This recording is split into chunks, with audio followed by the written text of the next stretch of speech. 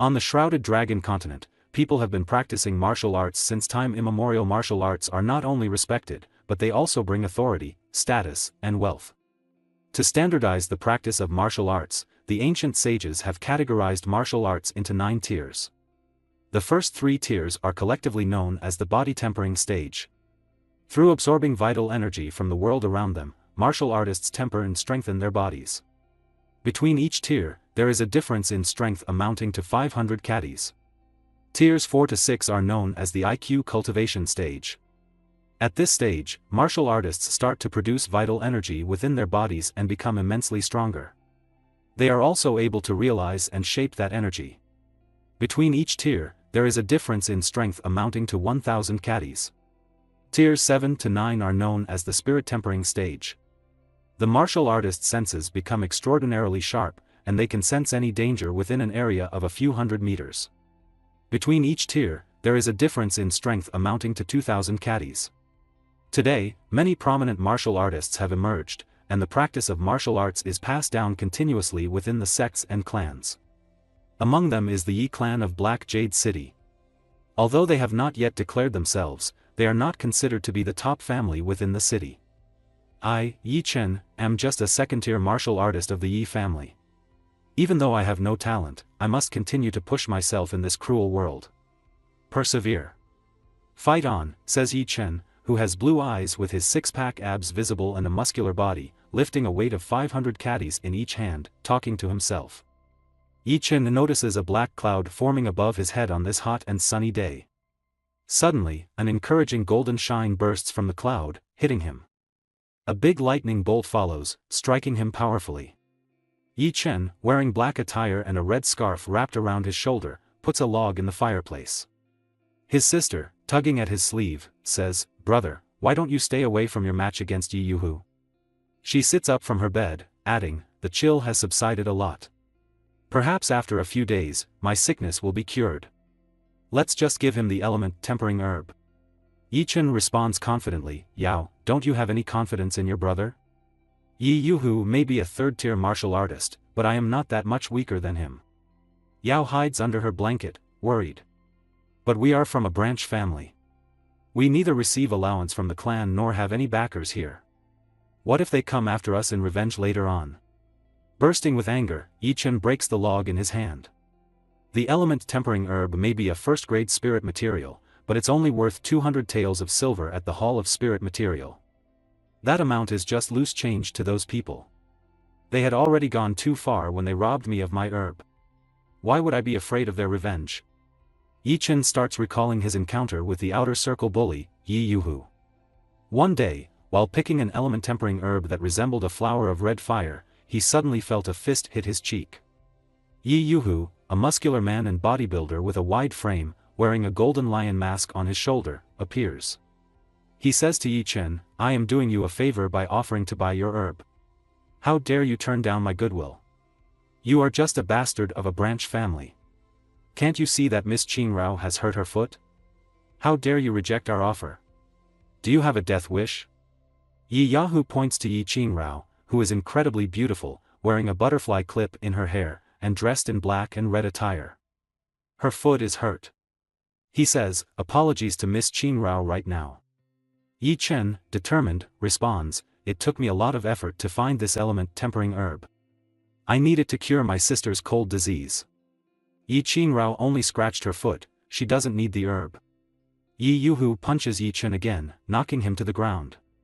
"Damn you, you think your sister is on the same level as Miss Qingrao?" He and Yi Qingrao take the herb, saying, "I will be taking this element tempering herb. Here are 10 taels of silver for you. Go buy yourself some herb from the shop." Yi Chen, filled with anger, thinks, "Damn it, I have been picking herbs in this safe zone for years, and this is the first time I have seen an element tempering herb. I cannot let it get away." While standing up he thinks, "I can only do this if I use that. I may be able to catch up." Yi Chen wipes the blood from his mouth and calls out, "Yi Yuhu." As Yi Yuhu turns toward him, Yi Chen continues, "I wish to issue a clan arena challenge to you. The prize will be this element of tempering herb. I will see you in the arena in half a month. It will be a death match. Yi Yuhu sneers, you brat, you are gonna die. Yi Chen determined, says to himself, I have to win. The element tempering herb can expel cold and toughen the body. Its effect is many times stronger than ordinary herbs.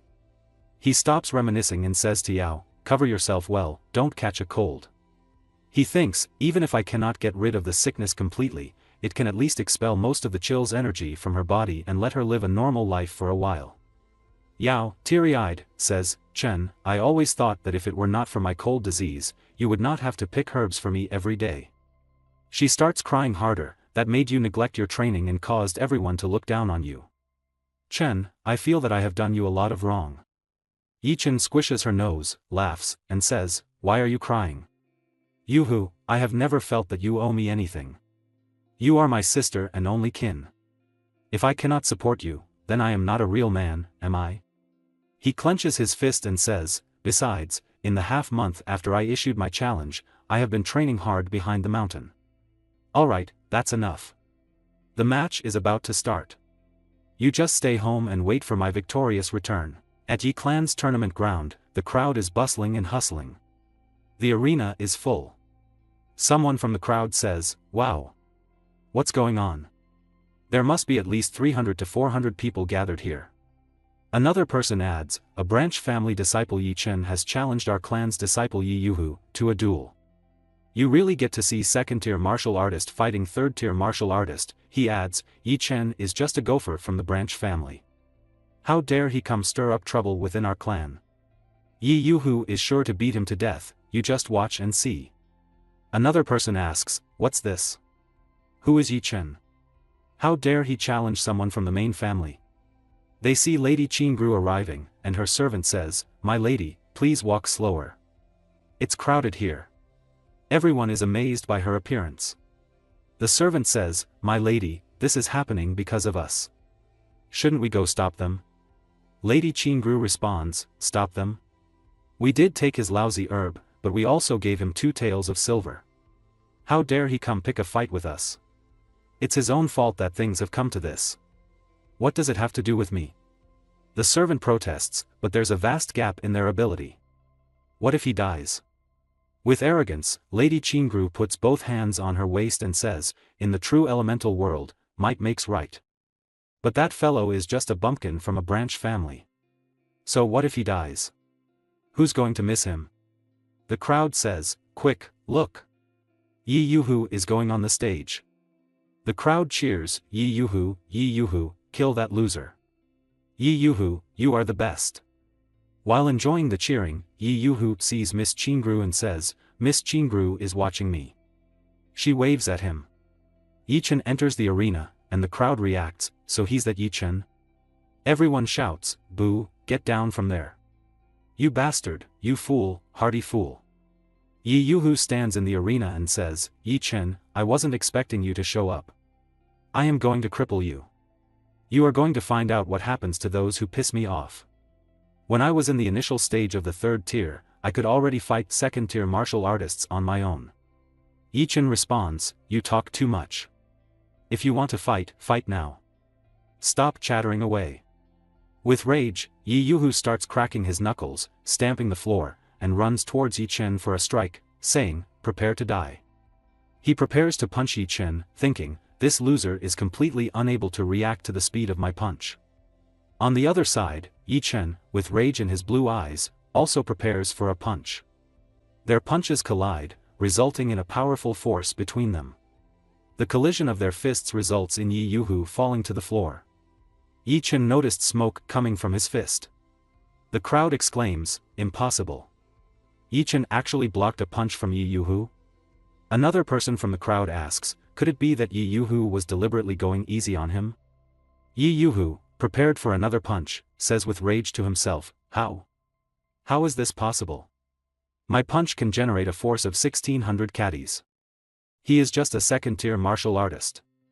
Yi Yuhu, frustrated and embarrassed, once again prepares for his punch by swinging his hand 360 degrees. He taunts Yi Chen, claiming he was going easy on him and didn't get into a firm stance. Yi Chen observes Yi Yuhu movements and realizes the effectiveness of his technique. Yi Yuhu leaps towards Yi Chen, attempting to strike him with both hands, but he once again ends up falling while Yi Chen remains steadfast. In disbelief, Yi Yuhu thinks to himself, he knocked me away again. He continues to punch Yi Chen repeatedly, but to no avail. Yi Chen seems dodge every punch of Yi Yuhu, barely sustaining any damage. The crowd watches in astonishment, questioning whether Yi Chen is truly just a second-tier martial artist. Meanwhile, Ms. Qingru ponders in doubt, this Yi Chen is unexpectedly strong. Has he been hiding his true strength all along? Yi Chen steps back, lifting his leg, then swiftly hits Yi Yuhu's lower stomach with his right hand, causing Yuhu to slam onto the ground. Yi Yuhu curses to himself as and angrily stands back up, manipulating purple energy in his hand. As Yi Yuhu prepares to attack a 13th move, of the poisonous python's technique, the crowd recognizes the move. Yi Yuhu fully prepares to counter, feeling the energy of the python surrounding him. Someone in the crowd remarks, "Isn't this the yellow great martial art, the 13 moves of poisonous pythons?" But only 4th-tier disciples of the clan are allowed to learn that skill.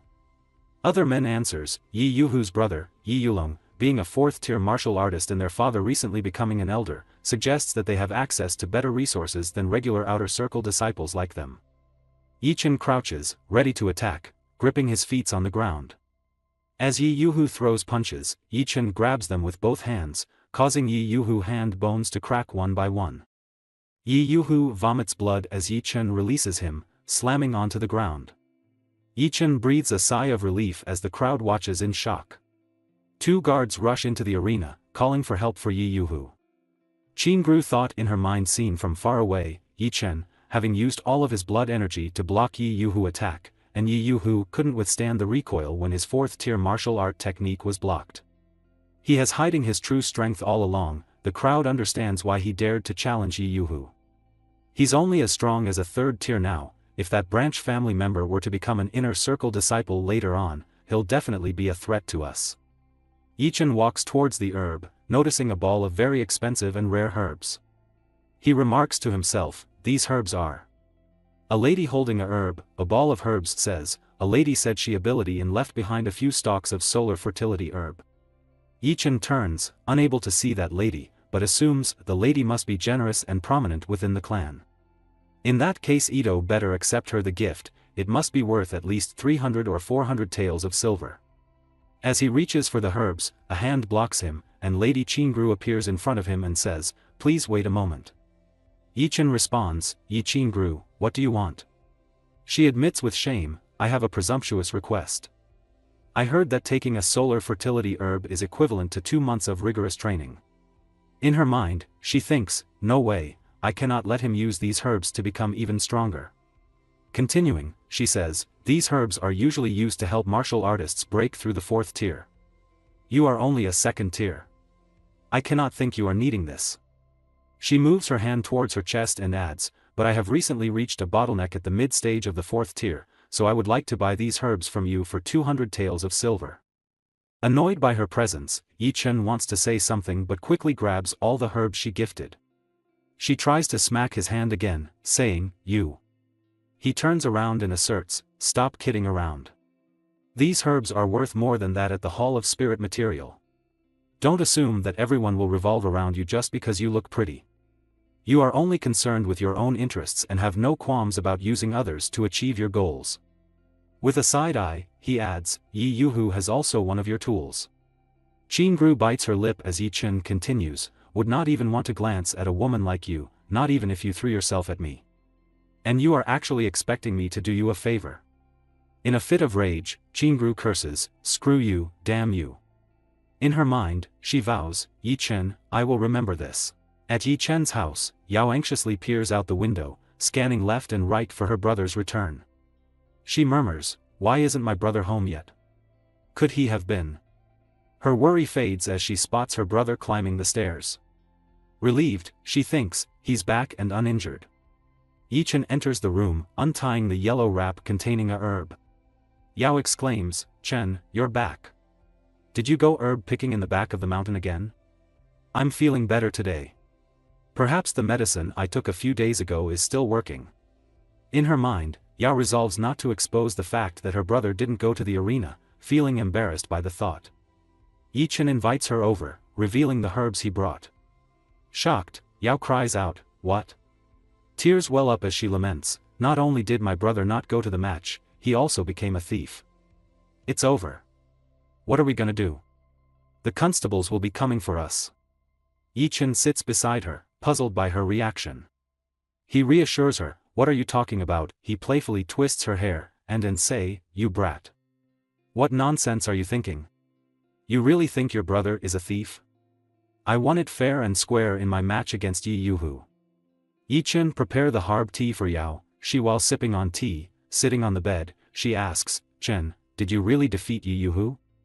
Chen, changing the bandage which covers her whole upper body, responds, "Of course. When have I ever lied to you?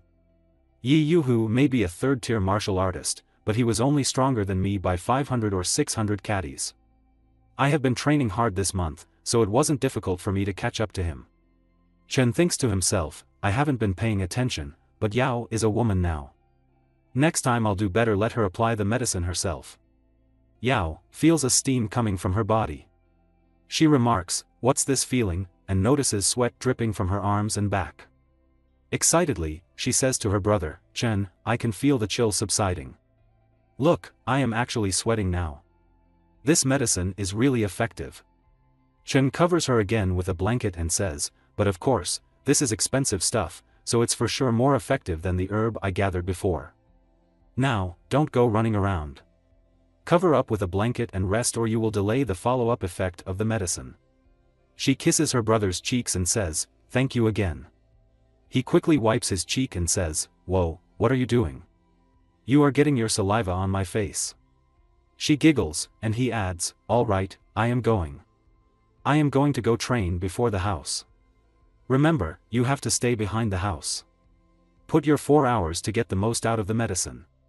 Sitting on the trunk of the tree, Yichen examines his hand, lost in thought. "I was only able to defeat Yi Yuhu today because he was overconfident," he muses silently.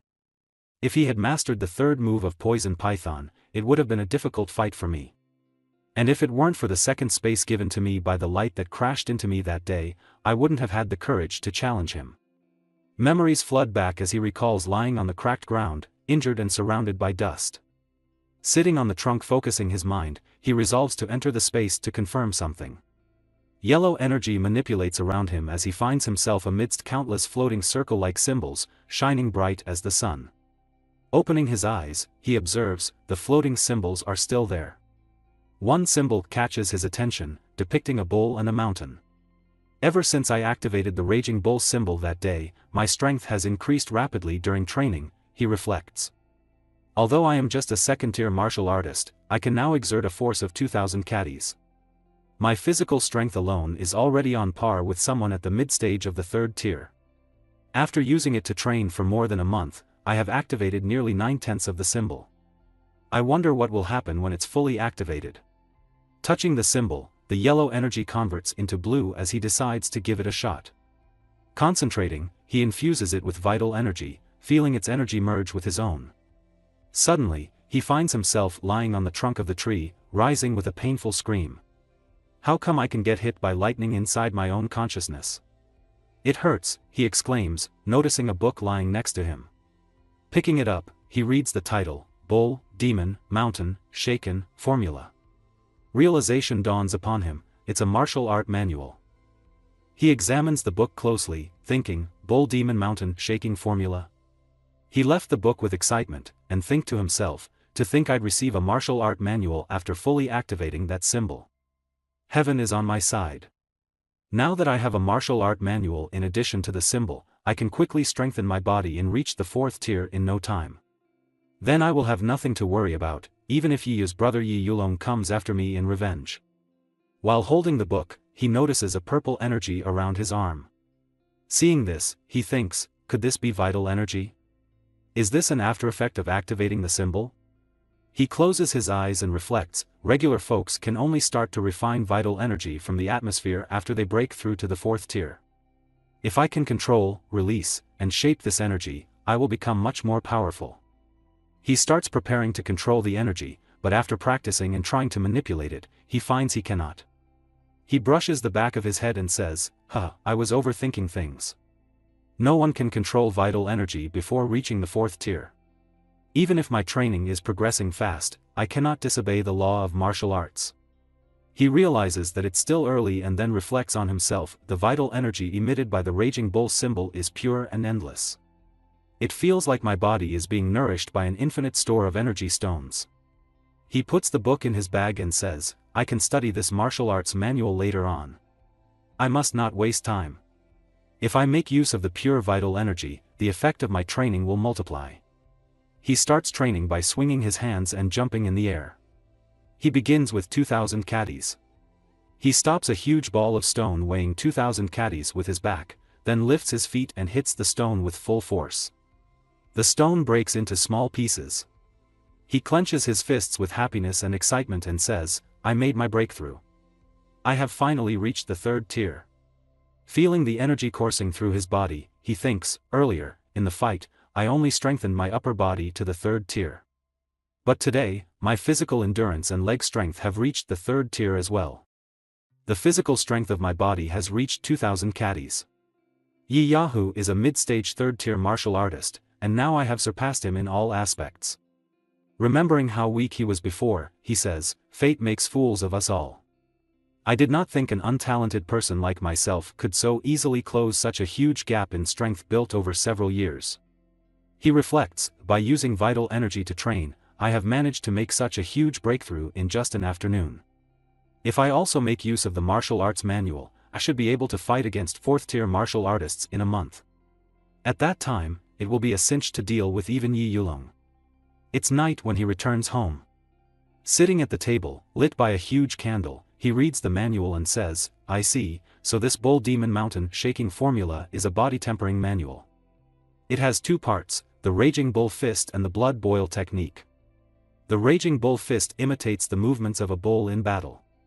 It also condenses and strengthens the blood energy of the practitioner. In battle, the practitioner can generate an imposing aura to overwhelm his opponent. He starts flipping the pages and reading the manual, saying, the explosive power generated is terrifying indeed. It can be likened to a charging bull, and the blood boil technique is a body strengthening technique. Through the absorption of the medicinal properties of spirit materials and the circulation of blood energy through the body, the practitioner can strengthen his physical constitution. Once mastered completely, the practitioner will gain a body of perfection. With amusement, he thinks, generally speaking, martial arts formulas either increase your strength or temper your body. Their effects are singular. To be well-rounded in all physical aspects, one usually has to practice various kinds of formulas. It's very time-consuming. Reading the book with excitement, he says, now, with both the raging bull fist and the blood boil technique working together, the power and effectiveness of the formula will be greatly increased. Yao, rubbing her eyes, comes from behind and says, Chen, why aren't you in bed? He doesn't hear her and keeps talking. One tempers the body outside, and the other cultivates energy within. It's the perfect combo, a martial art treasure among martial art treasures. A person's wealth will erode and wane otherwise. He goes outside after noticing Yao is awake, lights the bonfire at the deck of his house, and says, the fewer people who know about this, the safer it will be. In any case, I've already memorized all its contents. I have to. Sitting near the fire, he says, according to the manual, I have to use all sorts of body-tempering spirit materials in order to get the most out of my training.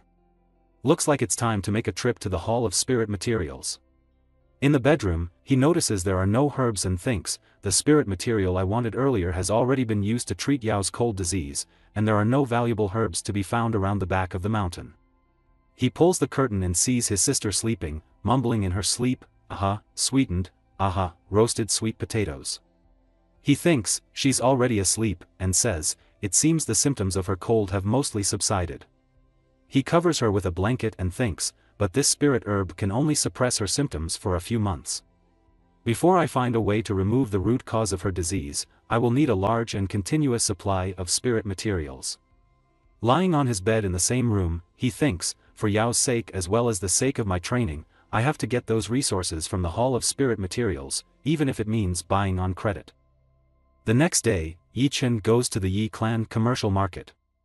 The market is bustling with people, vendors shouting about their wares, and the sound of haggling fills the air. As he walks, he feels the weight of the cloth pouch containing his remaining money. Ye Chen thinks to himself, the branch family provides only a minor subsidy every month. This past year, I have already spent a lot of money on Yao's sickness, and now I barely have any left to buy medicinal herbs. Fortunately, according to the clan's rules, a disciple may purchase medicine on credit, but if he doesn't pay back his debt on time, he'll be punished and made a slave. He puts his fingers on his chin and muses, normally, I would not have taken such a risk, but times are different now. I have already broken through to the early stage of the 3rd tier, and I also have the Bull Demon Mountain shaking formula. My strength will definitely enter a rapid growth period. At that time, it will become easier for me to repay my debt. Suddenly, he hears someone shouting his name from behind, Yi Chen. He turns around to see who is calling him, wondering if it's someone he knows or perhaps a creditor already seeking repayment. A man in black attire with a huge height, a belt around his waist, stands beside a man with blonde hair, wearing white and blue attire. The man in brown attire says, "What a coincidence to run into you here. I have something to talk to you about." Yi Chen turns his head towards him and thinks, Yi Ho?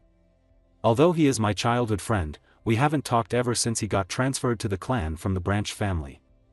I heard he used his glib tongue to hook up with Yi Tianfeng, one of the top 10 outer circle disciples. And so his strength progressed greatly.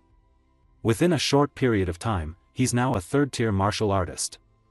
But he's never greeted me before, even when we run into each other on the street. So what's going on now? Yi Ho puts his hand on Yi Chen's shoulder and pats it. He says, "Hey bro, it seems a long time. I nearly didn't recognize you. I heard you defeated Yi Yahoo. I did not expect you to break through to the 3rd tier as well." He whispers, "But let me give you a word of advice. Don't be so competitive. After all, branch family folks like us can never catch up to the talented people within the clan. They don't just have a huge store of martial art training resources such as manuals, pills, spirit materials, knowledge, and everything else. They are also backed by a complex and well-connected network within the clan. Such power is beyond the reach of ordinary folk like us." Yi Chen smacks his hand away and says, "What are you trying to say?" Yi Ho continues, "After you defeated Yi Yuhu and angered Yi Qingru yesterday, they have already been looking for opportunities to take revenge on you. Considering their influence in the outer circle, they will take things to the extreme. You will be isolated, and you won't be able to do anything by yourself. You will find yourself in constant danger." He snaps his fingers and says, "But bro, I have a way out for you. A few days ago, Yi Tianfeng and I were sightseeing around the back of the mountain when we ran into a beautiful maiden, and he liked her a lot. I recognized the girl, she was your sister, Yi Yao. If you are willing to betroth her to Yi Tianfeng, he will definitely protect both of you. Not only will he make sure that you are able to live comfortably in the outer circle, but he will also help cure your sister's cold disease. It's a good deal, isn't it?"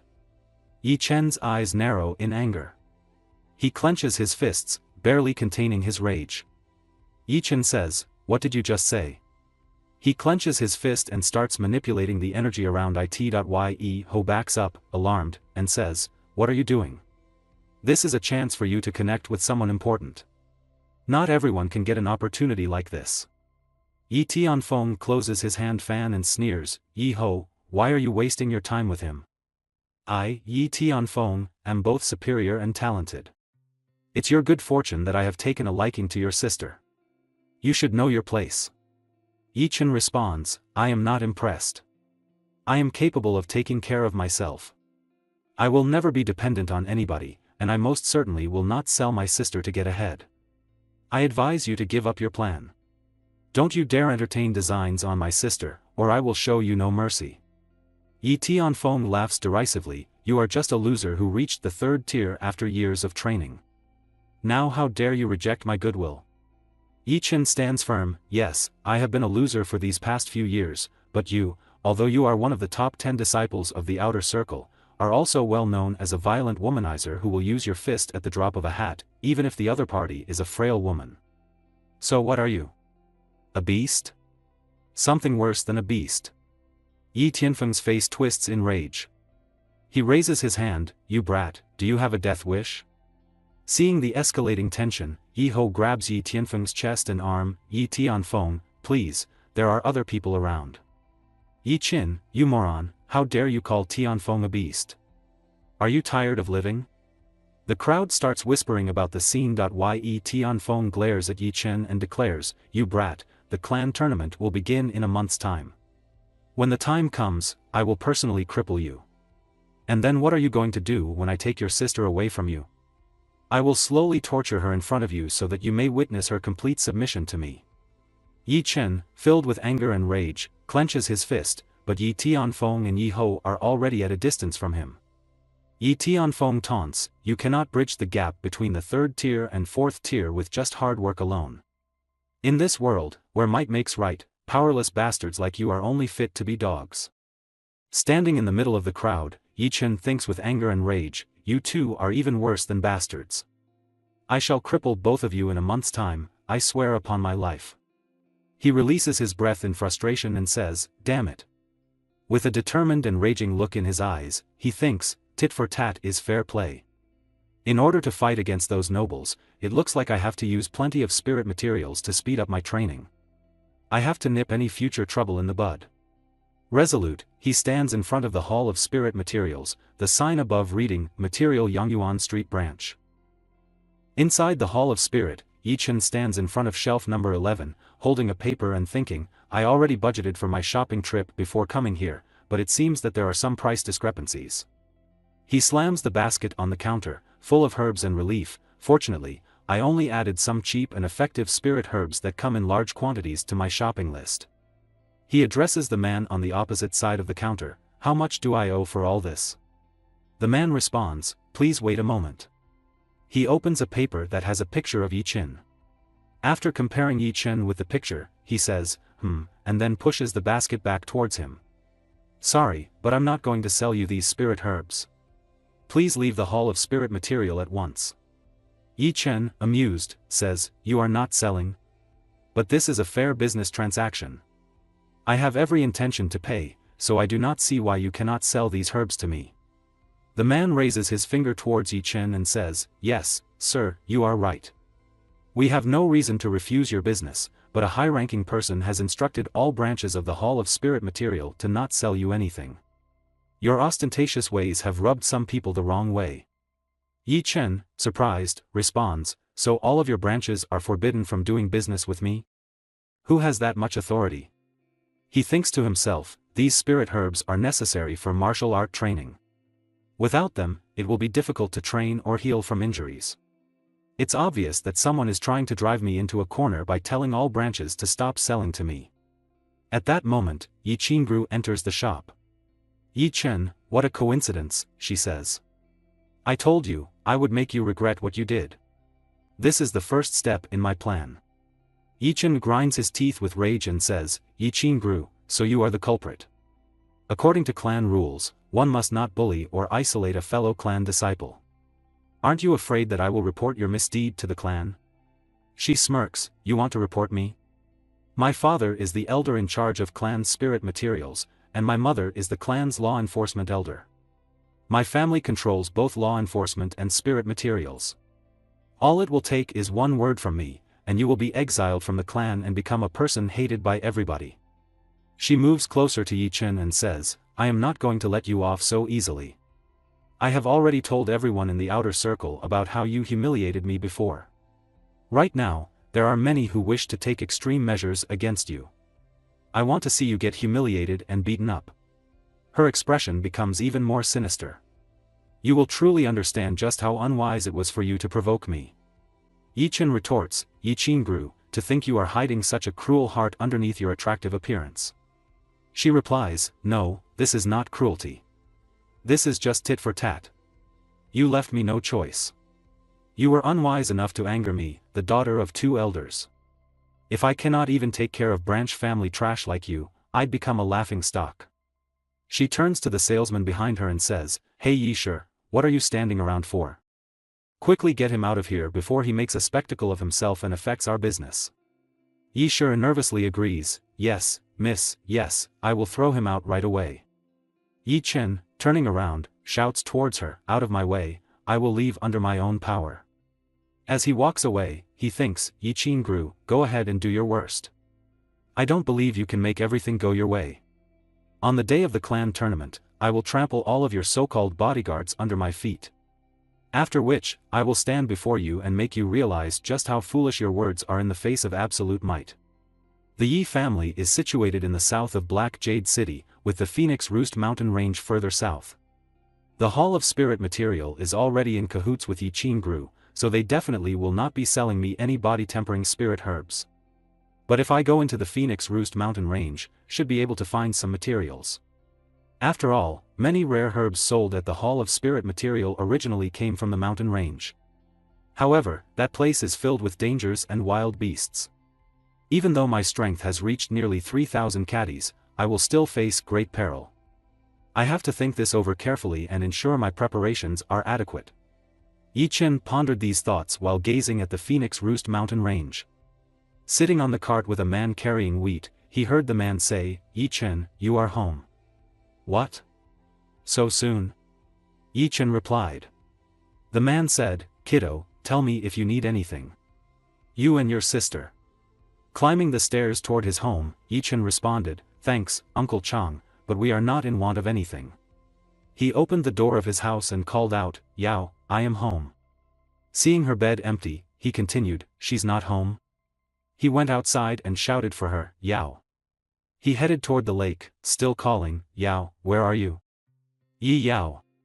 He thought to himself, this is odd. Although the symptoms of her cold disease have subsided, she should not be fit enough to travel far from home. I have also told her to stay home and rest. So why did she suddenly go missing? He then remembered the words of Tianfeng, feeling a burning rage and anxiety. He thought, could it be that bastard, Yi Tianfeng? Yi Qin starts descending the stairs, shouting, Yao, wait for me, I am coming to save you. Yao, seeing him from afar, says, Chen, where are you going? He quickly runs towards her and says, Yao, where did you go? You didn't even say anything. Do you know how worried I was? He grabs her and starts shaking her gently. She says, when I woke up this morning, I felt that the chill in my body had mostly subsided. So I decided to go sightseeing at the back of the mountain. I forgot to tell you because it was a spur-of-the-moment thing. He sighs and taps her head gently. From now on, if you want to go sightseeing, you have to let me know. At least leave a note or something. If you do this again, I will get angry. She looks at him with concern and asks, all right, Chen. Oh yeah, Yao says, changing the subject to ease the tension, let me introduce you to Miss Lu. She gestures to a woman standing nearby. Miss Lu, Yao says. Lu, with her striking pink hair tied in a ponytail, dressed in a red and black attire, nods slightly. Yao continues, I was strolling in the mountains earlier when an arrow boar suddenly came charging towards me. If Ms. Lu hadn't intervened, would have gotten injured. Yi Qin frowns and says, what are you grinning for? Aren't you ashamed for troubling Ms. Lu? He steps forward and bows deeply, I thank you, miss, for saving my sister. We may not be able to offer a substantial reward, but please do not hesitate to tell me if you need our help with anything. Lu says, you do not have to thank me. It was no trouble at all. But you, Yi Qin, I heard about what you did for Yao. Although you managed to get the solar vitality herb after defeating Yi Yuhu in the arena, have you thought about the coincidence of your action? Yi Qin says, what are you trying to say? She says, you had your moment in the limelight but now those people will try to rape and isolate you. This is not beneficial to your development. He feels heavily pressured and thinks in his mind, I cannot move my body. What is this pressure? Is vital energy being released? This lady here must be a fourth-tier expert. She can even control her energy with pinpoint accuracy. What is she trying to do? She continues saying, and I heard you have already been ostracized by the Hall of Spirit material. Going forward, how do you intend to get the herb needed to suppress the cold energy in your sister's body? Yao puts her hand on her mouth and says, Chen. Is this true? Yi Qin swags one knee on the floor. You cannot even induce a small amount of humiliation and ended up fighting a duel. You didn't even stop to consider what kind of backers he might have. You know what, I think what you did was really infantile. Yao moves towards him and says, Qin, are you alright? Lu turns around, going into the woods. Yi Chen shouts, "Stop right there." True, a lack of forbearance can ruin great plans, but there are some things a man should not have to put up with.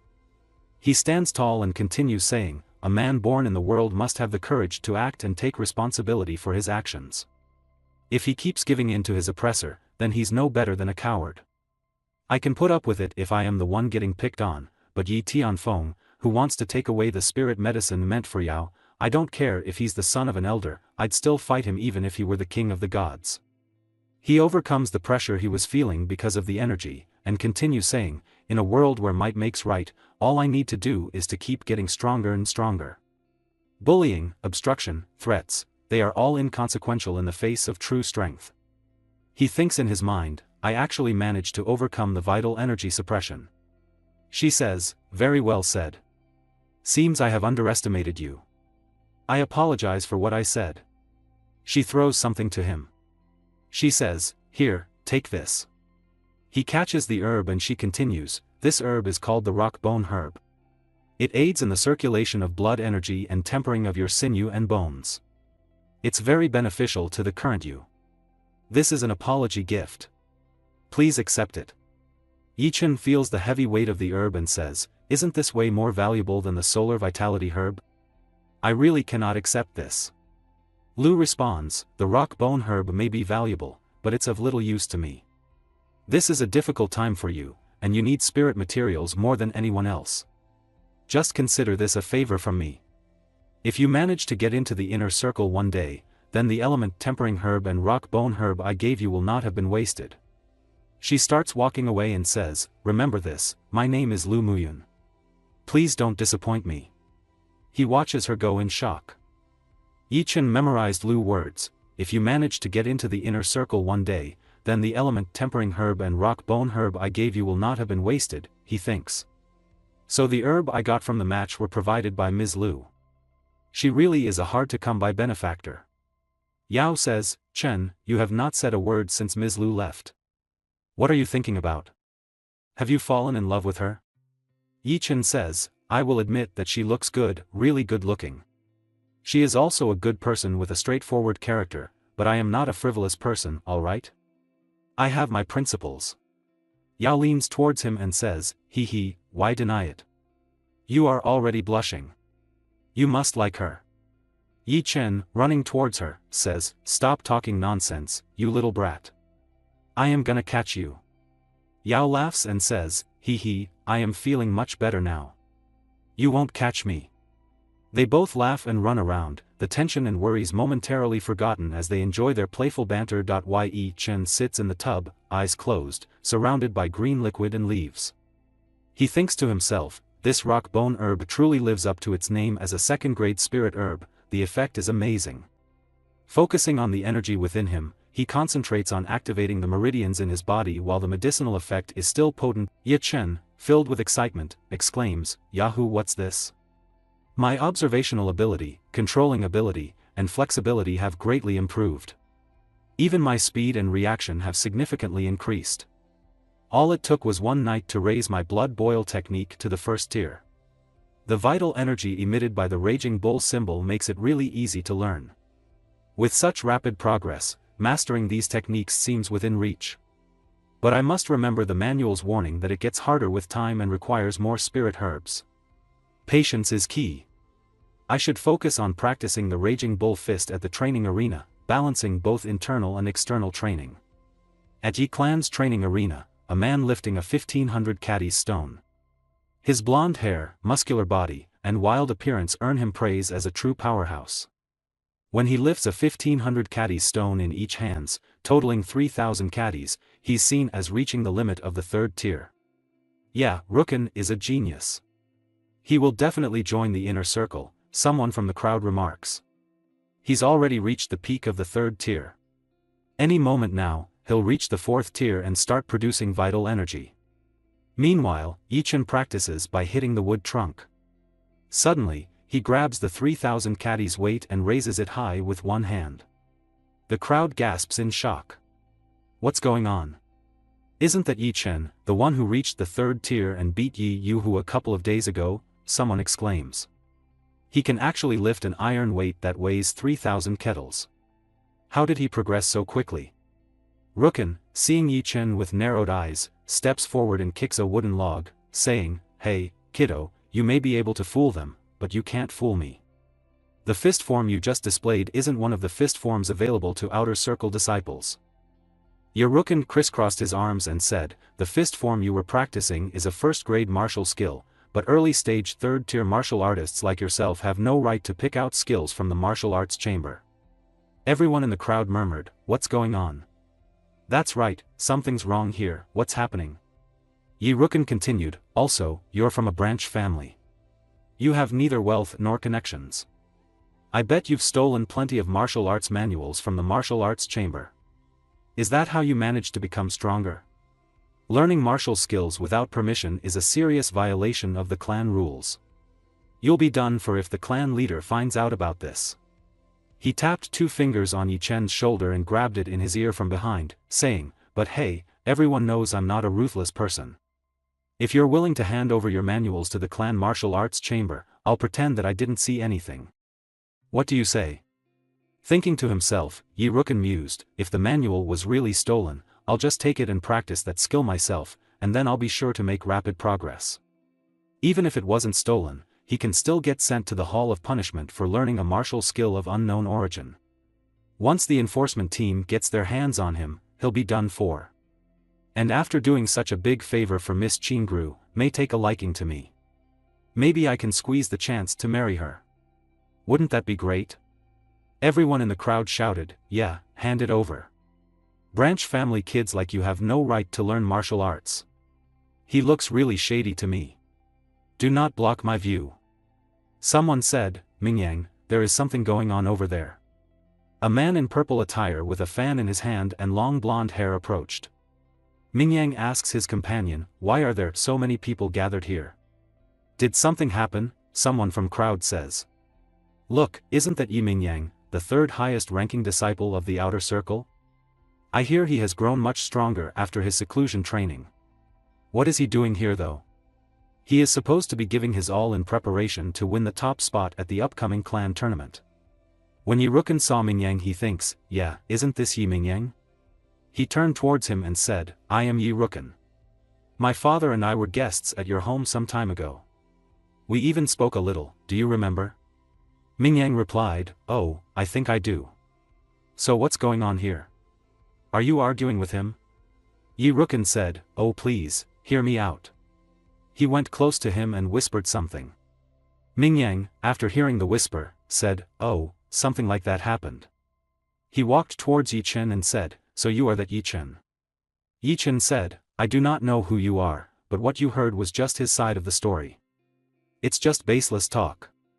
Where I found the manual is my own business, but I can tell you that I am neither a thief nor a robber. You have no right to interfere." Rukun pointed a finger at him and yelled, "How dare you talk to Mingyang like this? You said you didn't steal it and yet you refuse to tell us where you got it from. It's obvious that you have a guilty conscience. Are you trying to tell us that the manual ran to you on its own?" Yi Chen said, "Rukun, I think you are the one with an ulterior motive. You keep calling me a thief, but I think you are the one who wants to steal the manual from me. According to the clan rules, the lightest punishment for slander against a fellow disciple is the crippling of one's martial skills, while the heaviest punishment is exile from the clan." Rukun shouted, "How dare you threaten me? Go get him, guys, take him to the Hall of Punishment.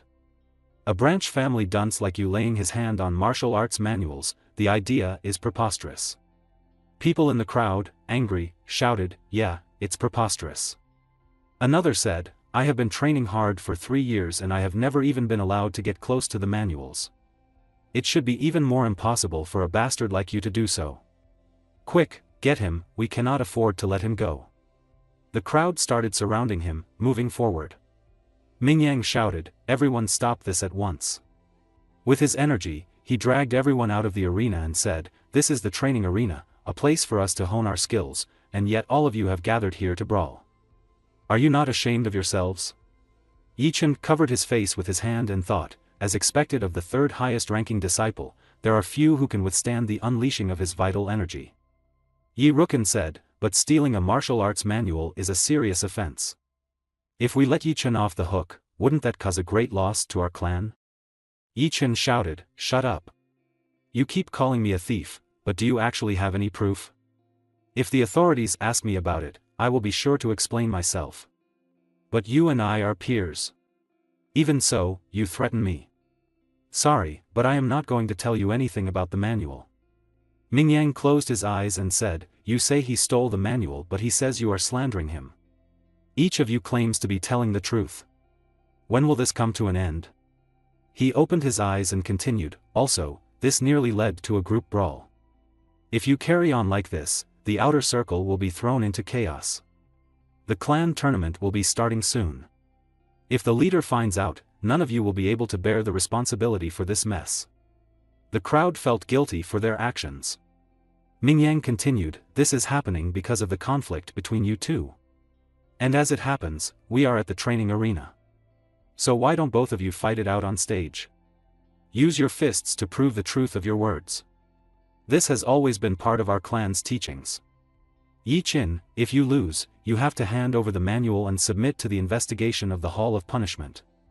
Yi Rukin, if you lose, you have to stop pursuing this matter and let bygones be bygones.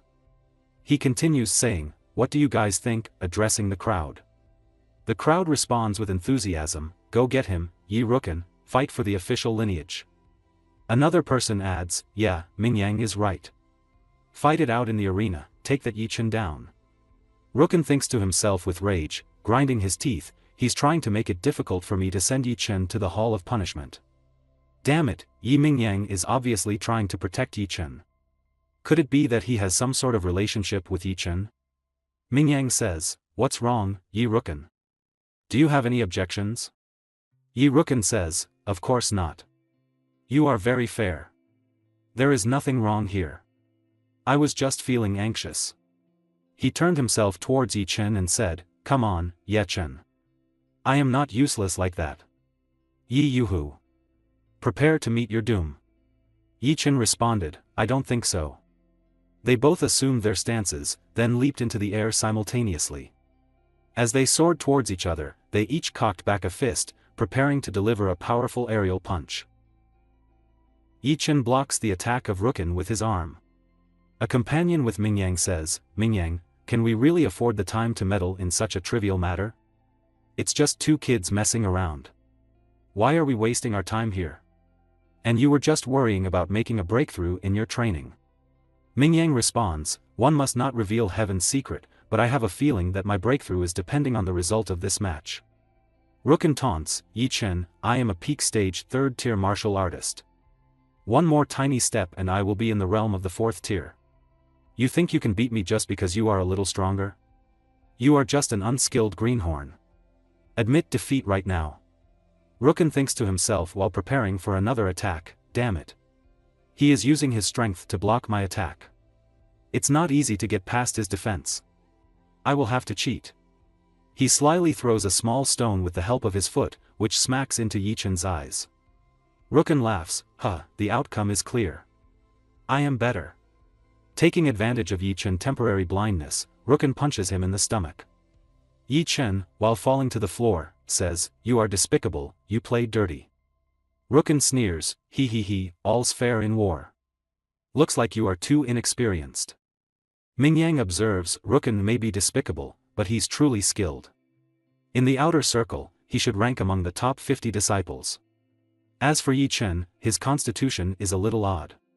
He did not get knocked out, but only suffered some minor injuries. Very odd.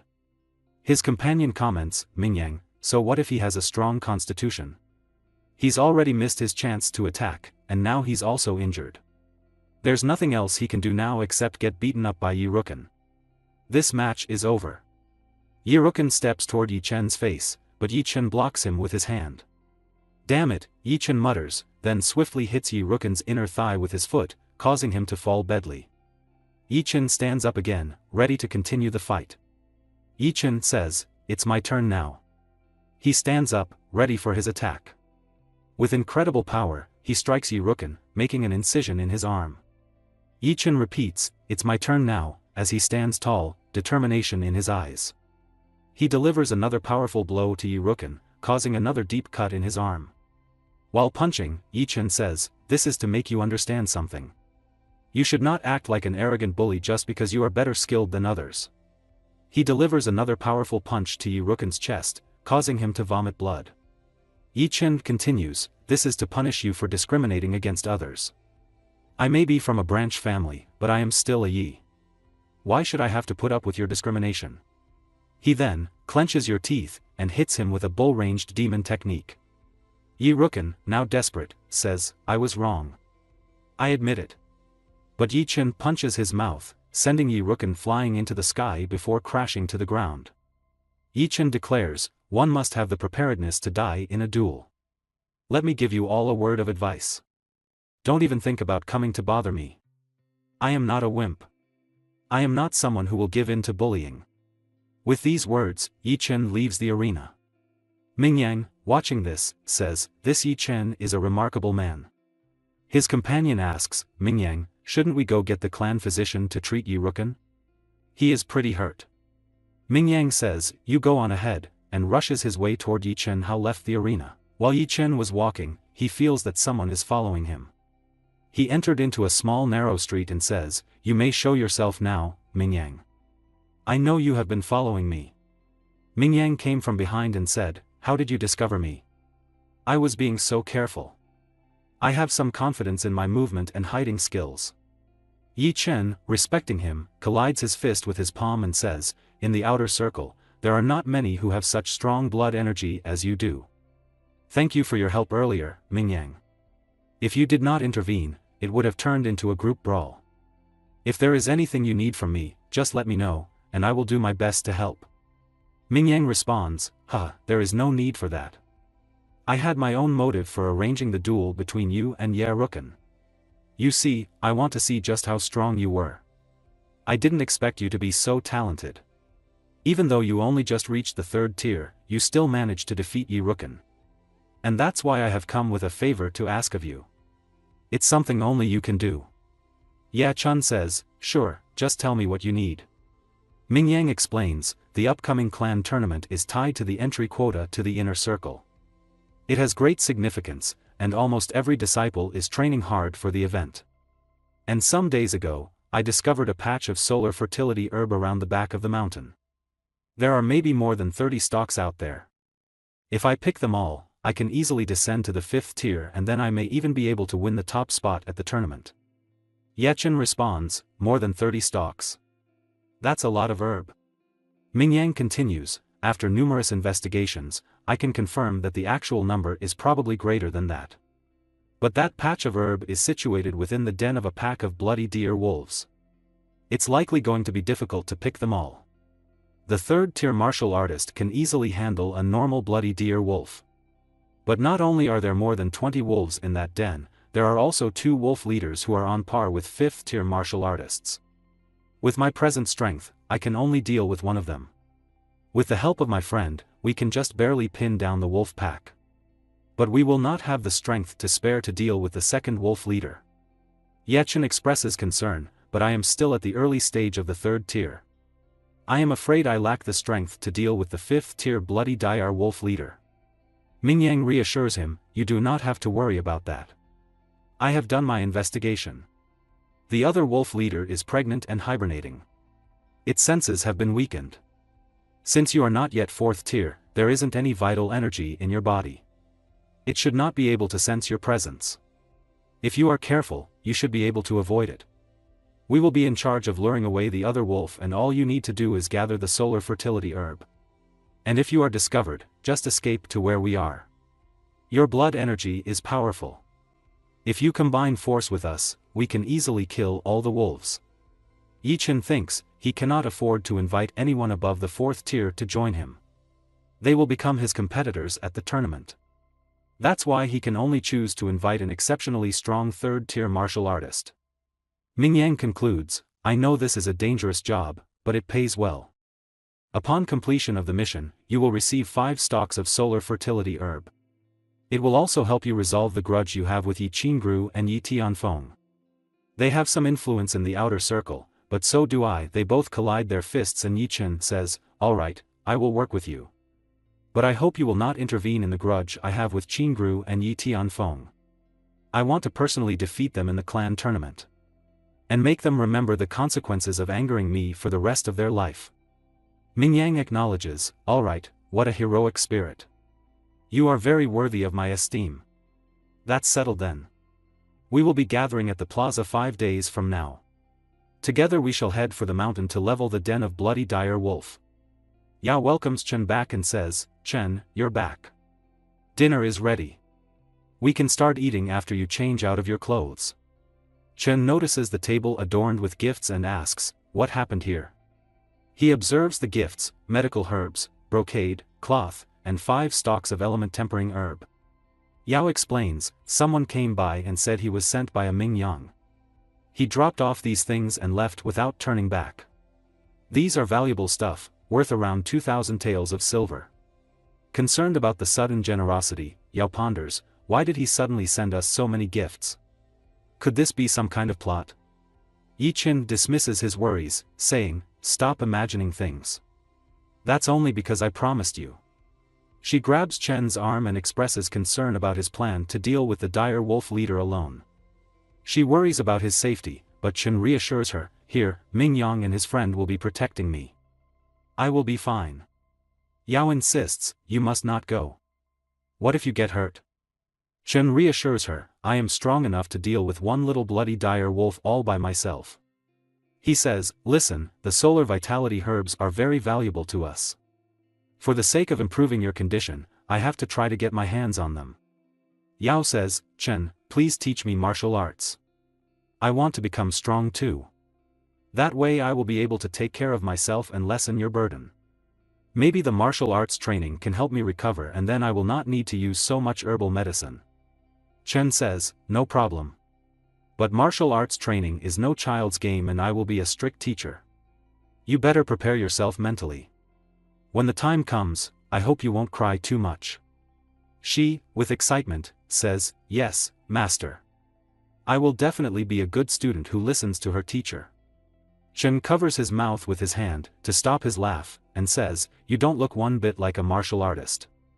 She, irritated with him, says, you are the one who is not fit for martial arts. I hate you. While they engage in playful banter, Che resolves in his mind, I hope the plan works. Until the day arrives, I am going to spend my time training to guarantee success. I will have to become stronger. Chen began his training regimen with dedication, practicing intensely on day 1, day 2, and day 3. He focused on strengthening his techniques and his overall resilience. 2 more days until the appointed date, Chen contemplated the herbs in his hand. This trip to the mountain is sure to be filled with danger. Mingyang has promised that he and his friend will protect me, but who knows what can happen in a life-and-death situation. Rather than trusting my life to someone else, it would be better for me to strengthen myself and grasp my fate in my own hands. He eyed the element-tempering herbs thoughtfully. If I ingest these herbs, my inner strength might experience rapid growth within a short amount of time. That would be equivalent to a few weeks of training. Additionally, my chances of survival will increase several folds. Yao came from behind and shouted, Chen, I am back. She raised the fruits and said, these are breadfruits I plucked from the mountain. I saw that they were ripe when I was passing by. Quick, have a bite. Okay, I am going down to the river to do our laundry with Madam Li from the village. Bye, Chen. Chen waved her off and resumed his contemplation. But I have never ingested so many element-tempering herbs in one go before. I don't know what side effects that may cause. He hesitated for a moment, then decided, never mind, whatever. He started chewing and swallowing the herb along with the breadfruit, thinking, not good, my throat is burning. Chen gagged as the burning sensation intensified. He tried to walk towards the water container but stumbled. His vision blurred, and his body grew weak. He collapsed, fainting on the way and whispering, not good. Someone knocked on the door. Chen opened his eyes and thought, someone's at the door. Coming, coming. He walked towards the door and opened it to see Uncle Chang standing there. Uncle Chang, why are you here? Chen asked, surprised. Uncle Chang, holding Chen's hand tightly, shouted, something terrible has happened. Your sister is in trouble. She was plucking fruit in the mountain when a monster snatched her away. A witness said the monster went deep into the mountain to the south. Chen's eyes widened in shock. What? Yao was taken. Without hesitation, he started running towards the door. Uncle Chang called after him, I will head there to search for her. Chen turned and shouted, Uncle Chang, please gather some young men to search the perimeters. Chen was running into the forest when he heard the thunder. He looked up at the sky, seeing lightning flash and feeling the rain begin to pour down. In the middle of the forest, he saw a horse made of blue flames with Yao lying on its back. Seeing Yao, Chen shouted and started running towards the horse, yelling, stop right there. But the horse also started running, faster than Chen could keep up. Damn it, how is it so fast? Chen muttered, trying to grab the horse but failing. It's too fast, I can't catch up. I can't lose sight of it.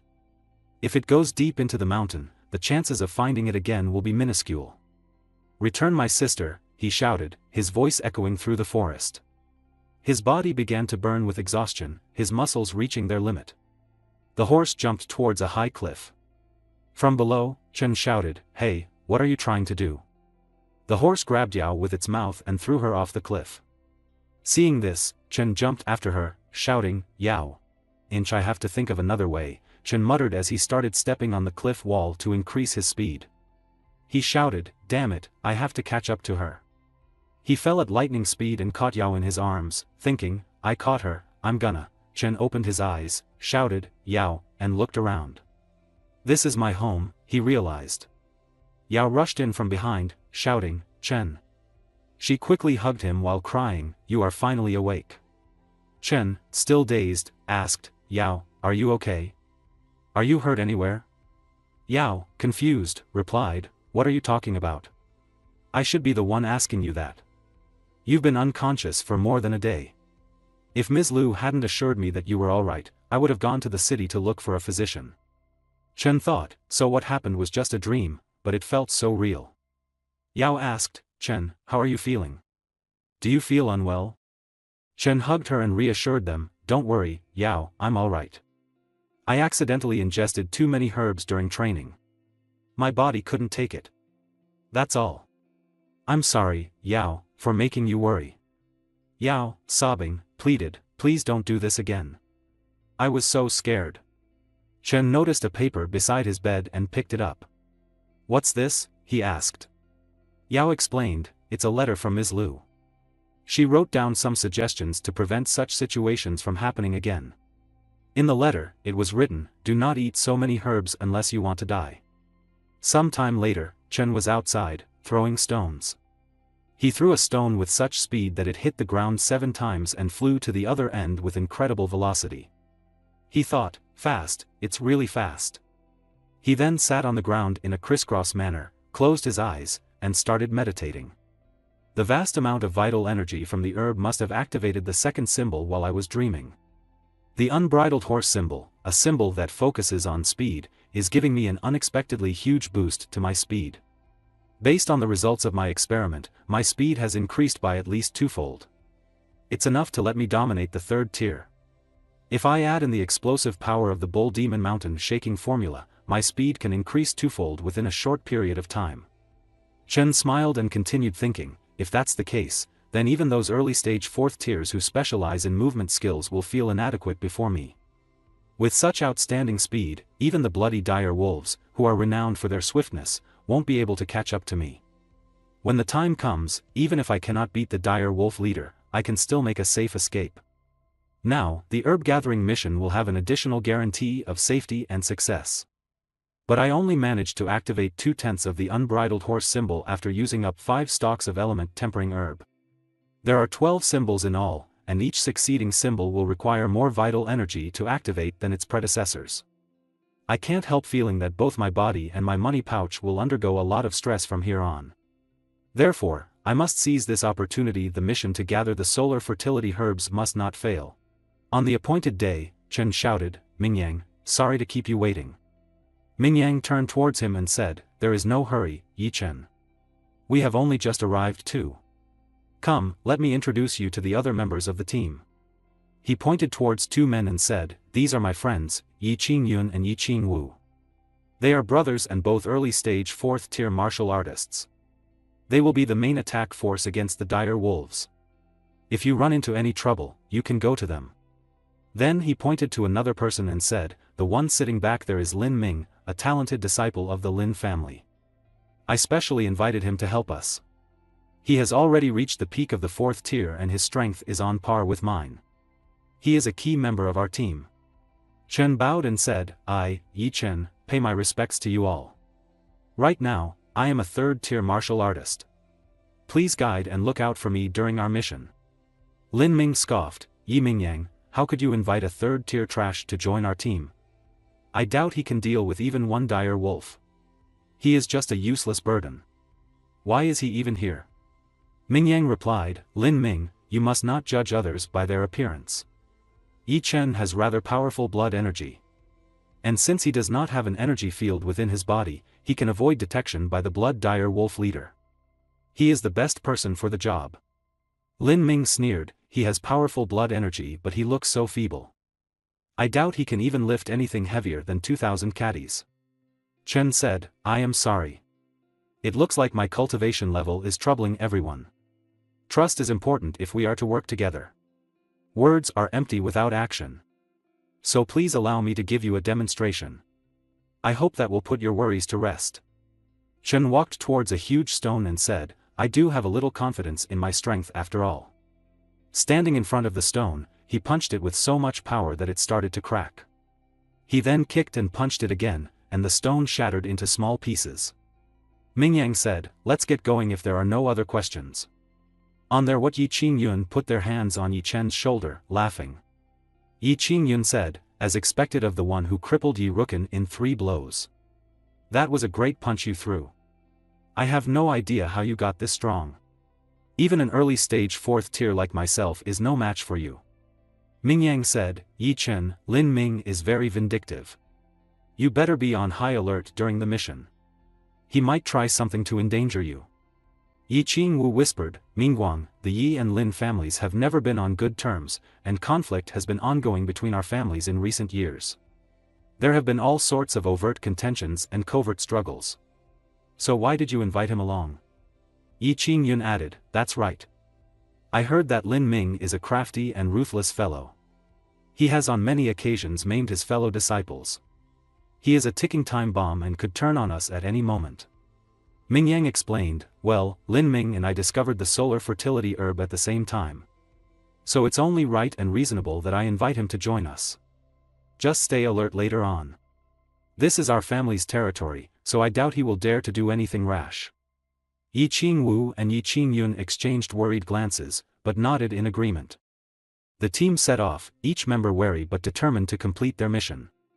As they walked deeper into the jungle, they heard a roar and saw a black clouded leopard perched on a tree branch above them. Mingyang said, that's a black clouded leopard. Although its strength is only 3rd tier, it is extraordinarily fast and excels in finding weaknesses in its enemies. Even a 4th tier martial artist would have to put in some effort to take one down. And look, it's holding a stalk of orchard grass in its mouth. That herb is worth at least 500 taels of silver. Chen clenched his fist and said, it's just a black clouded leopard. There is no need for you 4th tier fighters to do anything. Please, allow me. Lin Ming scoffed, shouldn't you really be bragging like this? The black clouded leopard is renowned for its swiftness, you know. Now, let's see how the leopard is going to play with its prey.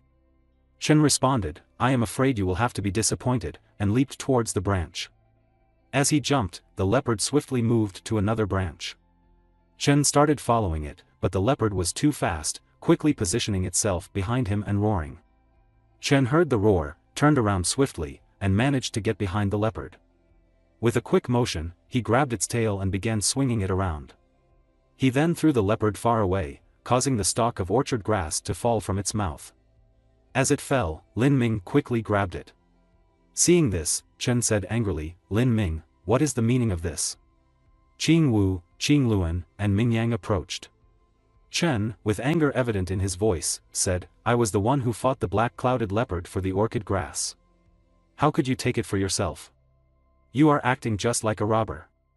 Lin Ming tucked the orchid grass under his shirt and replied smugly, as the saying goes, finders keepers. While you were fighting the black clouded leopard, the orchid grass happened to fall out of its mouth, and I grabbed it. Naturally, it belongs to me now. Who said the grass would go to whoever defeated the leopard? Chen clenched his fists, grinding his teeth. You? Are you really not going to return it? Ming Yang stepped in, blocking Chen. Yi Chen, since Lin Ming was the one who took the orchid grass, how about we just let this matter rest? But Ming Yang, Chen began. Lin Ming cut him off. Did you hear that? Ming Yang has spoken. What else are you going to say? Come on, let's get going. I do not want to get there late. Ming Yang turned to Chen. Yi Chen, I will compensate you with a stalk of orchid grass when this is over. I will not let you get the short end of the stick. Chen sighed, there is no need for that. It's just a stalk of orchid grass. It's not that big of a deal. It's just anger, that's all. As they continued their journey, Lin Ming spotted a thoroughly blue flower with a light fragrance. This is a marrow-cleansing flower, he thought. It can cleanse one's marrow and strengthen one's body. Its selling price can go up to 1,000 taels of silver on the black market. Looks like today is my lucky day. He reached for the flower, but a snake attacked him. Dodging the attack, he drew his sword. How dare you, insolent snake! He cut the snake's neck, then sheathed his sword. Foolhardy beast! Chen, observing from behind, remarked, this marrow-cleansing flower is very old. Looks like it has grown very well. I should be able to sell it for 1,000 taels of silver. He brushed the dirt off the flower. Lin Ming shouted, Yi Chen, put down the marrow-cleansing flower. It's mine. Chen, smirking, said, but as the saying goes, finders keepers. While you were fighting the five-colored snake, the marrow-cleansing flower has grown from the rock crevice.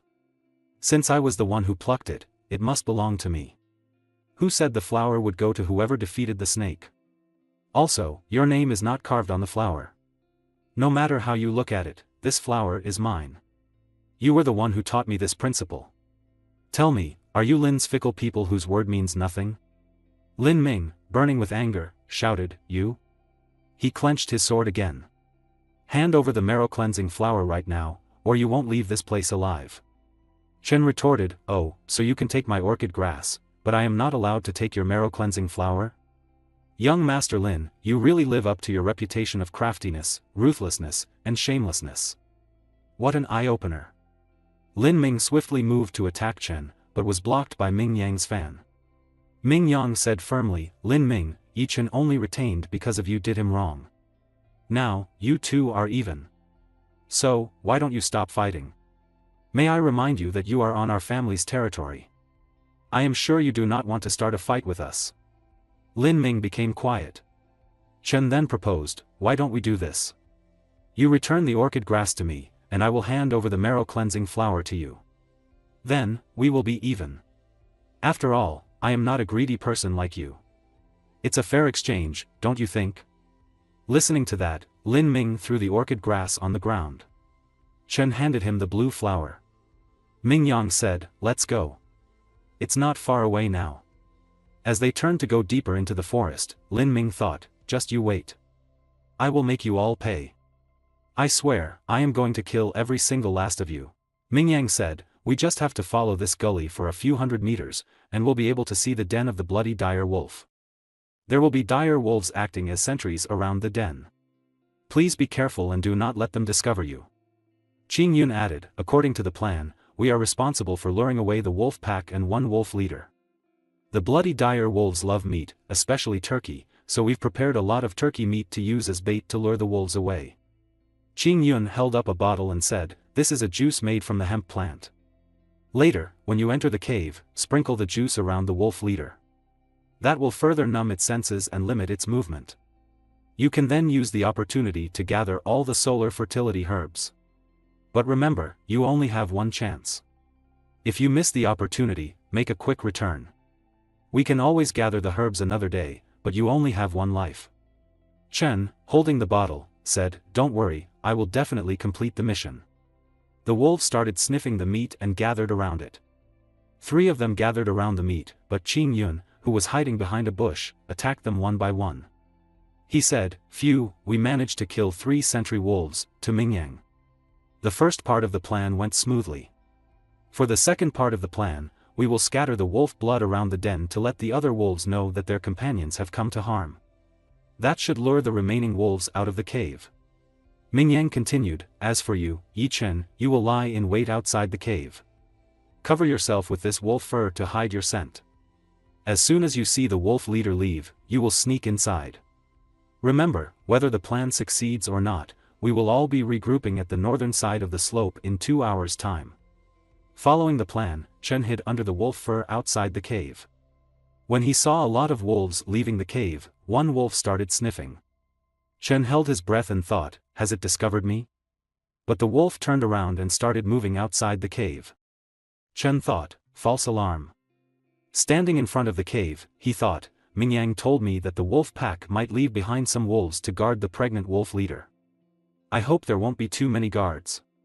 It will be troublesome if the wolf leader discovers me. He walked inside and thought, it's easy enough to deal with a few dire wolves, but I don't think I can defeat a 5th-tier wolf leader, especially one who is pregnant and likely to go berserk at any moment. He saw 2 wolves in front of the cave. Chen said, "It's a piece of cake." They only left 2 wolves behind to guard the den. Chen attacks the wolves, causing them to pass out. Then he entered the cave and saw that it was much larger than he had anticipated. He thought, I didn't think there would be such a huge space inside the cave. I couldn't tell from the outside. He spotted the female wolf leader and saw the solar fertility herbs around her tail. He thought, the solar fertility herbs are behind it. This will be difficult. He smeared mud on his face and thought, I have to approach with caution. He started crawling on all 4s, sneakingly, and thought, for the sake of suppressing the cold energy in Yao's body, for the sake of fully activating the unblind horse symbol and becoming stronger in the shortest time, for the sake of achieving a major coup at the clan tournament and breaking free from the oppression of the clan's nobility, no matter what danger I face, I must get my hands on the solar fertility herb. He opened the cap of the bottle and thought, now it's time to scatter the hemp juice. Just as he opened the bottle, he felt a presence behind him. The hair on the back of his neck stood up, and he knew the wolf behind him had awakened and was watching him. He thought, she's awake. His heart pounded in his chest, but he forced himself to remain calm. He closes his eyes and thinks, it's over. It's all have to go for last-ditch attempt. The wolf eye was heavy with sleep. From behind, the wolf cannot figure out is it human or a wolf because Chen was wearing a wolf skin.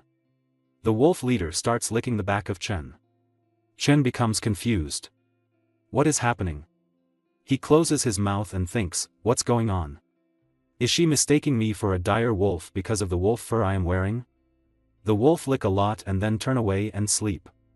Chen take a relieved breath and think, that was super humiliating. I would have preferred to fight it head on. My whole body reeks of wolf saliva.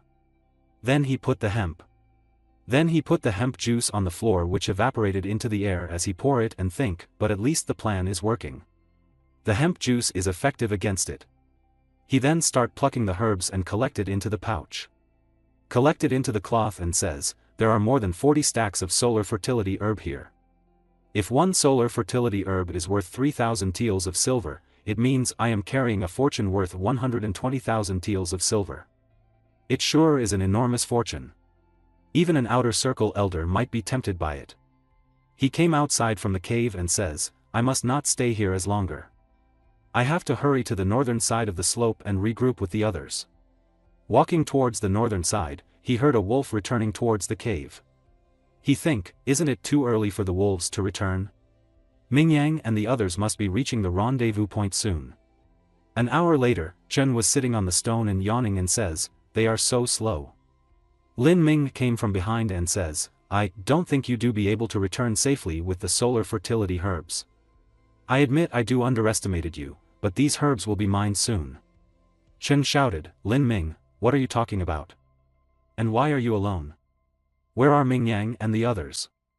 Lin Ming says, should you really be worrying about others now? Do not worry. Yi Mingyang and the others are not dead, but they will soon be. And they only have their own stupidity to blame. When the wolves were returned to their cave, I used drugs to knock everyone out, but the dosage I used was a little high, so they might not wake up for a couple of days. When I left them, I accidentally sprinkled some wolf blood on their bodies. After some time, the wolf pack should be able to find these three by following the scent of blood. Listening to that, Chen shouted and says, "This is murder. Are not you afraid that this will ignite a war between the Yes and the Lins?" Lin Ming says, "What a joke. Our families are already in a state of constant conflict. This death of a few disciples is really not a big deal. Besides, they were killed by wolves because they were unskilled. How is that my fault?" He draws a sword towards Chen and says, "But do not you worry, I am not going to leave any witness alive." Chen retorted, "Your plan is good, but there must be many people who knew about your trip to the mountain in our family's territory. You will become a suspect if all four of us die." Lin Ming chuckled, replying, "You are wrong there. I was never here. I have already arranged for people to provide false testimonies, and I also made sure to dress differently than usual to avoid arousing suspicion. Mingyang also never told anyone about working with me. As for you, I do not think the Yi family would give a damn if you died with such a strong alibi. Not even a god can prove that I am the one who killed you all. Alright, that's enough talking. At least you can now die without any unanswered question. Since you did work hard to collect all these herbs, I will give you a quick death. You won't suffer, I promise." Chen retorted defiantly, "Do you think I am scared of you?" Lin Ming swiftly moved, his sword aimed at Chen and thought, "Looks like I was worrying for nothing. This kid is just a third-tier trash after all." Lin Ming hurled his sword towards Chen, confident in his superiority. But Chen dodged the sword and delivered a powerful punch to Lin Ming's lower and then chest, sending him crashing into a rock. Coughing, Lin Ming gasped, "Impossible. How did you manage to avoid my sword and hurt me? You are just a third-tier martial artist. It's one thing if you are a little stronger, but how are you so fast as well? You are not an outer circle disciple of the Yi family. You must be the inner circle disciple. A genius disciple. And Yi family has been giving their all to nurture." Chen declared firmly, "Don't you look down on Yi family." Chen stands up. Lin Ming says, "I admit I underestimated you and let you get the better of me earlier, but the gap between the third and fourth tier is not so possible bridged." Chen moves towards him, but he swiftly moves and says, "I wanted to give you a quick death, but now I am changing my mind. I am gonna cut you over and over and over again. You will die slowly and painfully." He starts moving here and there with swift motions. Chen could not concentrate where he was and think, "Damn it, his speed has increased by a huge margin, I cannot track his movement anymore." But then Lin Ming from behind pulls Chen towards him, but Chen dodges him and thinks, "This is sword energy. Is this a combination of his vital energy and sword technique?" I will nearly forgotten that he is fourth-tier martial artist, who can control vital energy. Lin Ming says, "You are not bad, kiddo, but how many moves can you dodge while you are trapped inside a sword formation?" Lin Ming starts hitting him again and again, and Chen starts dodging it, but one hit strike on his back and on his foot and on his arm, he falls down. Lin Ming says, "You only managed to last a few rounds, I thought you'd do better than this. Get a grasp on reality, you arrogant fool, the Yes are trash." Chen thinks, "No, Lin Ming's sword energy cannot inflict fatal wounds on me, but if I continue to fight a battle of attrition, I will definitely end alive. Only I could unlock more of the symbol. Only one thing I can do now." Chen stand up and hold the pouch cloth which was full of herbs and start running. Seeing that, Lin Ming says, "How dare you try to escape, you must think I am a slowpoke." Chen starts running very fast and start eating the herb on his way and thinks, "Since my symbol is low on energy, I will use an external source to temporarily raise the activation level of the unblighted horse symbol. I am sorry Lu Muyun, I have to do this again." The energy strikes him and he says, "I can feel it." He vomits the blood from his mouth and thinks, 5/10 of the symbol has been activated, it's enough. I ate too many solar vitality herbs at once, the backlash is kinda strong. Then he go towards the tree and tear the tree apart and says, "It's working, I can avoid his sword energy." Again he was trapped in the sword formation technique of Lin Ming and thinks, "I can catch up to his speed now." Now Chen also starts running behind Lin Ming and figure out where he is. Lin Ming shouted, "What? How is it possible that you can catch up to me? Are you not a third-tier martial artist?" Chen says, "The speed you are so proud of, it's just." And he clenched his fist and attacked Lin Ming, continue saying, "Something I can easily catch up to after talking some herbs. You some of Lin family. Chen delivered a powerful punch to Lin Ming's face with raging bolt pierces the sky. Lin Ming fell far behind and dug inside the tree. Chen tied him with a rope and pointed a sword towards him. Lin Ming said, "Yi Chen, you cannot kill me." Chen replied, "Oh, then you better give me a good reason for me not to kill you." Lin Ming countered, "My father is an inner circle elder of the Lin family. Even our clan leader has to show my father some respect. Your family cannot afford to offend him. If you kill me, he will definitely be enraged and then he will kill you for sure." Chen retorted, "How dare you threaten me? I will give you another chance to think of a reason." Chen stepped lightly on his neck and continued, "Also, you are in the wilderness, who can prove that I am your murderer? Obviously, you were killed by the wolf because you were weak and unskilled. What has that got to do with you?" Lin Ming, with anger, said, "You wait, how could I have forgotten about that? Yi Chen, I have in my possession a priceless treasure. If you put it up for sale on the black market, I will shock even the 5 big clans. I will give it to you as long as you are willing to let me go." Chen replied, "Oh, a priceless treasure? And what thing is worth as much as your disgusting life?" Lin Ming promised, "I will hand it over after you promise not to kill me." Chen agreed, "Alright, I hope your so-called priceless treasure doesn't disappoint me. I, Yi Chen, swear to spare Lin Ming's life in exchange for his treasure. If I break my vow, may the heavens strike me dead." Lin Ming said, "A fair deal. When I came here, I left all my valuables at the foot of the mountain for safety reasons. I can only take you there if you release me." Chen remained skeptical, "A person like you has zero credibility. If I untie you, who knows what you might do?" Lin Ming pleaded, "Come on, I am already so badly beaten up. I cannot even run from you. Surely there is no need to tie me up." Chen dug the hole, and Lin Ming pointed out, "It's here, the treasure is buried underneath." Chen held the paper and remarked, "This is just a piece of paper. Who are you trying to fool? You call this a priceless treasure?" Lin Ming explained, "You ignorant fool, have you never seen a formation diagram before? By following the guidance of the formation diagram, a martial artist can use vital energy to outline formations of various mediums. The purpose of a formation diagram is as the most important reference material. Formations serve many functions, some are used for attacking, some are used for confining enemies, some are used for defense, and I heard that some are so powerful that they can reduce the surroundings to ashes. Formations are divided into 9 levels, even just a level 1 formation diagram can cost you over 100,000 taels of silver. You do not even want to know how much a level 9 diagram will cost you. Now, this diagram I bought from the black market has never been appraised before. But even if it's only level 1, it can sell for enough to clothe and feed a beggar like you for the rest of your life." Chen noticed a big hole in the diagram and questioned, "Hang on a moment, there is a big hole in the diagram. Are you sure it's still usable? Are you trying to trick me?" Lin Ming admitted, "He sure is quick to notice. You are right, this diagram is no longer complete, and you will need to get a professional formation master to fix it. I got this for cheap, I was going to use the money from selling my share of the solar vitality. Although it may cost me a few dozen or even 100,000 taels of silver to fix this, I can easily get over 100,000 taels if I resell this. This is one of those sure-win deals that are rarely seen in the black market. I did not think such a great bargain would go to you. Anyway, since your family is not as prosperous as mine, it's probably cheaper to hire a formation master from within your own family. So what do you think? Surely, you can release me now." Chen, looking at the paper, thought, "Let's put aside the issue of the repairing fee for now. The brush stroke and the line drawn on this diagram look really similar to the one that makes up the symbol in the secret space. Could it be that those symbols are actually formations?" He put the paper inside and said, "All right, it's a deal. I will take this diagram."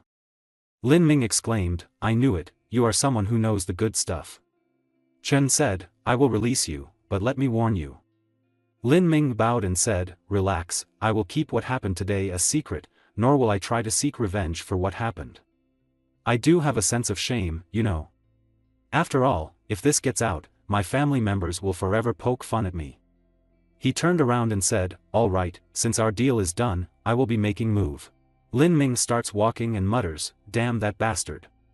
He opens the bushes, revealing a hidden cage containing a white pigeon. He says, Yi Chen and his friends are all injured, it will take them at least half a day to leave the mountain. He starts writing something on a piece of paper, adding, I will just have to ask my family to send a few skilled fighters over. None of the Yes will leave this place alive. He ties the letter to the feet of the pigeon and commands, quick, deliver this to my father. The pigeon starts flying but a stone hits it, causing it to fall down. Chen appears from behind and says, I knew it, you are not really remorseful. Lin Ming shouts, Yi Chen, what are you trying to do? You promised to let me go after I gave you my treasures. Chen replies, you broke your end of the deal first, so now I am breaking mine. He hits Lin Ming on his back, causing him to faint. Lin Ming wakes up and groans, am I still alive? Where am I? He opens his eyes and sees a wolf growling in front of him. He shouts, and Yi Chen, hearing the voice from far away as he heads towards his friends, says, you had it coming. Chen rushes to his friends, who are tied with ropes, and starts untying them. Mingyang says, it's a good thing you came when you did, otherwise, we would have been eaten by those wolves. Chen reassures, I think the wolf might be a bit occupied at the moment.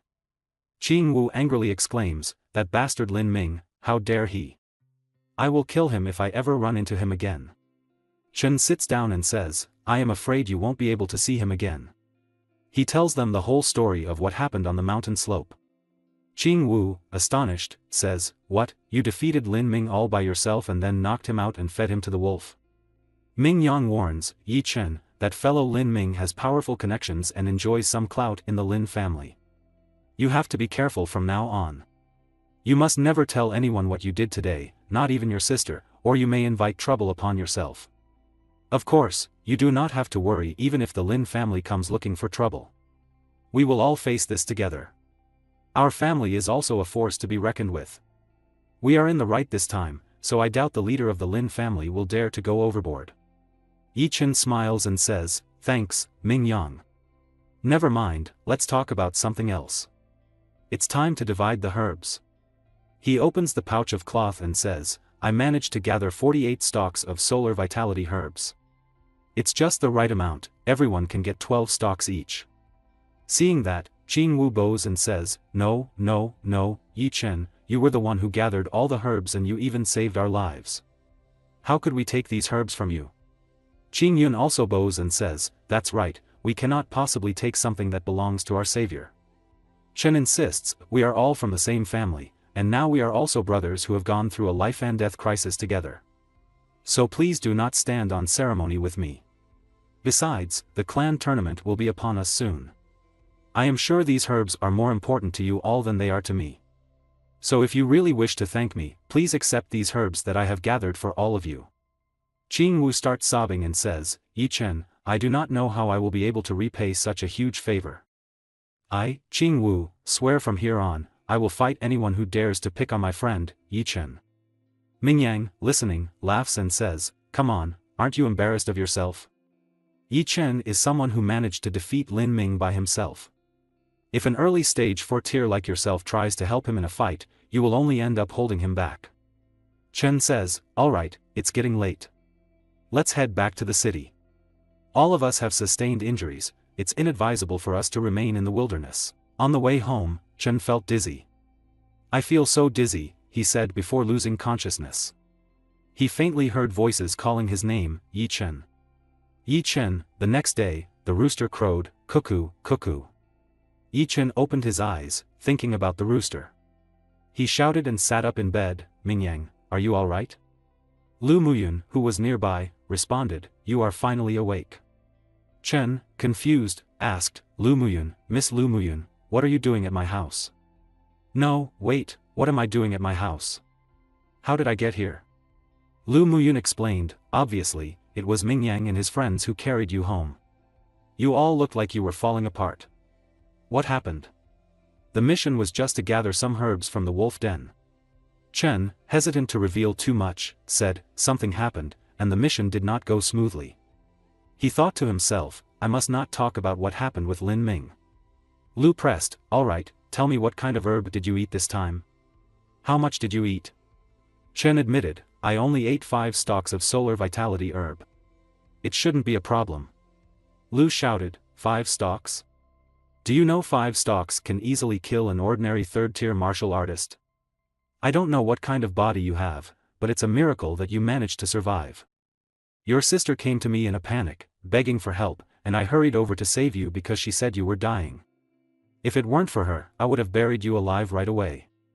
I sent Yao to buy some tonic for you. Take them to help your body recover from the internal injuries you sustained. Remember, you have to take them on time. If there's a next time, don't expect me to help you again. Chen promised, there won't be. There won't be. A few days later, Chen lifted a 4,000 caddies stone and hurled it into the air. Clenching his fists, he thought, alright, my strength has finally reached 4,000 caddies. I'm now as strong as someone at the peak of the 4th tier or maybe even someone in the realm of the 5th tier. Unfortunately, I am still unable to form an energy field. I'm still a late-stage 3rd-tier martial artist. A few days ago, after using some herbs from Yao's treatment, I took the 5 remaining stalks of solar vitality herbs and some marrow cleansing flour, raising my blood boil technique to the 3rd tier. He reflected further, but despite using so many spirit herbs, I only managed to activate 3/10 of the unblighted horse symbol. It feels like it's getting harder and harder to activate the symbol.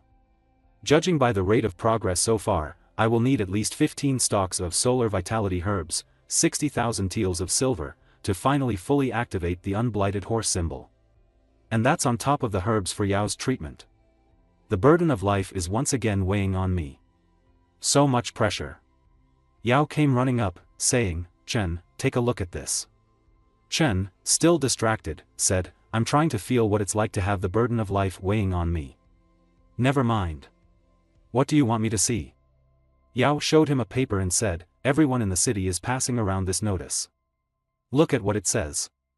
In 3 days, the Inner Circle Elder will be holding a public lecture at the training arena, and he will be imparting advice about breaking through the barrier between the 3rd and 4th tier.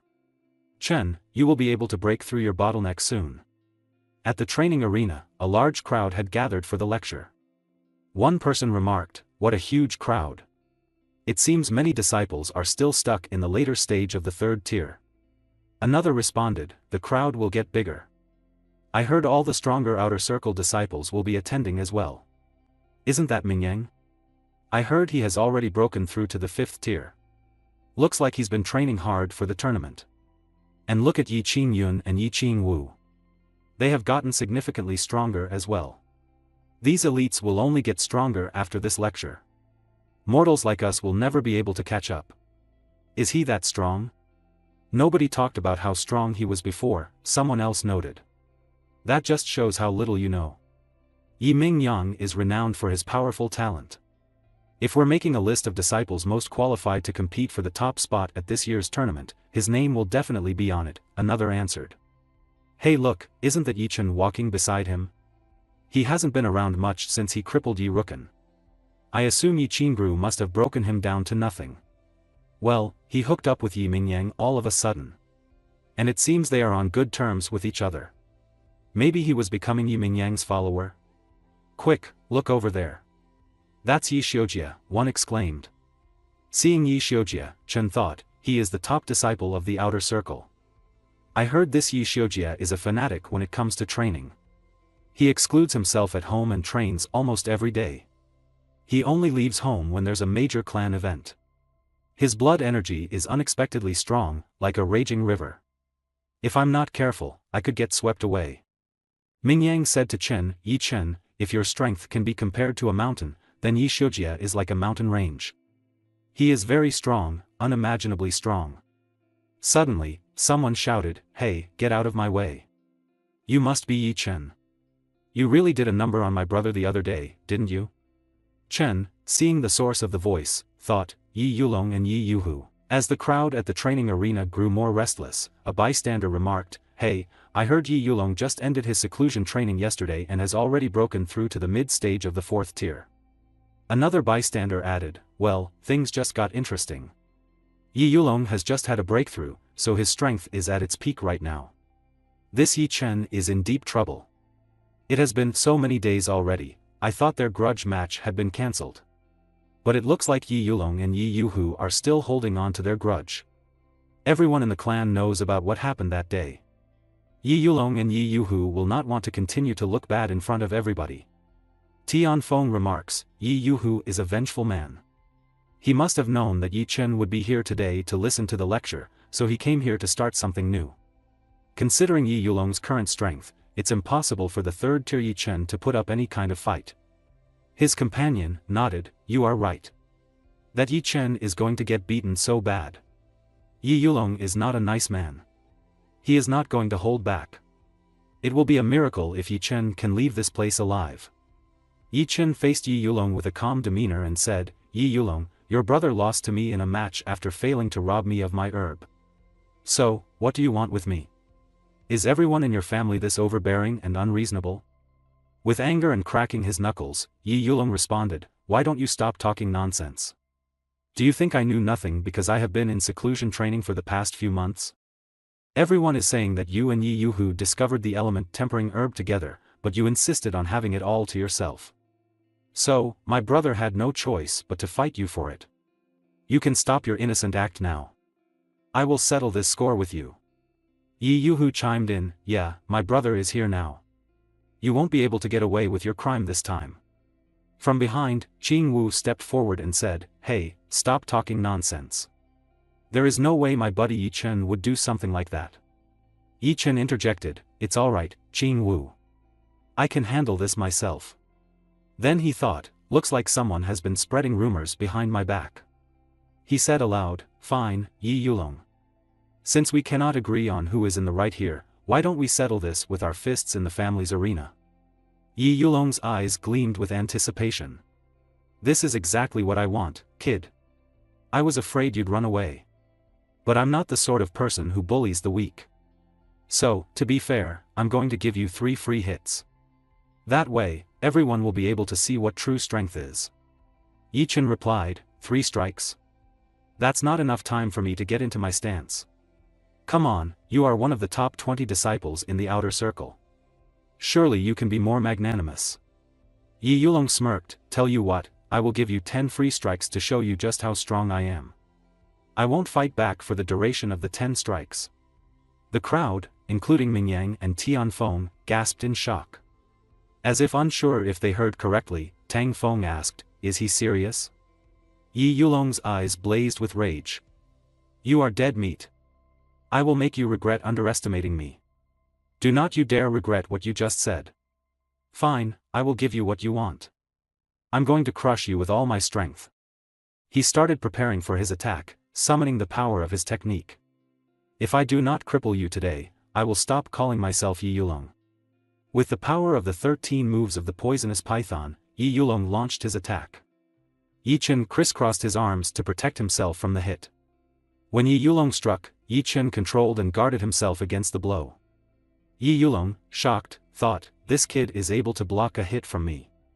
Yi Yulong's expression hardened. Looks like I underestimated you. Now I am really going to use all my strength. Let's see how you block this. He began manipulating his energy. Seeing this, Qing Wu asked Mingyang, are you sure this is going to be alright? Yi Yulong doesn't seem to want to let Yi Chen live. Mingyang, with a steady gaze, replied, Yi Chen is not a bragger. If he says he can take on 10 strikes, it means he is fully confident of doing so. But I do not know if Yi Chen can deal with Yi Yulong, who has fully mastered the 13 moves of the poisonous python. The crowd around the training arena buzzed with excitement and disbelief as the smoke cleared. One person exclaimed, I saw someone flying out. It must be Yi Chen.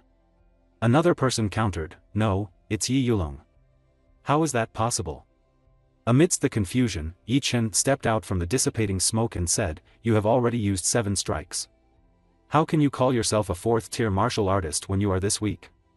High above, Tianfeng watched in astonishment and shouted, what's going on here?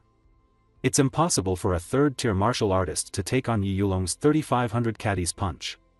What if this Yi Chen breaks through to the 4th tier and forms an energy field? That would be terrible. He is progressing at an insane speed. If he advances to the inner circle, he will definitely become a huge threat to me. In the arena, Yi Yulong's mind raced.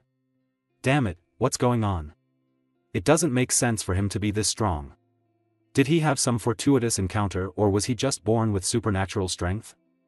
But a person cannot be blessed with both strength and speed. Since I cannot match his strength, I will overwhelm him with my speed. Determined to turn the tide, Yi Yulong moved towards Yi Chen with lightning speed. Yi Yulong punched, but Yi Chen dodged effortlessly and said, "The 8th strike." Yi Yulong gritted his teeth, thinking, "Damn it." He struck again, only for Yi Chen to dodge once more and say, "The 9th strike." How is he able to keep up with my speed? Yi Yulong thought. Determined, he decided to go all out and circled behind Yi Chen. "Whatever, I'm gonna go full power and circle behind him." Seeing no reaction from Yi Chen, Yi Yulong prepared for a killing blow to the back of his neck. But as his strike connected, a powerful blow reverberated, leaving Yi Chen still standing in place. The crowd shielded their faces with their hands from the force, and Yi Chen's back sizzled. "You couldn't beat me head-on, so you attacked my weak spot with lethal force." "That was a dirty move," Yi Chen said, his voice steady. Yi Yulong, bewildered, asked, "Why are you unhurt?" Yi Chen replied calmly, "That was the 10th strike. I am going to start retaliating now." This is not possible, Yi Yulong thought. He easily blocked all the attacks I unleashed at full power. I've already given him 10 strikes, and I couldn't land a single hit. Why do I feel like I'm standing before a 5th-tier martial artist? Impossible. His frustration boiled over. How could I lose to an inexperienced brat like him? I will not allow it. He covered himself with vital energy, his eyes turning red. Ming Yang, watching from the sidelines, shouted in shock, "It looks like Yi Yulong is overusing his vital energy to increase the power of his martial art techniques. But doing so will decrease his lifespan." Yi Yuhu shouted, "Yulong, your body won't be able to take the strain." "Don't worry," Yulong retorted. "I'll finish him in a few moves." His hands transformed into poison-scaled snake blades, and he struck at Yi Chen. Yi Chen thought, Yi Yulong's speed and explosive power have gone up again. The strike narrowly missed, cutting Yi Chen's hair. "So what if your strength and speed have increased? You're still using the same 4th-tier martial art technique, Yi Yulong. I already have a good idea of what you can do." Facing Yi Chen, Yulong attacked with his blade. Yi Chen blocked by catching the blade with his hands and pressing it down towards his knee. With a swift motion, he broke the blade against his knee. "What the?" Yulong gasped in shock. With a bull-ringing piercing the sky technique, Yi Chen declared, "Take it," and punched Yi Yulong in the stomach, sending him flying far behind. As the smoke cleared, everyone saw Yi Chen standing victorious. "It's over," Yi Chen stated. The crowd was in shock. Yi Yulong has been defeated? How is this possible? Yi Chen really pulled it off, one person exclaimed. Is it really possible for a 3rd-tier martial artist to do this? Another wondered. Yi Yulong quickly rushed to his brother, concerned for his condition. Tianfeng's companion remarked, Yi Chen actually did it. He just broke through to the 3rd tier a few months ago. I've never heard of this name before, but it looks like this coming clan tournament will be an exciting event. Yi Chen approached Yi Yuhu and asked, Hey, Yi Yuhu, did you spread a slanderous rumor about me after our last match? Yi Yuhu laughed nervously and said, It wasn't me. I overheard someone telling that story about you, so I simply repeated it to my brother and asked him to take revenge for me. I really wasn't the one who spread the rumors. Yi Chen thought, then the culprit must be. Qing Wu came from behind, placing his hand on Yi Chen's shoulder. He said, Hey, you're becoming stronger again. Qing Yun said, Yeah, I wasn't expecting you to beat Yi Yulong so easily. If we were competing in just unarmed combat techniques, you could beat both Qing Wu and me. Ming Yang then shouted, all right, stop crowding around here. The victor has been decided. You can all disperse now. I need some of you to come and carry him to the clinic. The lecture will be taking place soon. The crowd buzzed, Oh yeah, let's go. The lecture will be starting soon. Carry him carefully. Don't injure him further. Watching all this, Qing Rao bit her teeth in frustration. Damn it. Yi Yulong sucks. How could he lose to Yi Chen? Since when has Yi Chen gained all this power? She then said aloud, This is boring. Let's go home. Her maid asked, My lady, aren't you staying for the lecture? Qing Rao replied, My dad has gotten someone to teach me dozens of times what this old man has to teach. I'm fed up with it, and there's no way I'm going to learn it all again. A voice shouted, Silence. First Elder Yi Fei has arrived. The wind started blowing heavily, and suddenly Yi Fei appeared, surrounded by yellow energy. Yi Chen thought, what superb movement skill. Even though he was so close, I couldn't sense him at all. He just appeared on the platform all of a sudden. The crowd erupted, good heavens. The lecturer this time is First Elder Yi Fei. He's the number 2 figure in the Yi clan, just below our patriarch, Yi Wuyo. He also enjoys great renown throughout Black Jade City. Truly, he is a strong man among strong men. Yi Fei addressed the crowd. I have been feeling indisposed as of late. Sorry to keep everyone waiting. He manipulated his vital energy, causing some people to faint from the pressure. He's suppressing us with his vital energy. Is he testing us before the lecture begins? Yi Chen wondered. It seems some of you are still too weak, Yi Fei commented. With a lift gesture, large yellow hands appeared on the ground, lifting all the fainted people. Go back and get stronger, or you may get hurt just listening to my lecture, he continued. Yi Chen thought, what exquisite use of vital energy, as expected of the First Elder. Yi Fei then addressed those who remained, listen up, all of you. Today's lecture will go on for a long time, but it will benefit you greatly. This is a lecture and also a test for all of you. I want you to try to withstand the suppression from my vital energy, but do not push yourself if you are unable to do so. Sometimes a resolute surrender is not necessarily a bad thing. Yi Fei started his lecture, and the audience sat cross-legged on the ground. As he manipulated his energy and explained advanced techniques, the people felt immense pressure. Chen thought, that was such a profound concept, yet he managed to explain it so thoroughly. Many of the questions I had have been answered. It feels like I have a deeper understanding of the 4th tier now. Yi Fei then said, now, let's proceed to the next chapter. As he continued, the pressure intensified, and people began to faint. Chen noticed, the pressure from the vital energy has increased. It's now equivalent to a force of 3,500 caddies.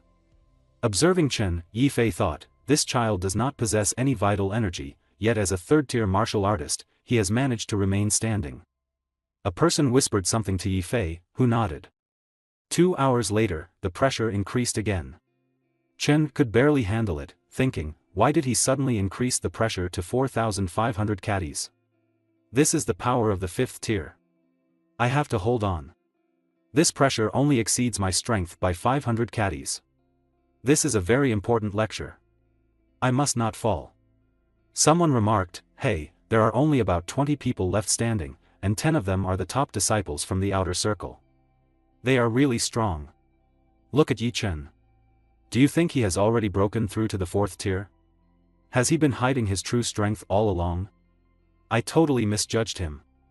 I should have tried to befriend him. That way, if he ever becomes successful, he might give me a leg up. Why is he such a genius? Life is so unfair. Yi Chen felt heavily pressured, but Yi Fei then said, all right, the lecture is over. It must have been difficult for you all to hold on till now. When you return home, please reflect on what you have learned today. I hope it will help you in your training. The 20 disciples stood up, bowed, and said, yes, First Elder. Thank you, First Elder. With a swift motion and a burst of yellow energy, Yi Fei disappeared from the stage. When Yi Chen looked up, he found Yi Fei standing in front of him. First Elder, he quickly bowed. Yi Fei said, you must be Yi Chen. I am greatly surprised by your performance today. I hope to see you in the inner circle after the clan tournament. He handed Chen a box containing a yellow ball and said, here, this vitality breakthrough pill is your reward for persevering till the very end. This should help you greatly in your training. Chen was shocked and thought, a vitality breakthrough pill. It can increase a martial artist's success rate of breaking through to the 4th tier by half again as much. It's extremely rare in the outer circle. Even though this pill is categorized among the lowest tier of first-grade pills, it can still fetch a price of 50,000 taels of silver in gold. He then said, thank you, First Elder. Tianfeng interrupted, First Elder, please reconsider your decision. This pill is a valuable item and should be given to a disciple who has made great contributions to the clan. What merit does Yi Chen have that makes him deserving of this pill? First Elder, please take back the vitality breakthrough pill. Tianfeng thought, pills are of great importance to martial artists. A good pill can bring about miraculous effects, such as instantaneous healing, significant reduction in training time, or increased success rates for breakthroughs, helping its user ascend to the next tier. The Vitality Breakthrough pill Yi Chen is holding can increase a martial artist's success rate of breaking through to the 4th tier by half again as much. Despite being among the lowest tier of first-grade pills, it is worth as much as 50,000 taels of silver, almost as valuable as a 3rd-tier spirit herb. Yet, the First Elder just gave this valuable treasure to Chen without a second thought that I am not going to let that brat get his hands on it. Tianfeng stepped forward and said, "First Elder, my parents told me before that the Patriarch's permission is needed before a pill can be awarded to a disciple. It's against the rule to do so without his permission." Yi Fei nodded, "Yes, I remember. It's indeed written in the rule. I know you. You are Yi Tianfeng, the son of the Outer Circle Elder. For the sake of the Outer Circle, you were brave enough to ignore the pressure I exude and speak frankly to me. That's very admirable of you." Tianfeng bowed and replied, "Thank you for your praise, First Elder. I was just doing my duty." Yi Fei smiled slightly, "It's good to voice your opinions, but I have no intention of listening. I was pleased with Yi Chen's performance during today's lecture, so I rewarded him with a Vitality Breakthrough pill. That was the right thing to do. When talents are nurtured, the clan shall prosper. If you are able to surprise me with your performance, I will give you a reward as well. But rather than using your family background and borrowed authority, I prefer you to use your own ability and talent." He turned to Chen and said, "Yi Chen, I made this pill myself, so you do not have to worry about breaking any rules. And should anyone be bold enough to take this pill from you, his life will be forfeit. Of course, my bestowal will not end here. Each of the top 10 winners of the upcoming clan tournament is supposed to receive a chance to visit and select a martial artist manual from the 2nd level of the Dark Martial Pavilion. But now, the 1st place winner will also receive a 2nd-grade pill from me." Everyone cheered, "That's great, long live the First Elder." Tianfeng bit his lip and muttered, "Damn it." Yi Chen smiled. Yi Chen quickly ascended the stairs of his home, smacked the door open, and saw Yao in front of him. Yao said, "You are back. I left some dinner for you." Chen, running towards his room, replied, "Thanks, Yao. I will eat it in a moment." Yao called after him, "Chen, why are you running?" Chen quickly took a bath in a tub, changed clothes, and opened the box containing the Vitality pill. He thought, "Oh wow, this is the precious Vitality Breakthrough pill. With this, perhaps I can break through to the 4th tier right now. There's no time to waste. I'll take it tonight." Sitting outside in silence, he crossed his legs and continued thinking, "First, I'll circulate the blood energy in my body and fine-tune it to peak condition. Next, I'll do what First Elder Yi Fei taught us during today's lecture." He started manipulating the energy in his core. He opened his eyes and said, "Now is the time." He gulped the pill down. As he took the pill, he felt something forming inside his body and thought, "There's something forming inside me. I can't control it." Energy started cracking from his body everywhere. He said, "Why is it so painful? Now I see. The vital energy inside the pill is forcing its way through my meridians and stimulating my body into forming an energy field. No wonder it hurts so much. Also, the raging bull symbol in my body is taking it and producing vital energy all day long. I don't have an energy field, so the vital energy it produces is absorbed by my body. The energy surge from the Vitality Breakthrough pill has completely activated the vital energy hidden within my body. This increases the success rate of my breakthrough and the pain level as well. No, I must not give up. If I fail this attempt, all the vital energy in my body will be used up. And if I wish to make another attempt, I'll have to start storing up vital energy again. By the time I'm ready again, the clan tournament will be over." The pill inside his body cracked open, shattering within him, and yellow energy surrounded him. He shouted, "This overflowing power." Energy emitted from his body towards the sky, and he exclaimed, "It's a success." Qingru looked out the window, her mind troubled. Tianfeng came up behind her, hugging her gently. "Is something bothering you, Qingru? Why don't we head over to my palace and talk about it?" She replied, under normal circumstances, would have welcomed the chat, but today was different. "There's something troubling me right now. That Yi Chen has humiliated me on several occasions, so there's bad blood between us." And now he has obtained a fertility breakthrough pill. If he succeeds in ascending to the 4th tier, he will definitely seek revenge. She turned to face Tianfeng, her eyes filled with worry. I've been living in fear every day. If the source of my worries is not removed, I am afraid I shall not be good company. Tianfeng's expression hardened. Yi Chen again? Don't worry, Qin Gru. As long as I'm around, I shall not allow him to harm a hair on your head. Qin Gru continued, it's not just that. Yi Chen has been making waves lately, and his talent has been seen by all. If he is allowed to grow further, he will surely become a thorn in our side. If he enters the inner circle, they will nurture him well. Yi Chen's position might even rise above ours. Tianfeng nodded, his face darkening. Yes, I can see that happening. Damn it. Qin Gru, do you have a plan in mind?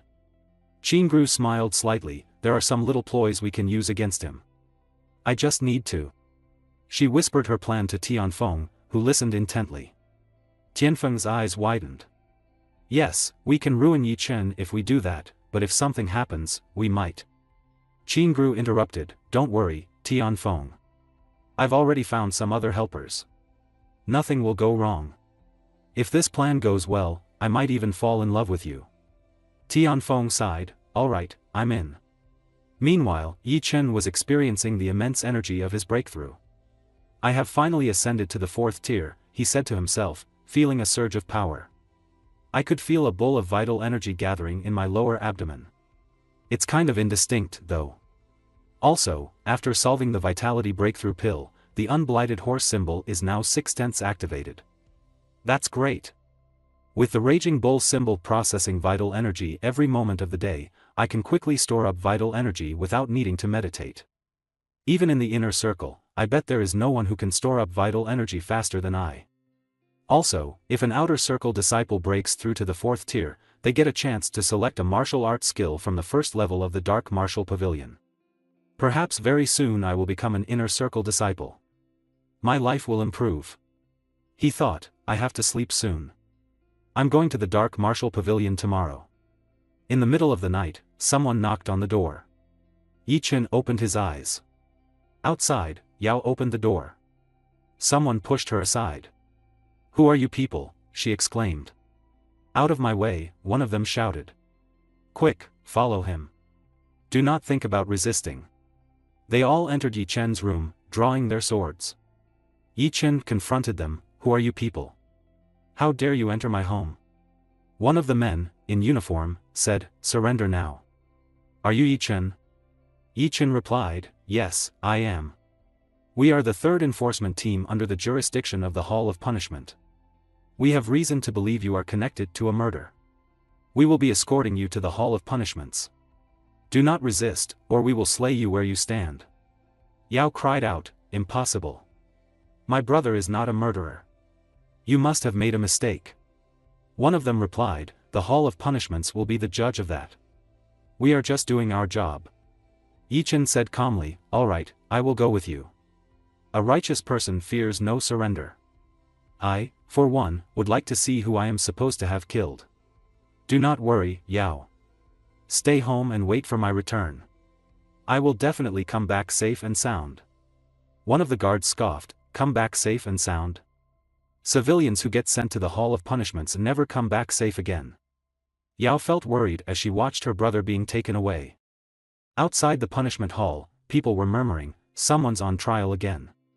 Move forward. We get to see a show today. Inside the punishment hall, Yi Chen was kneeling. The judge addressed him. Is your name Yi Chen? He replied, yes, it is, she said, glad you are admitting it. Yi Chen, do you know your crime? Yi Chen thought, this is not good.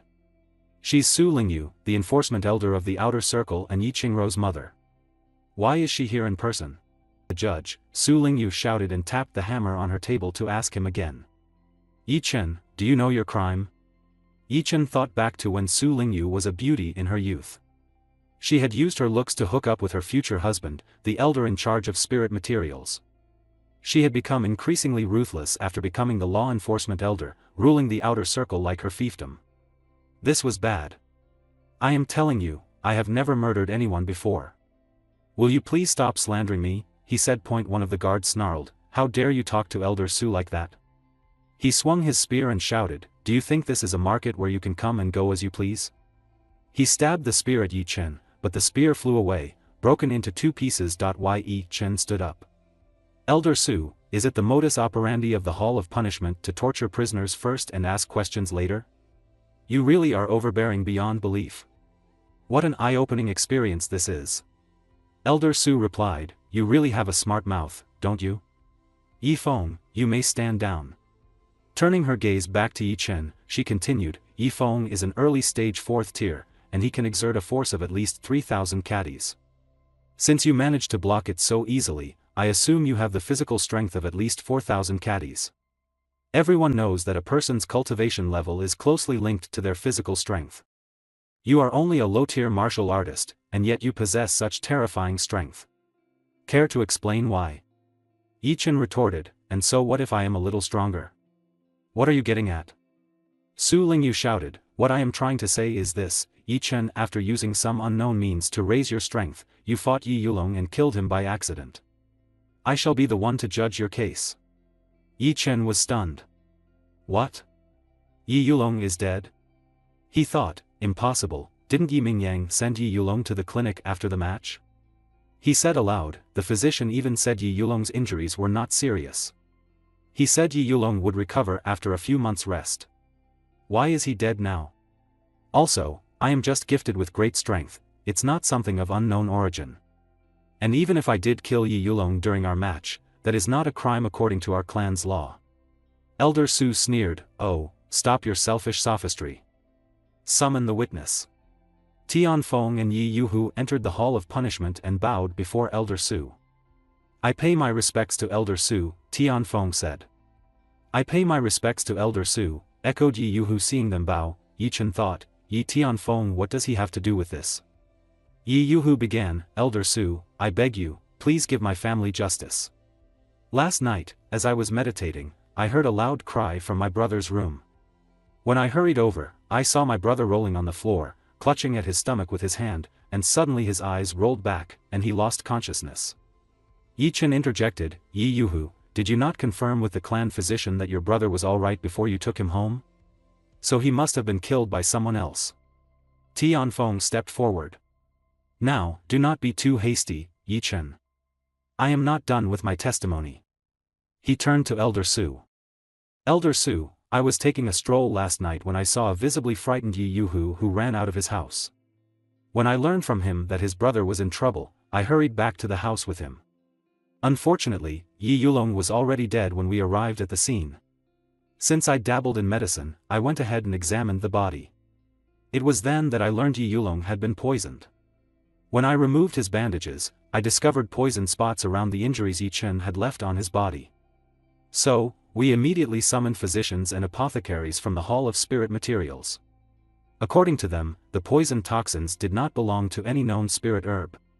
Yi Chen, has not your strength increased at an unnatural pace? Have you not been progressing too quickly? This is only possible if you have learned some evil art and used it to murder Yi Yulong." Yi Chen clenched his fists. "Yi Tian Feng, you are making things up and defaming me." Elder Su's gaze was piercing. "Yi Chen, is there anything you would like to explain?" Tian Feng added, "Yi Yulong was a mid-stage 4th-tier martial artist, and his body was as hard as iron. It would be difficult for a normal person to hurt him. That was why you used an evil martial art technique to poison Yi Yulong during your match against him." Yi Chen responded, "Someone else must have poisoned Yi Yulong and set me up to take the fall. Also, do you have any proof that I was practicing an evil art? No, you do not. You are just making a baseless accusation." Tian Feng continued, "Yi Yulong was murdered right after his duel with you. That makes you the biggest suspect." Yi Yuhu shouted, "I can attest to that.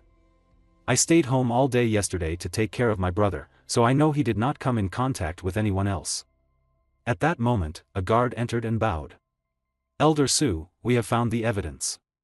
Elder Su commanded, "Quick, present it to me." The guard presented a book titled Thousand Poison Palm and said, "Following the testimony provided by Yi Tian Feng, we searched around the well behind Yi Chen's home and did indeed find this evil martial art manual buried there. His sister Yi Yao is currently missing.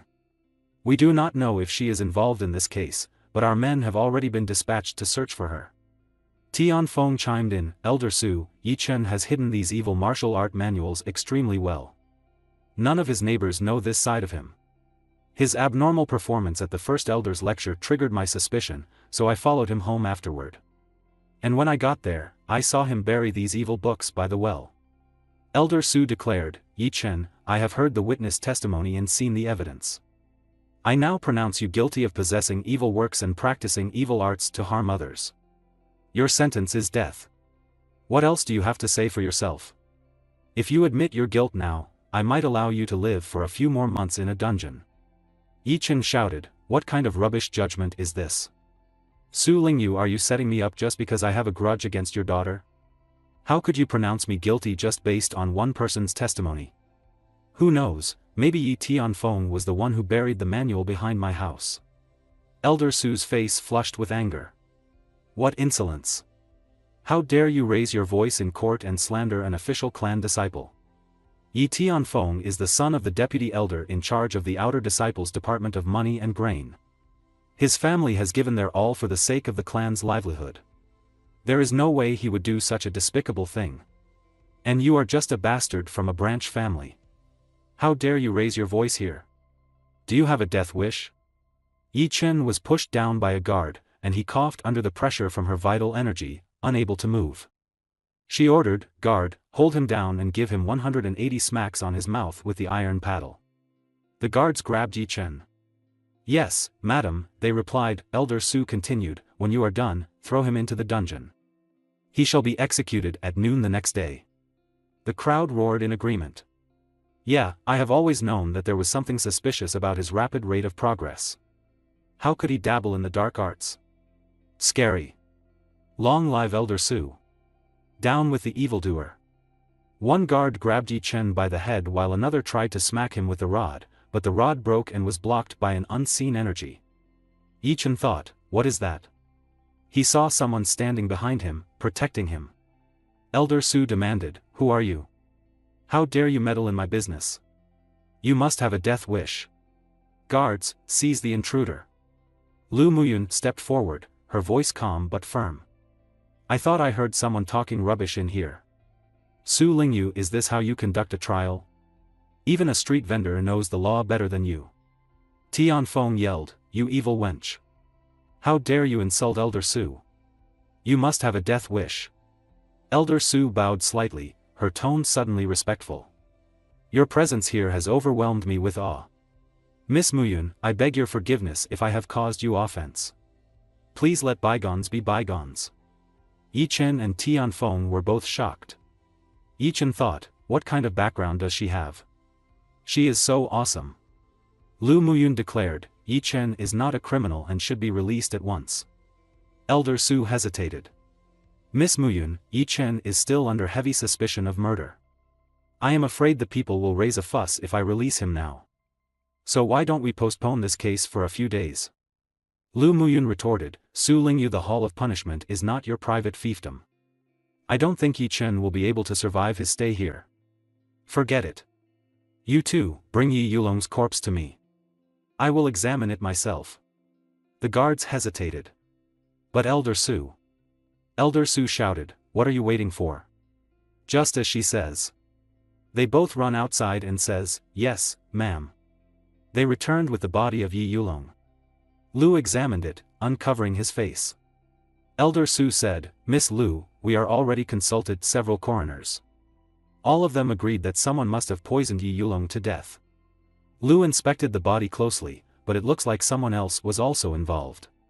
She noticed a mark around his neck. These marks were made by a poison-red stripped wasp. It's a highly venomous bug and its toxin attacks the heart and lungs. That's why the spot on the body overlaps with the injuries left by Yi Chen. These wasps live on desolate mountain tops and cannot be found around our clan groups. So someone must have murdered Yi Yulong and this murderer is trying to frame Yi Chen for the crime. Elder Su, with a stern expression, says, but Ms. Lu, this still doesn't completely rule out Yi Chen as a suspect. She gestures towards the incriminating manuals, also, he was in possession of these evil manuals. Muyun, deep in thought, asks, Yi Tianfeng, at what time did you see Yi Chen bury these manuals? Yi Tianfeng, clenching his fist with determination, replies, Ms. Lu, it was in the evening after the first elder lecture. If you do not believe me, I can summon my attendants to give their testimony. Muyun, with eyes narrowed in suspicion, asks, are you really telling the truth? Tianfeng, looking confused, responds, of course, Ms. Lu. Muyun raises her hand, summoning a man behind her. The man steps forward, bowing. Yi Yensan of the first squad of the city defense force pays his respects to Ms. Lu. Muyun queries, did you find out what I asked you to? Yi Yensan answers, yes, ma'am. The third squad member who were on duty yesterday did not see Ye Tianfeng exit the city gate. Tianfeng, startled, gasps. Muyun, with a piercing gaze, says, Ye Tianfeng, if you did not leave the city yesterday, how were you able to witness Yi Chen burying the evil manuals? His home is located outside the city at the foot of the western mountain. Tianfeng clenches his teeth in confusion, as if his lies were caught. He tries to say, but sweat beads on his forehead from the pressure. Muyun continues, and yet you could tell the guard exactly where to find the manuals. Tell me, did you arrange for them to be buried in an attempt to frame Yi Chen? Tianfeng screams, this is an unfounded accusation. I made a lucky guess, that's all. You are slandering me. Muyun smiles coldly, you are right, I have no evidence to back me up, and it would be too time-consuming to investigate each and every one of your men. However, I can tell you are under suspicion of lying to frame Yi Chen, so I can start investigating other matters. She raises her hand and announces, you all may not be familiar with the poison red-striped wasp. According to the hunting annals, they are difficult to catch because they hide themselves well in the wild. To lure them out, you need their favorite fruit, the nectar of the silken fragrant flower, which has a very strong scent that is hard to wash off. Turning to a guard, she commands, you there, go to the backyard and get me one of your petrol dogs. The servant, trembling, replies, oh, all right. Muyun then holds the leash of the dog and explains, our professional petrol dog has a very keen sense of smell, it can detect even the faintest hint of scent left behind by a bug. Tianfeng starts shaking with fear. Muyun continues, if I let it sniff the wounds on Yi Yulong's corpse, it may be able to find the person who has the same flower scent on his body. The dog sniffs the bite on Yi Yulong's neck, where the wasp had bitten him, and immediately heads towards Tianfeng, barking and howling. Tianfeng, panicked, shouts, what are you doing, you dumb mutt? He starts running and yelling, it wasn't me. This stupid mutt must have made a mistake. Muyun points at Tianfeng and declares, Yi Tianfeng, so you are indeed the murderer. Tell me, where did you get the poison red-striped wasp and the evil art manuals? Even if you are the son of a deputy elder, you should not have been able to get your hands on these forbidden tomes. Tianfeng, running in fear, shouts, I am innocent. This manual was, he is about to finish his sentence when a small knife hit his chest. Tianfeng stumbles and falls. The crowd panics, shouting, murder. Murder. Even Muyun looks shocked. The guards draw their swords, yelling, quick, protect Elder Su. The rest of you, go look for the murderer. You guys search over there. Muyun approaches Tianfeng's body and thinks, I can detect some vital energy in the dagger, the killer must be at least a fourth tier. The timing was too perfect, the killer must have been waiting out there all along. Elder Su declares, Miss Lu, since the evidence points to Ye Tianfeng as the murderer of Yi Yulong, Yi Chen shall be acquitted of all charges and released immediately. She then bows and says, unfortunately, the suspect was killed right after the truth was revealed. I will pursue this matter to the very end, but for now, please forgive me for asking you both to leave. This incident was masterminded by villains who were out to hoodwink us. I hereby offer my deepest apology on behalf of everyone in the Hall of Punishment. Yi Chen humbly responds, I am sure an outer circle disciple like myself is too lowly to accept an apology from an influential elder like yourself. Muyun and Yi Chen exit the punishment hall, their footsteps echoing softly in the corridor.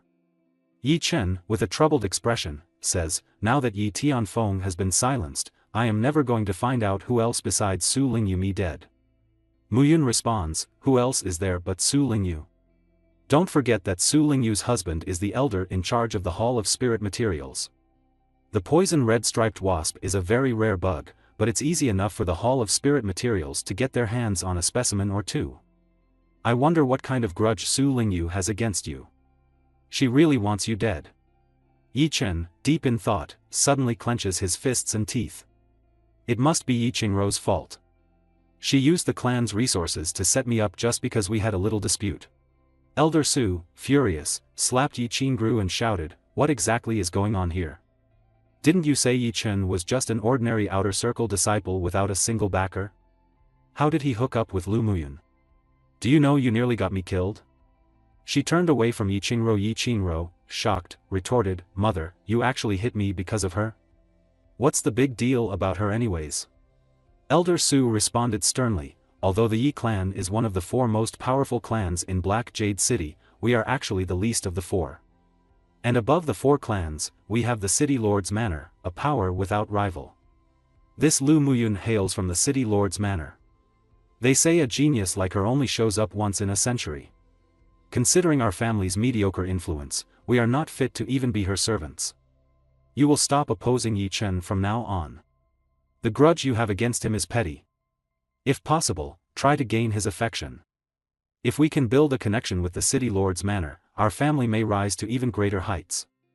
Listening to that, Yi Qingrou clenched her teeth and thought about her next move. In the inner city of Black Jade City, Yi Muyun said, "You'd better follow me to my home in the inner city and take your sister home." She rushed into my home this morning with her face full of tears. When I heard that you two were framed for murder, I hurried over to where you were. I bet your sister is still waiting anxiously for your return at my home.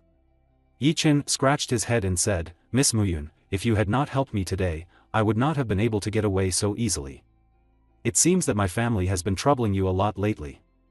If you ever need my help in the future, I will do everything in my power to aid you." Walking forward, Yi Muyun waved at him and said, "It was no bother at all. Do not worry about it. Yi Yao and I have already become sworn sisters, and I have also met you a couple of times, so don't be a stranger. You are younger than me by 2 years, so if you do not mind, you can think of me as a big sister." Yi Chen, feeling a bit anxious, replied, "Ah, big sister." Yi Muyun looked at him and teased, Why are you blushing? You are a man, stop acting as if I am taking advantage of you." Yi Chen explained, "I have always been the eldest in my family, so this is my first time calling someone a big sister." Muyun remarked, "This doesn't really mean anything, but just how many people did you piss off? Why do I get the feeling that you have enemies everywhere in the clan?"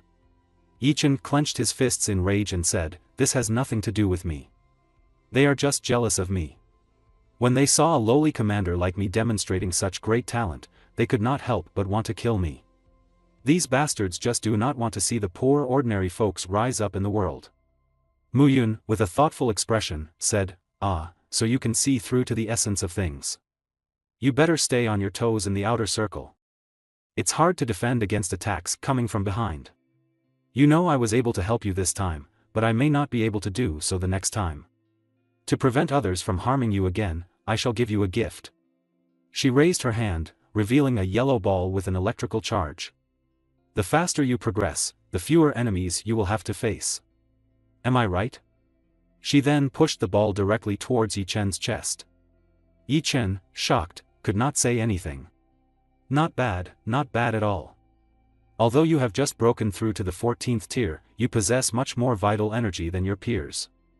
It seems I have underestimated you. If I am not wrong, you must have had a fortuitous encounter that led you to learn a physique-building martial arts skill. That's why you could make such rapid progress in a short amount of time.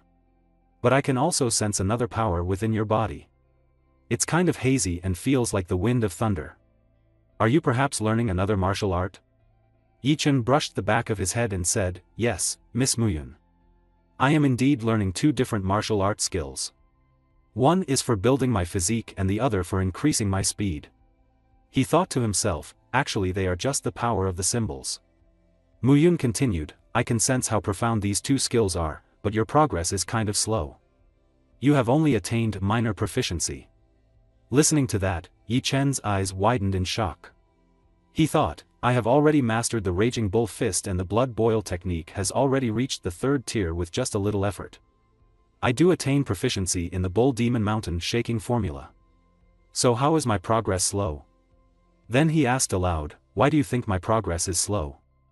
Muyun explained, you should know this martial art proficiency can be divided into 4 stages: minor proficiency, greater proficiency, peak proficiency, and complete mastery. If you have only learned some key points from the manual, you can only be said to have attained minor proficiency.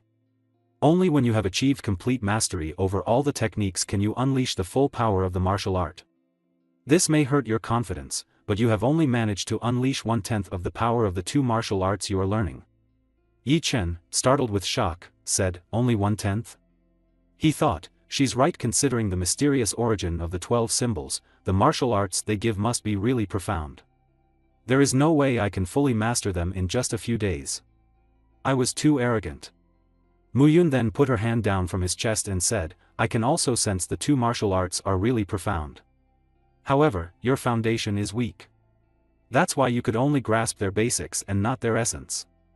Fortunately, I found this out early. If you continue to train as you have been doing, your growth will only be further restricted. You may even cause harm to your body. Yi Chen, shocked, asked, what a serious coincidence, Miss Muyun, what can I do to salvage the situation? Muyun, smiling at him, said, well, then let's talk about the gift I am about to give you. It's not a physical gift, but a suggestion of great importance to you. I remember there is a manual for a skill called the Primordial Chaos Formula in the Yi clan's Dark Martial Pavilion. I think this skill is suited to your needs. If you work hard at it, you will be able to make up for the deficiency in your foundation. You are in a very unique situation. Most people do not get to make such rapid progress as you do. So this manual is still relatively unknown. If I had not taken a look at the result of your training, it's likely that nobody would have given you this suggestion. Listening to that, Yi Chen says, alright, I am going to the Dark Martial Pavilion right now, and starts running. But Muyun pulls him back and says, hang on, the manual is not going to run away. It's late now, so why don't you go tomorrow? Besides, Yao is still waiting for you.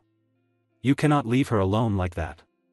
Also, in case anyone at the Dark Martial Pavilion tries to make things difficult for you, this is a note I wrote myself.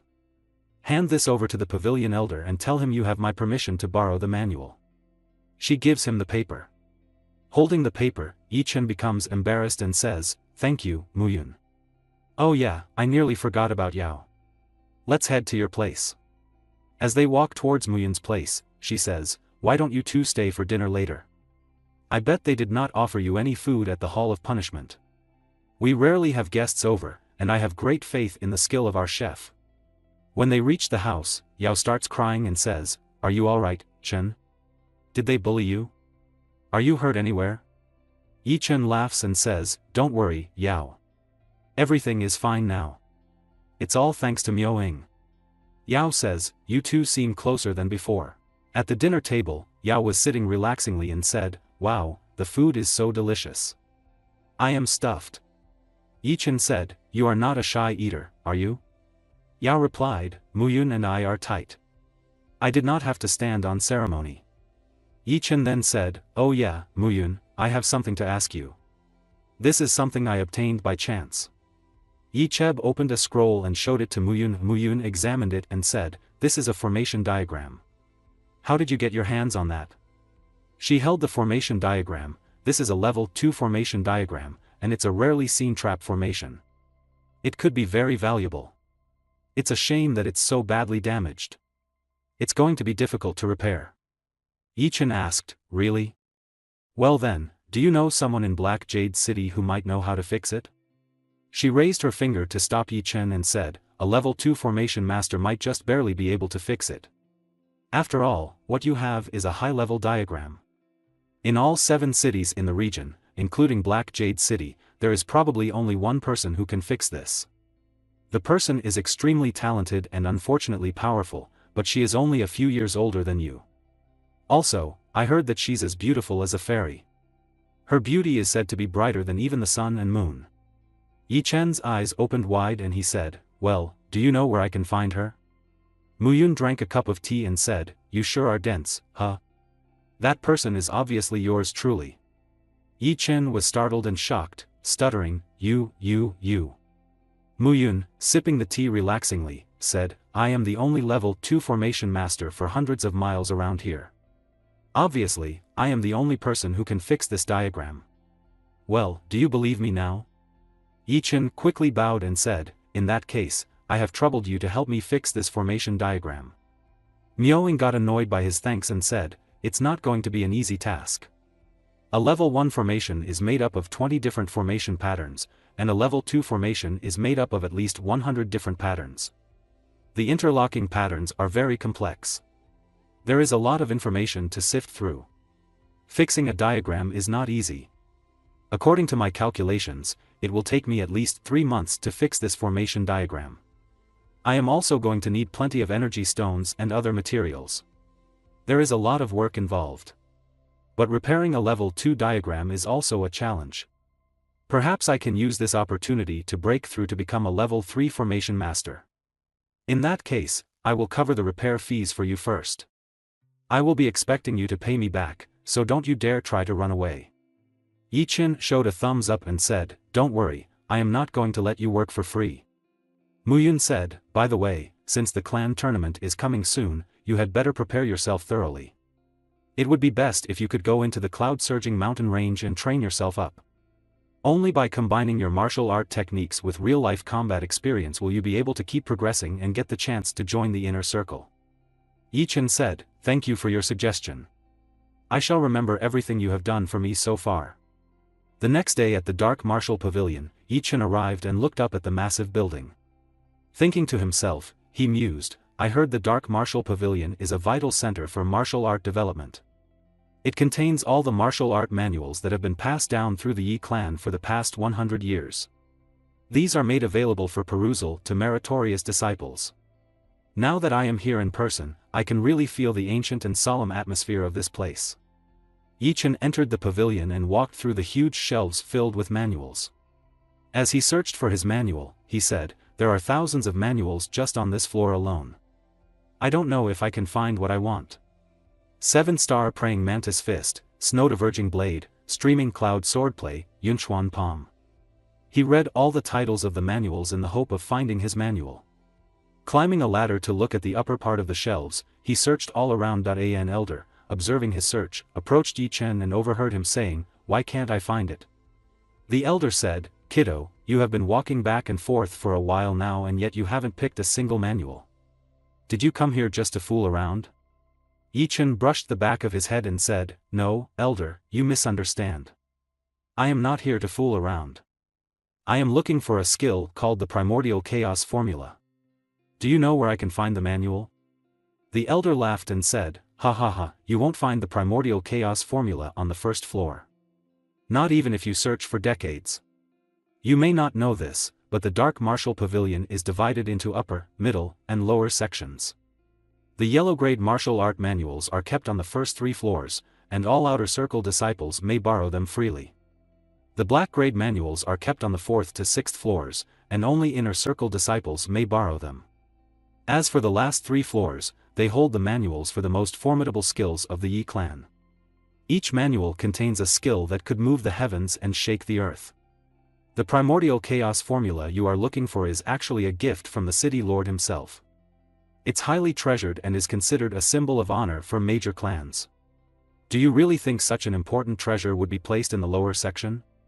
Yi-Chen was shocked and said, wow, I did not expect the Primordial Chaos Formula to have such an important significance to our clan.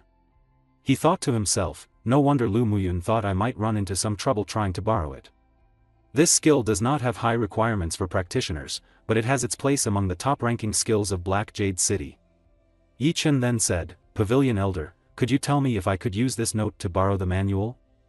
He took out the note and handed it to the elder. The elder said, it doesn't matter who wrote the note. This manual is our clan's treasure. He took the note from Yi-Chen's hand, and when he saw it, his eyes widened. What? He thought. Why does this note have the City Lord's personal seal on it? In the note, it was written, the outer circle disciple Yi-Chen wishes to borrow the Primordial Chaos Formula. I hereby ask for the Pavilion Elder to be understanding. The seal of the City Lord of Black Jade City. The elder asked, kiddo, tell me, who gave you this note? Yi-Chen replied, oh, it was Lu Muyun. The elder turned around and started moving towards the upper floor, saying, all right, you wait here for me. I will go get the manual for you. Yi-Chen said, "Thank you, Elder." When the Elder returned, he was holding a box with the Primordial Chaos Formula manual inside. He said, "Here, take it." Yi-Chen held the box and, looking at the manual, said, "Oh, so this is the Primordial Chaos Formula." The Elder, brushing his beard, said, "This Primordial Chaos Formula is a high-tier black-grade martial art. Its profundity rivals even that of a king-grade martial art. Although it doesn't have high requirements for practitioners, it is very difficult to practice. Many talented inner circle disciples have tried their hands at it, and not one of them has succeeded. If you find it difficult, you should give up right away. I can open a back door for you and let you pick another manual." Yi-Chen brushed the back of his head and said, "Thank you, Elder. I understand. I will work hard." The Elder thought to himself, since this kid has earned Lu Muyun's approval, it must mean that he is also talented. But this Primordial Chaos Formula has been kept here for over a decade. Although many have tried to master it, none have succeeded. According to legends, it's a simplified version of a king-grade martial art. Not only is it complex and hard to understand, but one also needs to fulfill a special condition before one can practice it. Many talents fail to make the cut because of this condition.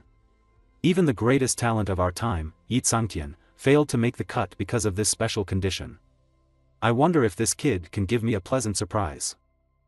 3 days later, Yi-Chen was practicing hard, climbing mountains. He thought, now I understand why the Pavilion Elder said this skill is very difficult to practice. Martial arts skills can usually be divided into 2 categories, internal and external. Only by practicing both types of skills can a martial artist bring out their full potential. But the Primordial Chaos Formula is different, it trains both the internal and external at the same time. By calculating both the blood and the vital energies, the martial arts meridian and energy field are stimulated, achieving a profound balance between the internal and external. This skill places high requirements on the physical strength of the practitioner. A normal 4th-tier martial artist has a strength level of 3,000 caddies, but a strength level of 5,000 caddies is required to practice the Primordial Chaos Formula. Fortunately, my recent training has helped me attain that level of strength. This skill must be tailor-made for me. Even if I searched through Black Jade City, I wouldn't find another person who meets this requirement. 5 more days later, practicing combat on top of the mountain, Yi-Chen thought, after training hard day and night, I have finally figured out the knack to master the Primordial Chaos Formula.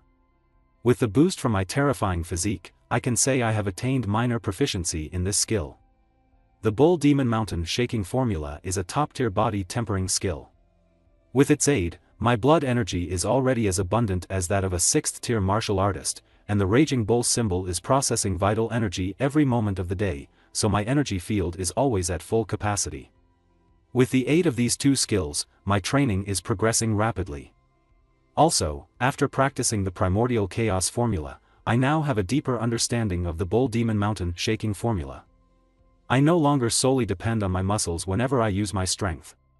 Now, my vital energy also gives me a boost, and the result is that the power I unleash is more powerful and rounded. Another 7 days later, Yi-Chen was sitting in a cross-legged position, thinking, after another 7 days of training, I have finally reached the mid-stage of the 4th tier and attained complete mastery of the Raging Bull Fist. When I close my eyes, I can feel the abundance and strength of my blood and vital energies. I have never felt anything like this before, it's so real and fulfilling. The Primordial Chaos Formula lives up to its name indeed. Not only has it corrected my deficiencies, but it has also greatly increased my cultivation level. This manual may have significantly changed my life. Miss Lu Muyun, how shall I repay you for this great favor? There are still 8 days left until the clan tournament. Judging by my current condition, should have no problem getting into the top 10.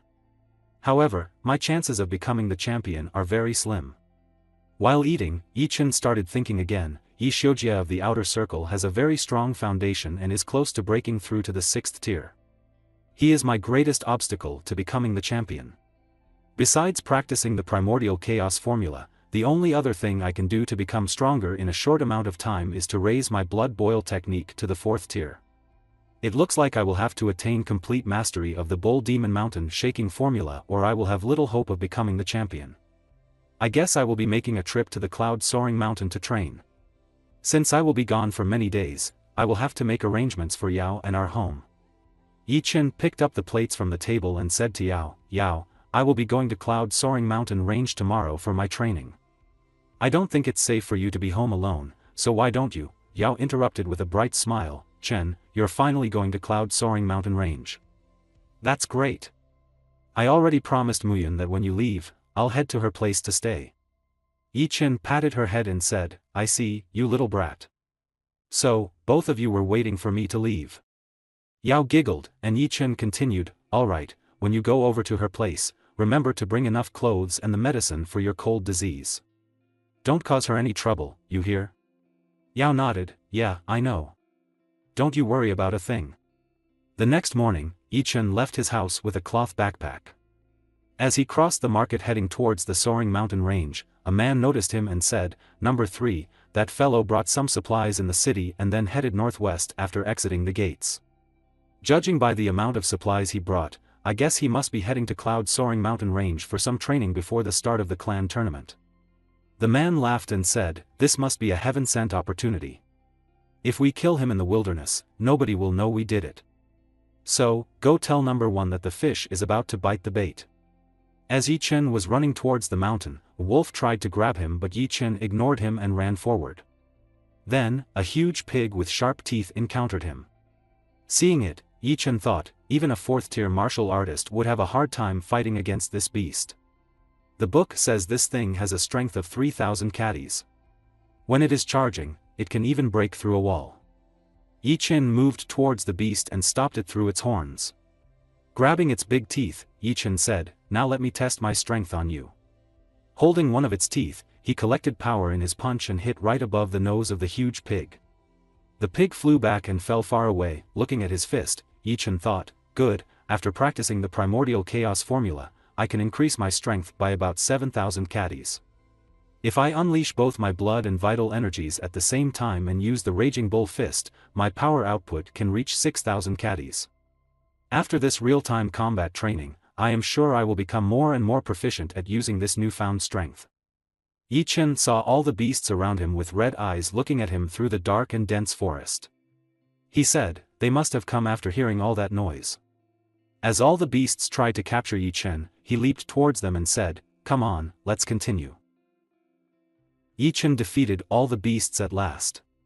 The huge bull was also defeated and fell on the ground. Yi Chen, relieved, thought, finally, that thing is dead. Although I accumulated many injuries, my combat experience has also increased rapidly. Overall, it was a worthwhile deal for me. Someone clapped and said, normally, it takes 2 5th-tier martial artists to take down a camel mountain bull. I didn't think a 4th-tier kid like you would be able to wear it down to death. It's no wonder someone was willing to pay us 50,000 taels to kill you. Yi Chen turned towards him and asked, you're here for a fight? Who are you? A man sitting on the camel mountain bull body replied, my name is not important. You just have to know that I am here to take your life. Yi Chen was about to say something, but quickly 6 arrows came towards him. He jumped backward and dodged them. Another man appeared from behind and tried to hit Yi Chen with his sword, but Yi Chen jumped and dodged it. Yi Chen thought, no wonder the grey-robed guy is not doing anything. He has already arranged for a ranged and melee fighter to take me out. The fighter lunged at Yi Chen, and another arrow came towards him, but Yi Chen dodged it. The man on the camel mountain bull remarked, this is odd. Why haven't numbers 2 and 3 taken him out yet? They are both in the early stage of the 5th tier. Yi Chen thought, I haven't fully recovered from fighting those beasts. They'll exhaust me to death if I let this continue. One of the arrows grazed Yi Chen's arm. The fighter with his sword leaped towards Yi Chen, saying, number 3 has finally landed a shot. Now die. Yi Chen pulled the arrow from his hand and threw it at the fighter's face. The fighter closed his eyes and shouted, damn it. Yi Chen dodged his sword and said, take this. With a fist, he manipulated the Raging Bull technique and landed a punch on the fighter, who fell to the ground, vomiting blood. The archer, seeing this, exclaimed, what? He took number 2 out with 1 punch, and he fell as a 5th tier. He shouted, number 2, how? How is this possible? The man on the bull shouted, oh no. Number 3, you've exposed your position. Quick, run. Yi Chen, moving towards the number 2, thought, in that moment between life and death, I felt the power of my punch surpass that of the perfect form of the raging bull fist. But I'm about to run out of stamina. I have to take out the archer first before I fight their boss. The archer shot in arrows, yelling, "God damn. Go to hell. I'm going all out. Do you think you can beat my crossbow with punches and kicks?" Yi Chen climbed a tree to reach number 2, who was sitting above it. Number 2 was shocked to see him. Yi Chen shouted, "Die," and punched him in the abdomen. Number 2 hit the tree so hard that it cracked, and he got cemented on it. The boss, who had caught up with Yi Chen, standing on a tree branch, said, "You brat. You are surprisingly strong for a 4th tier. But it's over for you now. I'm not a weakling like those two." He took off his headgear and shouted, "The blood price for my subordinates' deaths will be paid for with your life." Chapter 36. The man unleashed his energy to strike Yi Chen, but the blast merely shattered tree trunks as Yi Chen blocked it by crisscrossing his hands. Yi Chen coughed and asked, "Who sent you to kill me? Was it Yi Chen Gru?" The man laughed, replying, "So what if it was her?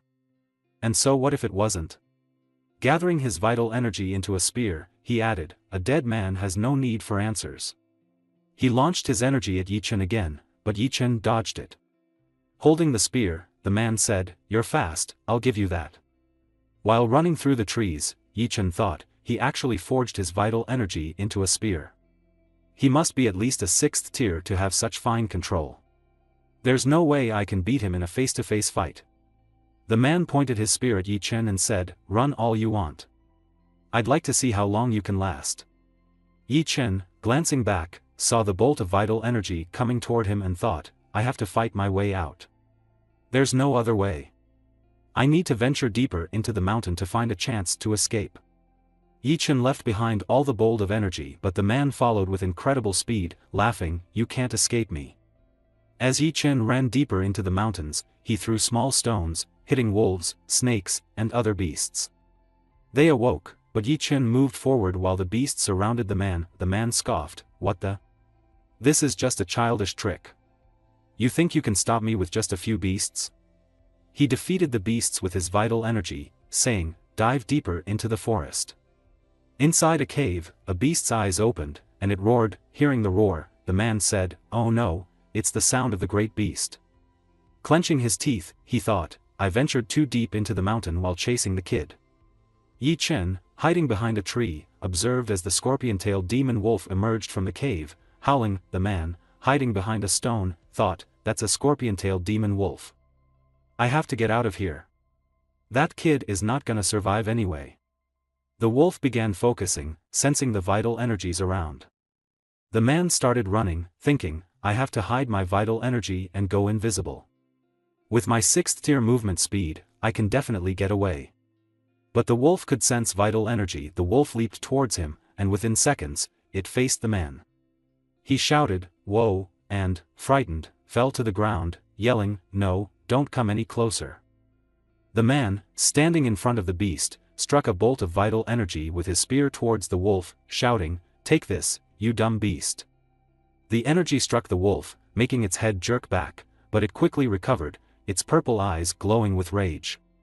The man began to run, but the wolf shook its head, pursued him, and with a powerful leap, tackled him to the ground. Pinning him down with its giant paws, the wolf roared, baring its teeth, desperately. The man tried to fend off the wolf with his spear, but the beast's strength was overwhelming. The spear cracked with a sharp sound. Hearing this, Yi Chen, who was running, thought, the 6th tier killer was instantly targeted by the demon wolf because he couldn't conceal his abundant vital energy. I have to get further away, or I will become its next target. Yi Chen realized the scorpion-tailed demon wolf was already a spirit beast, with highly sharpened senses and refined vital energy. The pressure and killing intent from its mere glance were immense. He thought, I can hide myself among the rock pillars. Yi Chen reached a series of huge rock pillars and moved quickly towards them, but the beast was right behind him. The wolf leaped and landed on the ground, causing it to shake violently. Yi Chen stumbled, almost falling. He muttered, it's here, that sharp scorpion-like tail of the wolf. As the wolf sniffed around the rock pillars, Yichen fell to the ground. Suddenly, a roar echoed from within the pillars. Yichen thought, is there another beast in front of me? The scorpion-tailed demon wolf growled, and from inside the rock pillars, fire burst out, hitting the ground with tremendous force. Yichen's heart pounded as he realized he was trapped between the ferocious wolf and whatever new threat emerged from the pillars. He needed a plan, and fast, to survive this deadly encounter. The rock-covering fire came from inside the rock pillars, and the scorpion-tailed demon wolf swung its tail, clearing the rock away. From inside emerged the great demon beast, Scarlet Flame Giant Ape, holding a fire-covered stone, its entire body ablaze. Seeing this, Yichen startled and muttered, "Here comes another great demon beast." So that cannon was its attack. The ape leaped towards the scorpion wolf, holding the fireball in both hands. The wolf dodged the attack, and Yichen seized the moment to run, thinking, they are fighting each other. Thank goodness they are not coming after me. The ape covered the wolf's mouth, but the scorpion wolf countered by releasing poison from its tail. While running, Yichen noticed a dead rat and covered his mouth, thinking, oh no. This is poison from the scorpion-tailed demon wolf. I need to find a place to hide. Yichen rushed into a cave, thinking, I can hear the wind, feel the air movement. Fate is smiling upon me. This must be a passageway that leads somewhere. Walking deeper into the cave, Yichen held a stick with fire and observed, this passageway is so long. He finally reached the end of the passage, where rocks blocked his way. He tried to move the rocks and, when he succeeded, was shocked by what he saw. This is, he gasped. In front of him were floating islands. He exclaimed, to think the abode of someone who lived long ago is hidden in this place. Yichen moved toward the hidden place, the water splashing around. He shouted, is anybody home? Sir, my name is Yichen. I did not mean to intrude. I beg your forgiveness for doing so. Yichen closed his eyes and thought, a powerful master must have carved out this place to use as his training ground. These types of people tend to be unsociable. They do nothing but train all day. I could get killed if I offend such a person. As he walked further, Yichen reached a door. Seeing it, he opened the door and found everything falling apart inside. Vases were broken on the ground. He knelt down and began picking up the debris and items. There are cloth fragments and scratched bones. The owner of this abode must have been training when his energy went berserk and burned himself to death, he mused. Among the ashes, something shiny caught his eye. He carefully extracted it and realized it was a ring. Is this a storage ring? He wondered, his eyes gleaming with excitement. I heard a storage ring can open up a space and condense it inside itself. If I own one, I can save myself the trouble of having to carry all my valuables around. The Yi clan may be one of the 4 biggest clans in Black Jade City, but less than 10 people in the clan own a storage ring. This is a super valuable item. Yichen put the ring on his finger and began inputting his vital energy to activate it. Yellow energy emerged from the ring, forming a space around the room. He entered the space, exclaiming, wow, this space is so huge. It must be at least 30 cubic feet big and is bright as day even though there's no light source. It's wondrous. Looking around, he thought, but it's such a waste to keep only a few items in this huge space. What a waste of a storage ring. He moved toward a huge pot of jade-like stone and climbed a ladder to reach the top. Holding one of the white stones inside, he said, I hope my guess is correct. I'll try to activate it with my vital energy. As he activated the stone, a surge of energy flowed through his body. Wow, the vital energy is flowing through my medullary lines. I was right. This is an energy stone, he marveled. Seeing the numerous stones, he laughed, whoa, there must be 1,000 energy stones in this pot.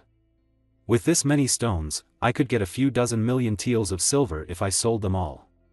This is such a huge fortune that even the city lord would be jealous.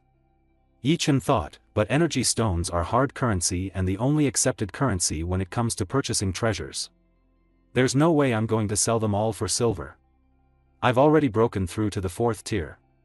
From here on, I can use energy stones to aid me in my training, and with the help of these treasures, my progress should become much faster. While on the ladder, he noticed another table with books on it. Yi-Chen said, since I managed to find such a priceless treasure trove over here, perhaps these books are also of equal value. He went to the table, picked up the books, and began to read. The Life and Death Energy Concealment Technique and 8 Wildernesses Heaven Confining Finger. He opens the book Life and Death and says while examining it, the book says the Life and Death Energy Concealing Technique is a low-tier blade grade martial skill. Once learned, a martial artist can use this skill to disguise his cultivation level. Minor proficiency allows me to appear 1 tier higher or lower. With greater proficiency, the range is up to 2 tiers, and complete mastery allows a range of up to 3 tiers. Closing the book, he said, this Life and Death Energy Concealment Technique is an interesting skill indeed. With this, I can conceal my cultivation level and put up a false show of strength. If I use this in conjunction with a disguise technique, I will be able to utterly confuse my enemies. He then looked at the second manual, the 8 Wildernesses Heaven Confining Finger. This is a high-tier blade-grade martial arts skill. A martial artist has to reach the 7th tier before practicing this skill. If one does not meet the requirements and tries to practice it, the backlash will shatter all meridian lines, and not even the gods can save him. Yi-Chen sighed, this skill seems powerful, but the requirement is too high. I can only leave it here for now. Apart from the stones and books, I can't see anything else. Alright, I will go out and continue exploring. Yi-Chen left the hidden space and re-entered the room. As he did, a piece of cloth flew toward him. Startled, he raised his hand to block it, moving backward and saying, who goes there? Take this. He pushed the cloth away and said, what was that? It gave me quite a scare. Sitting on the ground and holding the cloth, Yi-Chen realized, when I entered, my attention was focused only on the owner's remains. I did not notice this at all. I did not use my full strength earlier, but that was still 5,000 caddies of force. How could this piece of cloth remain completely undamaged? Looking closely, he saw lines of silver and gold twinkling together. This is a really intricate vital energy circuit. This must be a high-tier spirit treasure, and the other pieces of cloth over there must be treasures as well. Holding the cloth, Yi-Chen felt something. I can feel this cloth subtly absorbing the cold air in this room. Although this is not a rare attribute, I am sure it will help alleviate Yao's condition. Yi-Chen thought, I did not think I'd be able to find 2 more spirit treasures after finding the storage ring. The owner of this abode must have been an extraordinary person. Spirit treasures are categorized strictly into different types, and defense-type treasures are the most valued. A strong defense-type treasure that's also so courageous-looking is especially valued. If I put it up for auction, many martial artists will go crazy over it. He smiled and said, but I think I will give this cloth with strong defense to Muyun. That way, I can repay her for helping me fix the formation diagram. Yi-Chen dug the ground and placed the remains in the hole. With the help of a shovel, he covered the grave with soil. He placed a stone on the grave which read that his energy went berserk during training and caused death. Years later, the remains were found, and this grave was made to serve as a warning to future generations. Standing in front of the grave with a shovel, Yi-Chen said, well, I took your thing, so I owed you one. Now I will pay my debt by making a home for your remains. After burning yourself to death during training, being buried in your own abode is perhaps the best possible ending for you. Just then, Yi-Chen heard the rumble of a beast. He remarked, it seems the 2 demon beasts outside are still fighting. He sat on the ground, lit a fire, and began cooking mushrooms. He thought, finally, I can take a break. I haven't had a meal in nearly a day. There's nothing to do but wait for them to tire themselves out. While sitting beside the river, a huge fish swimming. Suddenly, the fish leaped out, splashing water everywhere. As Yi-Chen watched, he tried to run away saying, what is this thing? This fish is too huge, this place is not nice at all. It's just as dangerous as the outside. The fish lunged at him, biting a piece of his cloth and swinging him up to swallow him. Yi-Chen exclaimed, damn it. Don't you dare look down on me, you dumb fish. As the fish opened its wide mouth, Yi-Chen, using the speed of the raging bull, charged inside the fish's mouth and landed in its stomach. He punched the fish from the inside, shouting, take this, and this, and this. Finally, Yi-Chen tore open the fish's stomach and emerged, killing the fish. He sighed in relief, it's finally dead. That was a very tenacious fish monster, nearly as strong as a camel mountain bull. Damn it, my food. Looking at the mushrooms, he decided to eat the fish meat instead. Yichen cooked the huge piece of fish meat on fire. Upon eating it he marveled at the taste. What's this? As soon as I take a bite, a sweet juice fills my mouth. When it slides down my throat into my stomach, I feel a warm sensation throughout my body. The fatigue in my body goes away, and I feel more energetic. It's as if I have an inexhaustible supply of strength. The meat of a normal beast doesn't have special properties. Only a spirit beast's meat can nourish the body in energy field. This fish monster isn't a spirit beast, so why does its meat have such miraculous properties? Could it be the river water? After his hearty meal, Yichen went to the river and dipped his hand in the water. Just as I thought, the river contains a mysterious energy that can temper and nourish the body. That's why the fish monster grew to be such a tenacious giant. This river is like a natural medicinal bath, inexhaustible. Yichen removed his clothes and jumped into the river, thinking, if I use this miraculous river to practice the blood boil technique, I'll surely break through to the 4th tier. There is no time to waste. I will start practicing now, Yichen declared as he floated on the river. Half a day later, he opened his eyes and thought, finally, my blood boil technique has reached the 4th tier. I have achieved complete mastery. Since the blood boil technique and the raging bull fist share the same lineage, I might as well continue. Yichen splashed the water and said, I'll stick around and make use of this miraculous river to practice my raging bull fist. One by one, Yichen killed all the huge fish in the river. After another half a day, Yichen clenched his fist, looking at his body and muscles, and said, the raging bull fist and the blood boil technique have fused into one. Finally, I have achieved complete mastery of the bull demon mountain shaking formula.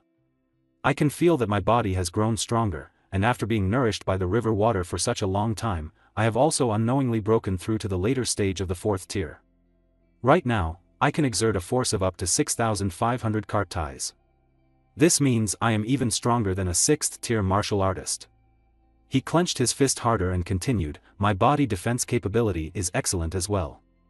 Even the camel mountain bull, known for its hardness, is probably no match for me now. The fight between the ape and the wolf is still raging on. They clash fiercely, surrounded by the lower-level beasts that lay dead on the ground. Yichen, hiding behind a rock, watches them battle and thinks, it's been 3 days already, and the 2 demon beasts are still fighting. These lower-level beasts were drawn here by the blood and vital energy of the 2 demons, only to meet their end. If I try to escape now, I'll end up just like them. Although the true essence of these great beasts far surpasses vital energy, they are still flesh and blood. They can't keep fighting without rest. I just have to wait for them to stop. While waiting, Yichen continues to absorb the vital energy from the river and the energy stones. He sits down, surrounding himself with energy stones, and begins to unlock the horse symbol fully. When he opens his eyes, he notices the unbrightened horse symbol is now fully activated, releasing a surge of energy like a lightning strike. Yichen exclaims, that's great, as smoke rises from his body. Do I have to get struck by lightning every time I activate a symbol? He wonders aloud. He then notices 2 books in front of him. What's this? He asks, picking up the books. One is titled Celestial Horse Wave Riding Formula, and the other is Solar Energy Technique. Holding the manual, Yichen says, these are the martial art manuals that are given upon full activation of a symbol. He continues, the Celestial Horse Wave Riding Formula is divided into the Solar Energy Technique and the Wave Riding Footwork. The Solar Energy Technique focuses on internal cultivation and is divided into 4 tiers. This technique nourishes and expands the capacity of one's energy field. The Wave Riding Footwork is a movement skill that combines evasive maneuvers and speed running. Upon complete mastery, it will allow one to travel briefly through the air. How marvelous! The Bull Demon Mountain Shaking Formula focuses on body tempering, while the Blood Boil Technique cultivates the body internally and externally, even tempering one's internal organs. The Celestial Horse Wave Riding Formula focuses on the cultivation of vital energy, aligning with the 3 tiers of the energy cultivation stage. Yichen continues, the next symbol should correspond to the 7th to 9th tier of martial arts, the spirit tempering stage. This means I can only activate the next symbol after reaching the 7th tier. Standing up, Yichen closes his eyes and tries to focus all his energy between his hands, thinking, I'm going to try injecting vital energy into the third symbol. Despite his efforts, it proves impossible. I got zilch, he shouts, exhausted. Yichen start thinking, the 12 symbols are divided into groups of 3s, each group corresponding to one of the 4 major stages. After the way of martial arts is the way of truth, and after the way of truth is the way of sensitivity. But I have never heard of a realm beyond the way of sensitivity. Am I too arrogant? Perhaps I am not qualified to access such knowledge. The martial art skills provided by the symbols are not graded, but they are supremely effective. Some ancient martial arts skills are so powerful that they are beyond grades. Could it be that the bull demon mountain shaking formula and the celestial horse wave riding formula are martial arts from ancient times? Shaking his head, Yichen says, forget it. It's pointless to speculate about ancient mysteries. My time is better spent practicing these newly acquired martial art skills. They will be of great use to me in the clan tournament. Yichen practices the solar energy technique and the wave riding footwork, eventually managing to walk on water. 4 days later, he finally is able to collect the energy between his hands. I have mastered the first tier of the solar energy technique, he says. I can almost see my energy field expanding with my naked eyes. My vital energy has increased by an astonishing 3/10. My progress in wave riding footwork is also satisfactory. I have managed to achieve minor proficiency, allowing me to produce multiple images of myself and make it hard for anyone to see me. It's much better than the following cloud steps those assassins were using. As for the life and death energy concealment technique, I've only scratched the surface, but I'm confident that with a few more days of practice, I'll achieve minor proficiency. The results of these few days have far exceeded my expectations. This place has been surprisingly helpful to my training. The commotion in the valley quiets down, prompting Yichen to take a look. He is shocked to see the 2 demon beasts are still fighting, surrounded by thousands of lesser beasts. The situation has turned far worse, he thinks. These lesser beasts are waiting for the 2 demon beasts to die so they can consume their flesh and grow stronger. One lesser beast turns and howls, causing Yichen to quickly hide behind a rock. Oh no, the cave entrance is too close to the beasts. It will be hard to hide my scent from them. Damn it, he thinks, biting his teeth. From what I can see, the 2 demon beasts will likely die in a few days. However, there are only 2 days left before the clan tournament begins. If I can't make it home in time, I'll have to wait 2 years for the next one. Running through the passage, Yichen says, even if the 2 demon beasts aren't dead in 2 days, and even if I have to face those lesser beasts, I will leave this valley and make it back home in time for the clan tournament. Yichen resumes his practice, focusing on expanding the vital energy within his energy field and infusing it into his core. As power courses through his entire body, it stirs up the energy field. Yichen breaks through the core of power, feeling the energy strike him. Clenching his fists, he exclaims, I've become a 5th-tier martial artist. At my current level, I can easily defeat a regular 5th-tier martial artist with just my physical strength alone. He then tries to advance further. Taking a deep breath, Yichen builds the core of energy between his chest and aims to progress from the 5th tier to the 4th tier. Yichen was successful in his efforts. He then exclaimed, this is great. I have mastered the life and death energy concealment technique. I have successfully contracted the energy in my body. The disguise is perfect. He then absorbed the energy, thinking, okay, now I am gonna try doing it in reverse. With focused concentration, Yichen began to manipulate his energy, moving from the 4th tier to the 5th tier, and finally to the 6th tier. As he felt the energy surge within him, he thought, this is the 6th tier. One withers and one thrives. One advances and one retreats. What a marvelous skill. Yichen exits the cave and is stunned by the scene outside. What's this? There are so many beasts out there, thousands, at least 3 times more than before. The ape and the wolf are dead, and all the lower-level beasts are surrounding them, he says, perplexed. What should I do now? At the Yi clan's tournament square in Black Jade City, the crowd buzzes with excitement. Yao asks anxiously, Muyun, why isn't my brother here yet? The tournament is about to start. Muyun replies, perhaps he was delayed on his way from the training ground. Your brother is earnest, he must have been training until the last moment. Let's be patient and wait. Muyun thinks, what's going on with Yi Chen? I haven't heard from him since he went to train in the mountains. I told him to train in the outer region. Given his ability, he should be fine. A man approaches and bows, my lady, what can I do for you? Muyun instructs, take 10 men and search the outer region of the cloud-soaring mountain range for Yi Chen. If you don't find anything within 6 hours, report back to me immediately. Meanwhile, Yao starts crying, Yi Chen, please be safe, at the seating area for Inner Circle disciples. The third-ranked Inner Circle disciple Yi Yen while Sping T commented, it looks like your lover is waiting for someone. I heard she's close to an Outer Circle disciple named Yi Chen. Why haven't you done anything about it? Yi Tsangtian, the first-ranked Inner Circle disciple, slams his fist on the table, saying, Yi Yen, if you say another word, today will be your last day alive. Yi Yen suppressed the vital energy and laughs, don't be so serious, please calm down. I was just joking. Second-ranked Inner Circle disciple Yi Maoan thinks to himself, unfortunately, I still haven't managed to learn that move. If I had, I could have been the second-ranked disciple instead of Yi Tsangtian. Oh well, I'll just endure a little longer. In the arena, the elder from the Dark Pavilion announces, attention everyone, I am Yi Ding, the guardian elder of the Dark Martial Pavilion. I will now explain the rules of this tournament. He thinks, looking at the crowd, why isn't Yi Chen here? I was really looking forward to his performance. Qingru laughs, reflecting, Yi Chen hasn't shown up yet. It seems Shadow Slayer and the others have succeeded, but why haven't they come to me for their reward money? It's been so many days. Perhaps both sides ended up killing each other. If that's the case, I won't have to fork out the 50,000 pieces of silver. Things have been going my way lately.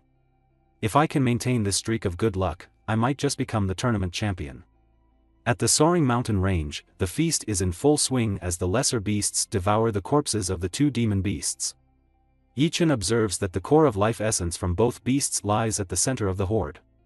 He contemplates whether to risk it or not, but the cores are high-quality items that he cannot afford to miss. Yi Chen decides to go for it.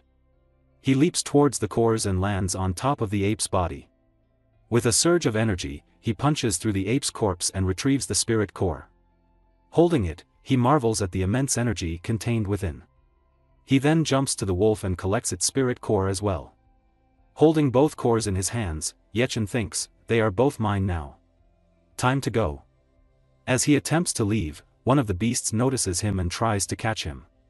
Yi Chen, seeing this, exclaims, looks like the beast has spotted me. You must have a death wish. He then uses his Raging Bullstorm technique to strike the beast. He quickly lands and starts moving away, thinking, with their speed, they won't be able to catch up. Their attention is focused on the feast. They won't pursue me aggressively. Yi Chen eventually reaches the valley and thinks, finally, I'm out of the valley. With the celestial horse wave riding formula, I can reach the Yi clan in half a day. As he runs through the forest, he suddenly encounters a pack of phantom foxes, which are known for their speed and are on par with 6th-tier martial artists. They are notoriously difficult to deal with and vindictive. Yi Chen realizes that if the phantom foxes target him, it would take days to shake them off. He knows that these foxes are cautious and typically avoid danger. He activates the life and death energy consignment technique, managing to disguise himself as a 6th-tier martial artist. With his energy and disguise, he can intimidate the foxes. The foxes retreat, avoiding a confrontation with Yi Chen. Relieved, Yi Chen hurries back. 2 hours later, he arrives at the west gate of the Yi Chen grounds in Black Jade City. As Yi Chen heads towards the arena, he overhears people discussing the Yi clan tournament. One person says, I heard the Yi clan tournament is about to end. Many talents were discovered this time, and the event was particularly action-packed. Another adds, yes, the elimination round is already over. They should be preparing for the top 10 ranking matches now. I didn't expect Yi Qingru to make it into the top 10. That was a surprise. Yi Chen thinks to himself, damn it, I might miss it. Just then, an Yi Ding announces to the crowd, everyone, after a day of intense competition, the elimination round is finally over. The winners atop the tournament arena are all outstanding disciples from our clan's outer circle. The next event will be the ranking match for the top 10 disciples. Now, let the top 10 ranking matches commence. Yi Chen shouted, hang on a moment. He was out of breath, thinking I made it. I just in the time for the next round. As Yi Chen approaches the arena, he hears people murmuring, "Yi Chen, why did he arrive so late?" He even interrupted the elder's speech. Clearly, he's no ordinary disciple. But now that the elimination round is over, there's no point in him being here. Yao sees Yi Chen and exclaims, "You're finally here, Chen. Do you know how worried I was?" Mu Yun adds, "It's good to see you back." Yi Yan taunts Yi Tsangtian, "Look, your beloved has arrived." Yi Tsangtian clenches his teeth and thinks, "That bastard, he actually made it. Could he have killed those useless fools?" Yi Chen reaches the Yi Ding, bows, and kneels, apologizing, "Elder, I apologize for my late arrival. May I still participate in the clan tournament?" The elder, looking embarrassed, glances at the elder's seating area where Elder Su responds, "The elimination round is over. You've lost your right to compete. Please return in 2 years. Rules are in place for a reason." If every outer circle disciple who missed the tournament came asking for another chance, it would lead to chaos. Elder Su privately thinks, "Brett, you deserve this." Elder Su husband also say, "I agree with Elder Su. The clan tournament is such an important event. If you could even forget about it, that means you care nothing for the Yi clan. Not only should we take away his right to compete, but I think we should also punish him as an example to others." Yi Chen clenches his teeth, but Yi Ding speaks up, "Everyone, listen to me. I know Yi Chen well, he wouldn't forget about the tournament. He's covered in injuries, which means he must have faced danger. Why not give him a chance?" He think in his head, "My standing among the elders is low, but Lu Muyun has recognized his abilities. He's not an ordinary person. One day, he will surely astonish us all. A talent like Yi Chen shouldn't be left in the outer circle. He reminds me of my younger self, and I feel compelled to fight for his right to compete." Qin Gru raises her hand and objects, "Yi Chen's injuries are his own concern and have nothing to do with the clan. From what I know, he's treacherous and cunning. He might have inflicted those injuries himself to gain sympathy. Don't be deceived." Lu Muyun counters, "Do you have evidence for your claim? I am friends with Yi Chen and can attest to his righteousness. While his late arrival was indeed a mistake, isn't the purpose of the tournament to find talent? Refusing him a chance might lead to regret." The crowd murmurs in surprise, with some questioning Lu Muyun's intentions and others recognizing her as the Ice Queen Lu Muyun. Tsangtian sneers, "What talent could come from the outer circle? Muyun, I understand you're looking for talent, but this is a clan matter. Don't meddle or be swayed by anyone." The crowd acknowledges Tsangtian's authority, and Yi Chen shouts, "Tsangtian, why defame me? We've never met before. Why are you so hostile?" Tsangtian points his finger at Yi Chen and says, "Know your place, brat. How dare you ask to compete when you arrived late? Step down from the arena. A late-stage 4th-tier martial artist like you is nothing compared to the others." Yi Chen clenches his teeth, wondering why Kangtan is so hostile despite their lack of personal history. He thinks this life and death energy consignment technique is extraordinary. Even he can't detect my true levels. Elder Yi Fei steps onto the arena and addresses the crowd, "Please remain calm. I believe Yi Chen is a child with great potential. Not only did he display exceptional talent during my previous lecture, but he also showed diligence and humility. When his sister was ill, he delayed his training to search for medical herbs, which is a rare quality. I hope the family will help give him a chance." Tsangtian clenches his fist in anger, thinking, "Why is Elder Yi Fei speaking up for that nobody?"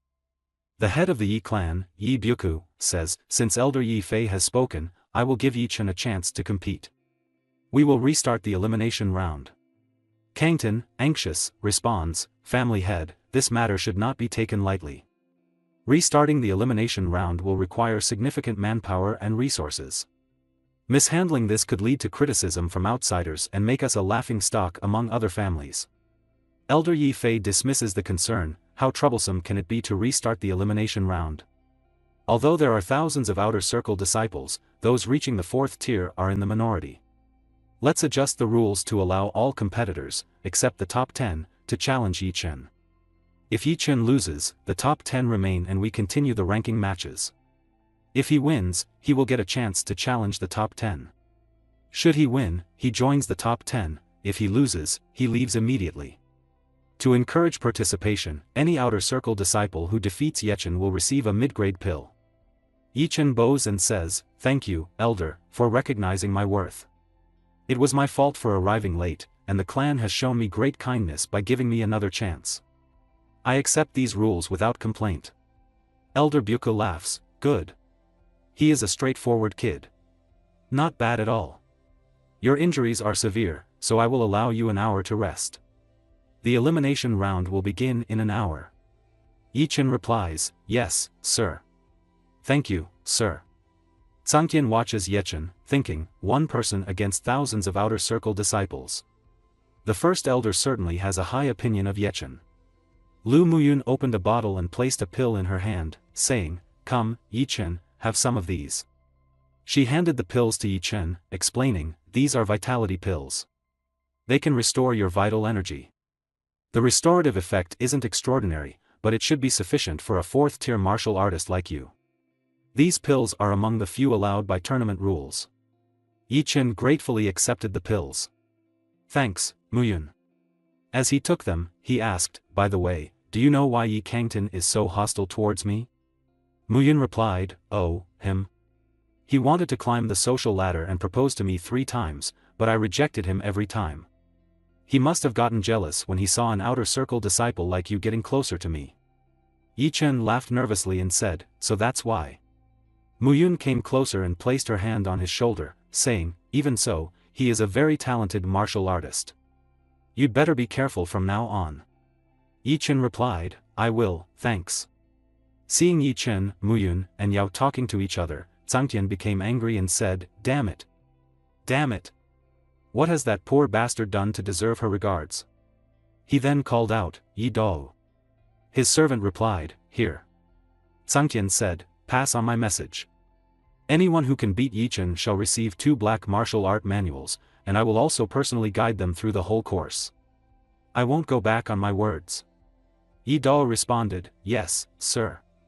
An hour later, one of the guards rang the bell. The elder Yi Ding came to the arena and announced, "Time's up. The battle royale will start now. It will last for a total of 6 hours. As long as Yechen remains unbeaten or if there are no more challengers when the 6 hours are up, he will have the opportunity to challenge the top 10 rankers. The moment Yechen loses, he will have to leave the arena, and his challenger will receive the reward."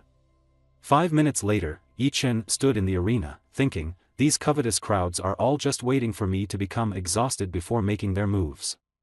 Crowd start mumbling, 6 hours is a long time, certainly long enough to wear him down. Even if he could last that long, he'd be ultimately exhausted then. Certainly, it'd be impossible for him to challenge the top 10 rankers. That fellow has completely angered Kangtan. Just the 2 play-grade martial art manuals are enough to drive everyone crazy. They will not stop challenging him. One of the men wearing the armor came into the arena, tapped on the floor, and said, "I, Yi Zhen, have come to challenge you. You despicable person, I shall ultra-defeat you today so that Ms. Muyun can see how weak you really are." Yechen closed his eyes and thought, "This moron." The clan rules only prohibited the wearing of spirit treasures and said nothing about the use of armor. But this was really too much. Yi Zhen leaped towards Yechen, saying, "Take this." He pushed his fist towards Yechen. Yechen dodged it effortlessly. He tried to punch him back to back, but every time Yechen dodged his attacks. Yechen started gathering his energy, sinking it into his energy field. Yechen roared and screamed. When Yechen touched Yechen, he also screamed with a surge of energy and fell down. The crowd, seeing that, said, "Who is this person? He is really weak for someone who talked so big before. It looks like Yechen is somewhat capable." The referee announced, "The winner is Yechen." Elder Buka remarked, "There's something odd about Yichen's blood energy. But if it's just that, it's still not enough for him to surpass all the outer circle disciples. After all, apart from the top 10 rankers, there is still Yizhen. He is a troublesome opponent." Elder Yi Fei responded, "What you said is correct, but I still believe in Yechen." One of the persons in the arena said, "You are indeed skilled, kiddo. I, Yi Wen, am here to exchange pointers with you." Everyone from the crowd shouted, "Yi Wen, hurry. Yi Wen is up. Yi Wen, you can do it." Yi Wen went into the arena. He launches his fist towards Yi Chen, but Yi Chen caught his fist and threw him far away. The referee shouted, "The winner is Yi Chen." Opponents started coming one by one, and Yi Chen effortlessly hit someone in the face, and another in the back. Everyone started falling to the ground. The crowd was shocked. 9 wins, 10 wins, 11 wins, 12 wins. How is this possible? He beat everyone with just one move. And that Yi Ruhua was an early-stage 4th-tier martial artist, but even he was kicked off the arena with a single kick. Could it be that this Yi Chen has been practicing some perverse and evil skill? If this continues, then it may well be that only those among the top 10 rankers can put up a fight against him. The murmurs in the crowd started to grow louder. Some were whispering that if Yi Chen had actually been exerting himself during those 8 rounds, it would be nearly unbelievable. That would mean he was using finger strength, and proving just how useful the tag team round really was. But others argued that he hadn't moved at all, hadn't exerted anything. At this pace, his injuries would likely heal completely before anyone even managed to touch him. Still, a few skeptical voices remained. They insisted that no matter what shady or dark technique Yi Chen was using, his yuan energy couldn't be endless. Eventually, his sea of yuan would run dry. When that moment came, they'd strike. Far away at the Intersect Observatory, a girl named Yi Shuichin, ranked 5th in the Intersect, stood watching the battles unfold with interest. Her eyes followed Yi Chen's every move, and she spoke softly to herself, impressed by what she saw. She admitted she hadn't expected such a strong spirit, energy, and strength from him. It made sense now why he dared to take on all the Outer Circle disciples. He had clearly come prepared. Judging by his performance, she estimated that his physical strength had likely reached around 5,000 pounds. Seated just behind her in a chair was Tseng Tian. His face twisted with frustration as he let out a sharp breath. He snapped back with anger in his voice, saying it didn't matter. He reminded her that even Yi Tiexin, who wasn't in the top 10, had a spirit energy level of 5,000 pounds. On top of that, Yi Tiexin practiced multiple powerful techniques. From what he could see in Yi Chen's current performance, he believed Yi Chen didn't stand a chance against him. From the crowd below, a burly man with a wild chest burst forward, aggressively shoving people aside as he shouted for them to move. His voice boomed through the arena as he pointed at Yi Chen and called out, questioning how someone at the early stage of the 4th tier could have left so many fighters in such a miserable state. He introduced himself as Yi Leguang and said he was truly intrigued. He declared that he would test Yi Chen for himself. Standing confidently in front of Yi Chen, Yi Leguang admitted that Yi Chen was impressive, but said it was only because his spirit energy and strength were slightly above average. He warned that now that he was facing a true opponent, Yi Chen's winning streak was about to end. Yi Chen calmly observed the man in front of him and thought to himself that the phase concealing technique had proven to be incredibly useful. So many of them had fallen for his trap simply because they underestimated him based on his lowered level. Meanwhile, Lu Muyan stood with Yao, both watching the new challenger enter the field. As soon as she recognized the incoming fighter, her expression changed and she muttered that they were in trouble. She explained that while Yi Leguang's spirit energy was average, he had trained in a powerful body technique. Not only that, he was remarkably fast and specialized in targeting opponents' weak spots. Before the tournament had even started, he was considered a strong contender for the top 10. Yao looked at her with concern and asked if that meant he was really that good, and whether Chen stood a real chance of winning. Muyan smiled softly and told Zhao not to worry. She pointed out Yi Chen's calm demeanor and said it was clear he was still holding back some of his strength. Deep down, she believed that Yi Chen had improved far more than he was letting on. From the crowd, someone suddenly shouted, pointing excitedly toward the arena. They exclaimed that Yi Leguang was making his move. The crowd gasped as they realized they couldn't even follow his movements. He was already sprinting toward Yi Chen, darting in all directions like a phantom. Leguang was incredibly fast, circling Yi Chen at blinding speed, trying to disorient him. In a flash, he landed a punch straight to Yi Chen's face, but Yi Chen bent backward just in time to avoid the full impact. Leguang quickly followed with a sweeping leg attack, but again, Yi Chen dodged cleanly. The strikes kept coming. Leguang moved his hands in rapid succession, trying to land blow after blow, but Yi Chen slipped away from each one with razor-sharp precision. He didn't flinch, didn't fumble. His every movement was smooth and controlled.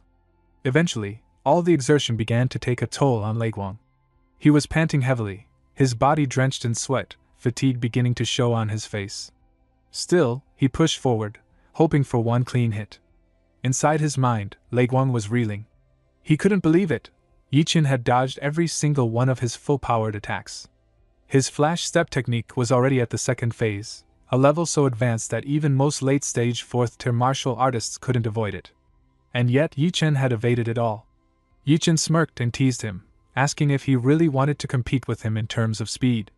Lei Guang snapped back that he'd show him what true speed, power, and technique looked like. But despite his words, it was clear, Yi-Chen's speed was on an entirely different level. As Yi-Chen stood calmly, in the blink of an eye, he completely vanished from sight. Lei Guang's eyes shot wide open as he yelled in disbelief, wondering what technique Yi-Chen had just used.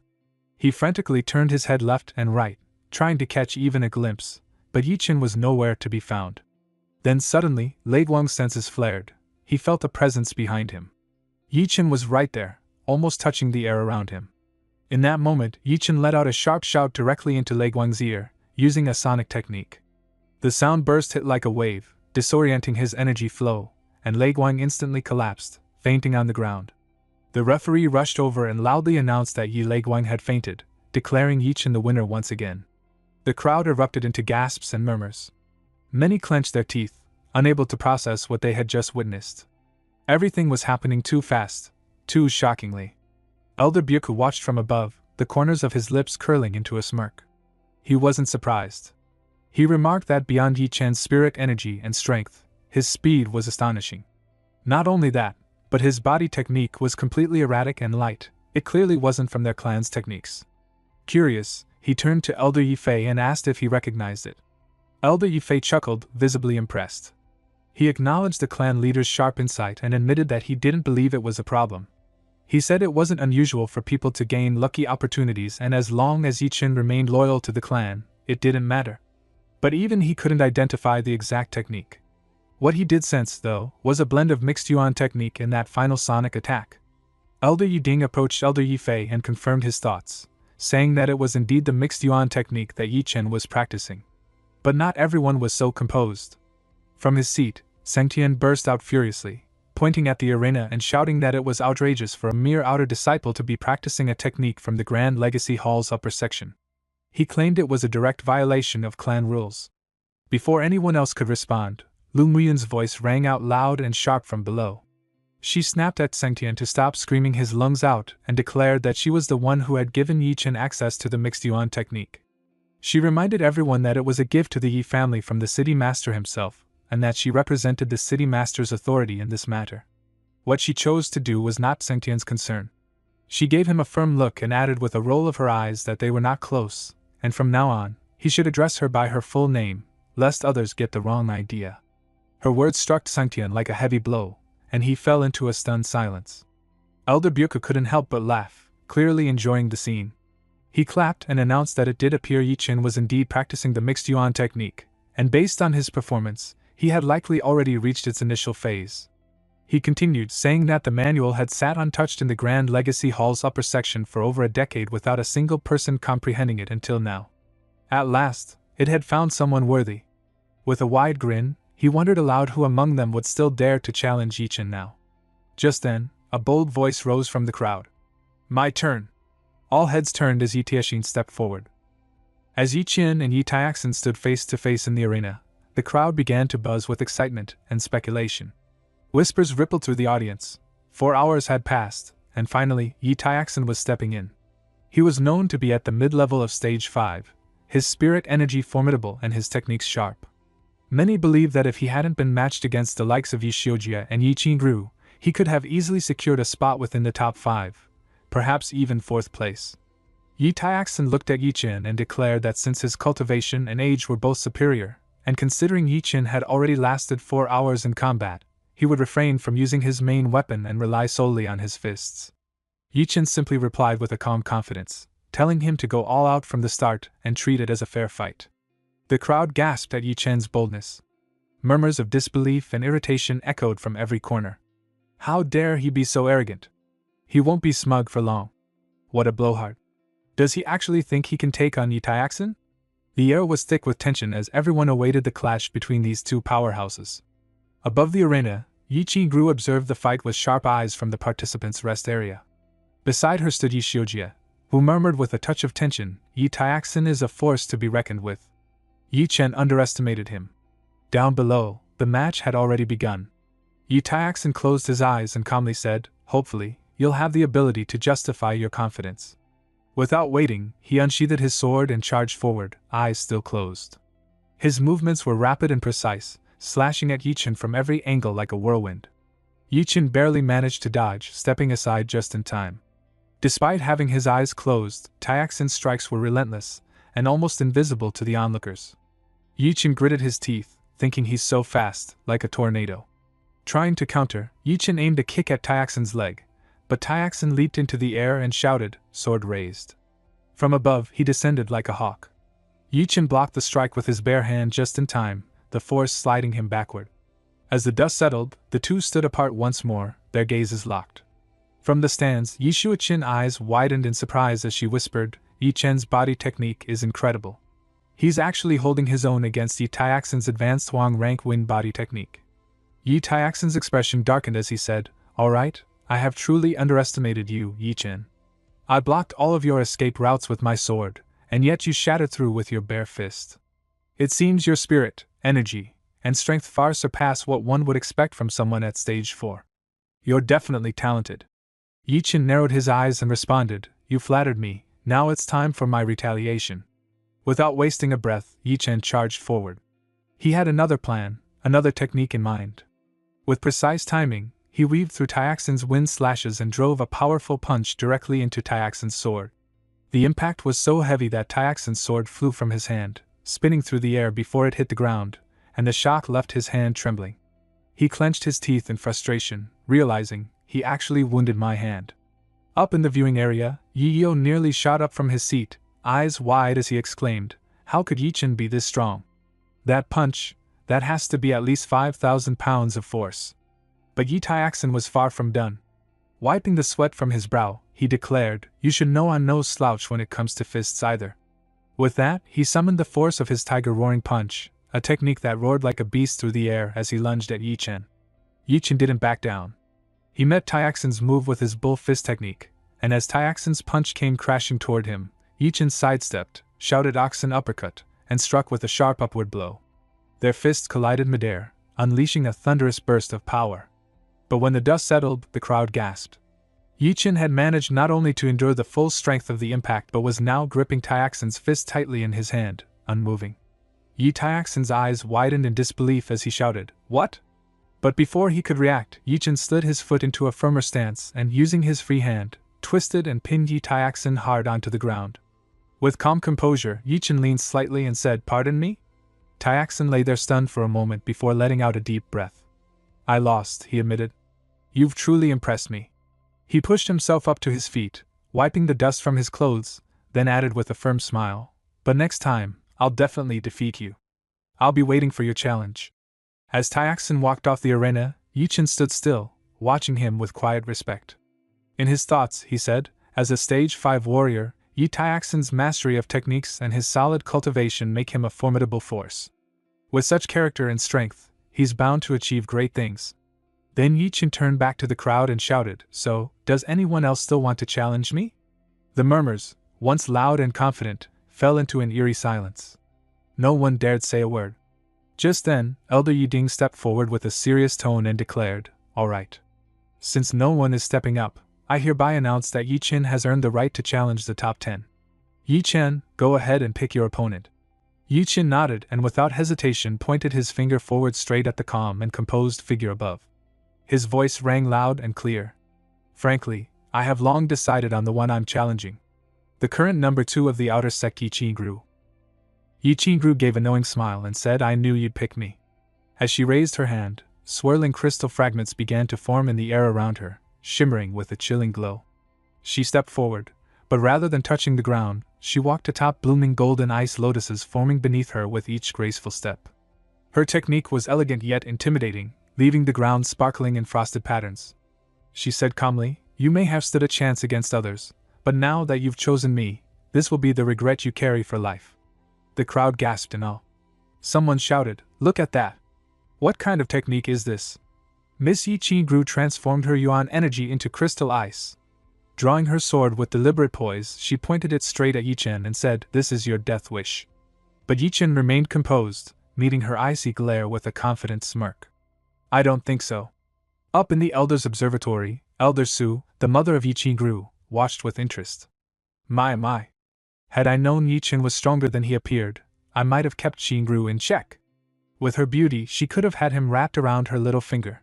Sitting beside her, Yi Jin-feng, Qingrou's father, gave a short grunt. Stronger than he looked, sure, but he's going to be crumpled after this fight. Elder Su raised a brow. What do you mean? Qingru may have improved tremendously lately, but this won't be a walk in the park. Yi Jin-feng paused before responding. Just rest assured. Our daughter still has a trump card. The referee raised his voice, announcing the start of the match. Yi-Chen and Yi-Chin dashed toward each other at full speed.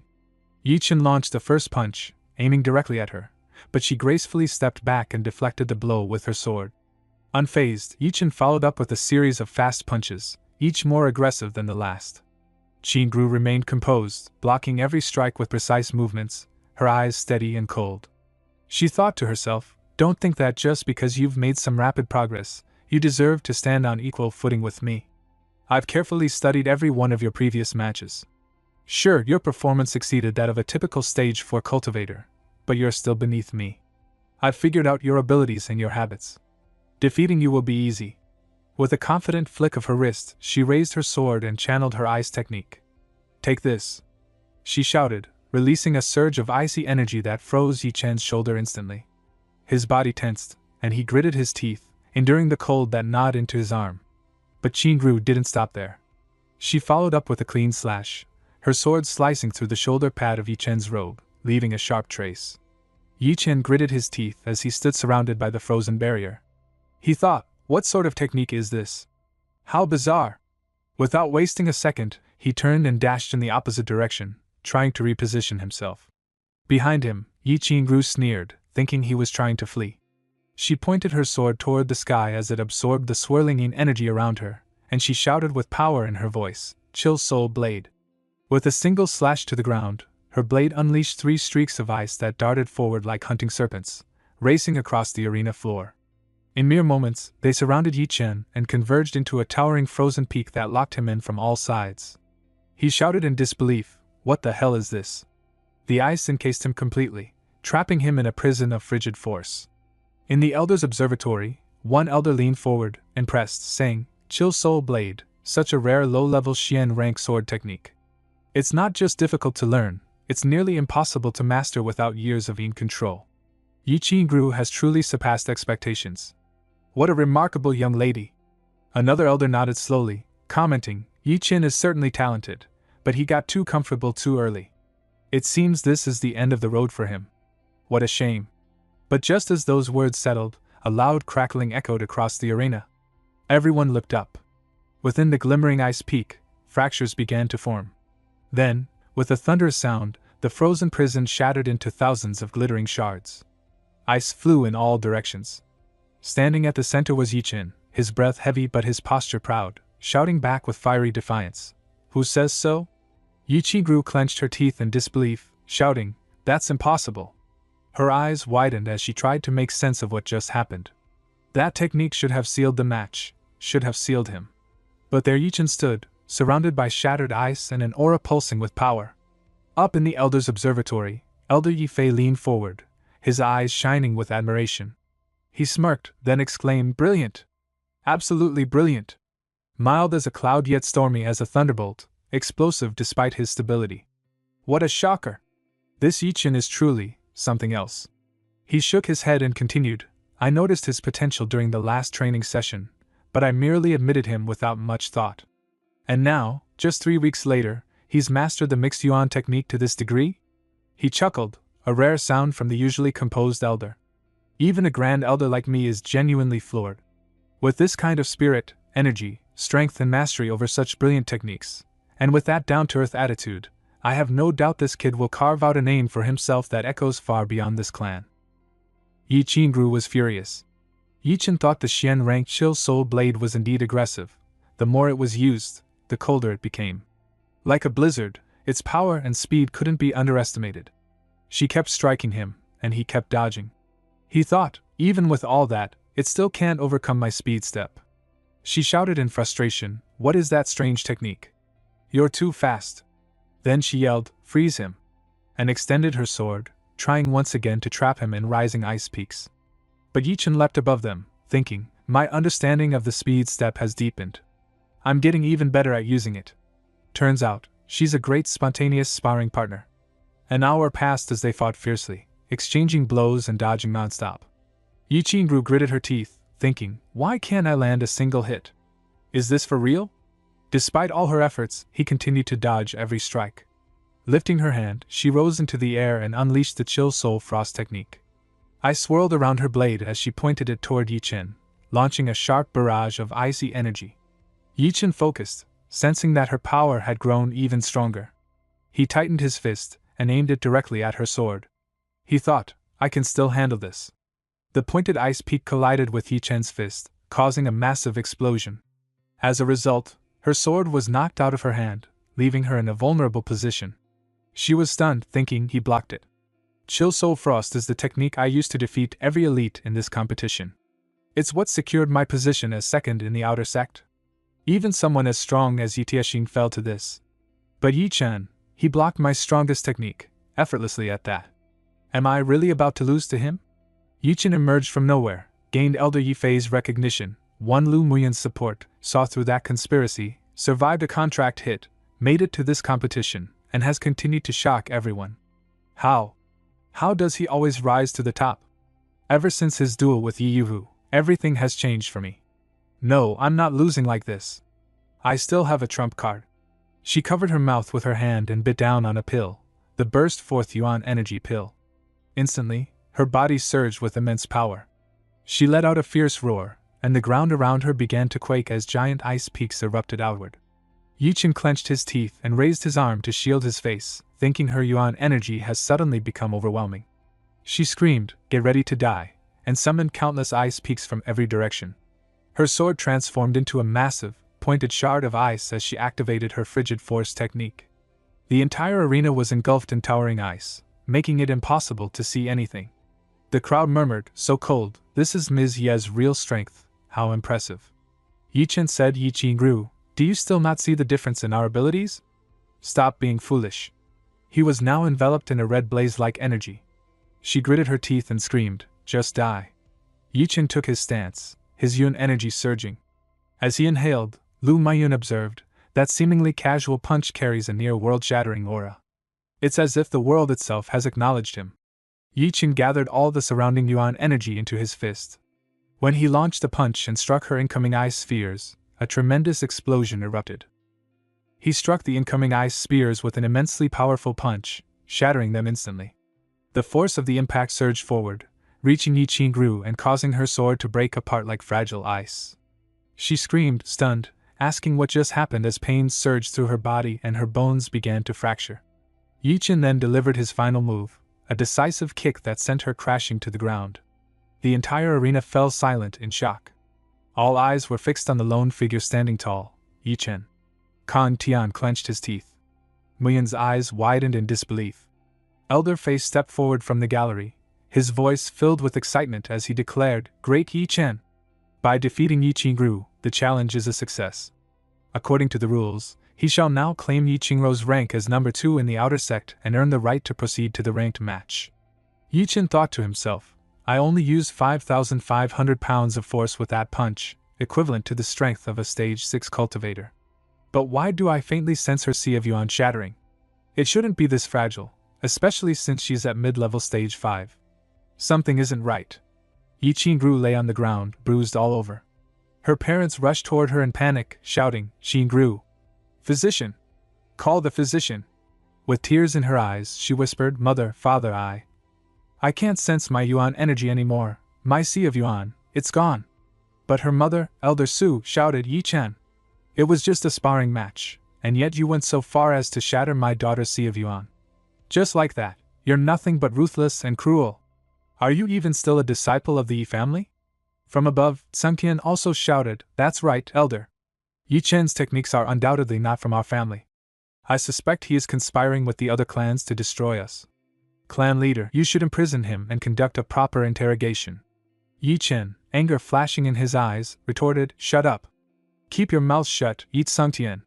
Don't think you can falsely accuse me just because you come from the inner sect.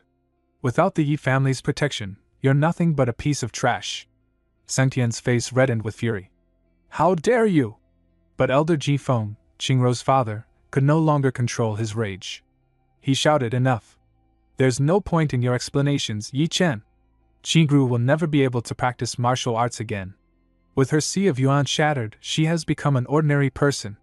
Not only have you injured her, but you've crushed her bones and destroyed her Sea of Yuan. I swear on my name that I will end you today, you maniac. His body radiated with blue energy, and his eyes burned with a fierce red glow. Yi Chen stood his ground, a calm defiance in his voice as he said, quit slandering me. Everyone had seen that punch just now.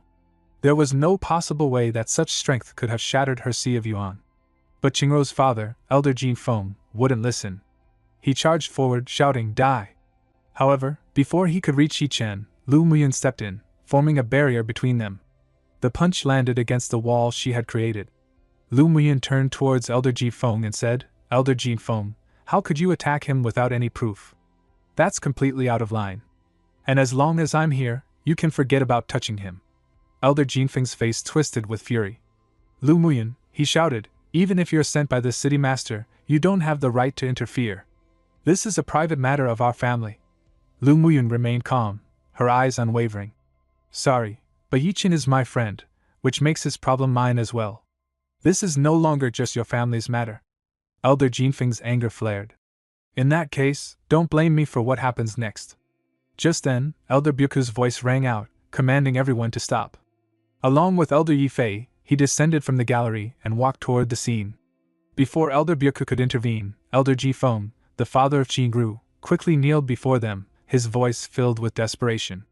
Clan Elder Yi Chen is ruthless. He used some sort of dark art to wound my daughter and even shattered her Sea of Yuan. This is a capital offense. Please seek justice for us. Qingrou's mother also shouted, that's right. He doesn't even respect Yi Sungtian anymore. If he rises in rank, he could very well harm our family. Clan leader, please think this through. Elder Yi Fei stood up, his voice steady but firm. Of course, I will uphold justice, he began, but before that, there's something I would like to verify. He stepped closer to Qingrou and bent down, his fingers gently checking her pulse.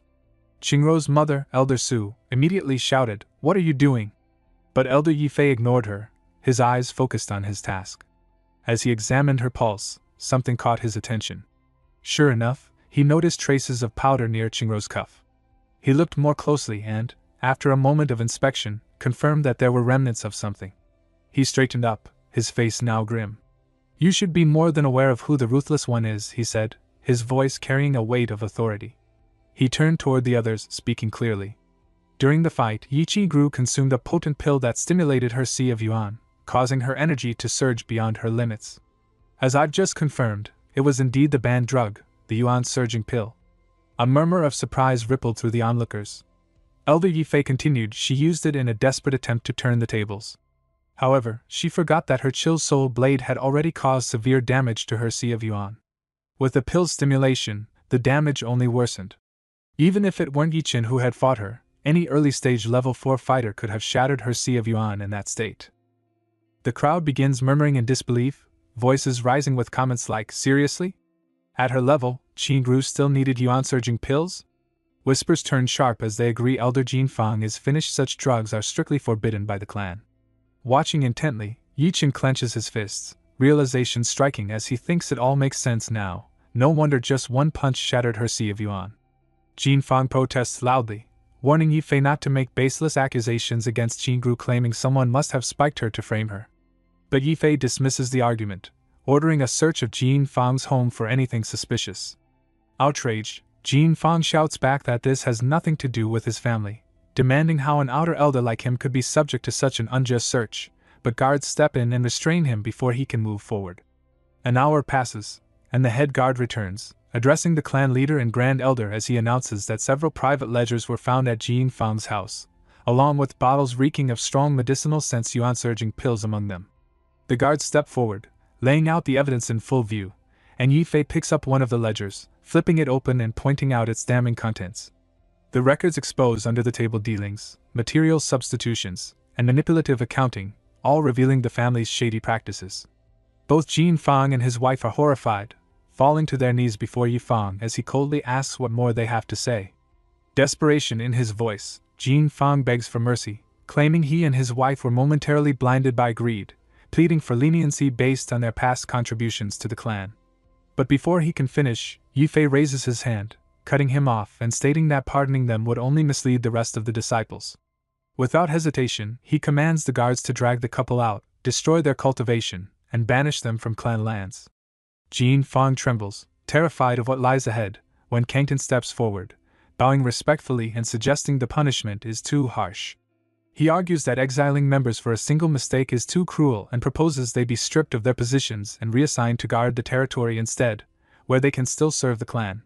But Yi Fei rejects the idea outright, asking whether it's wise to trust two disgraced serpents with the clan's security, warning they might turn traitor and invite disaster.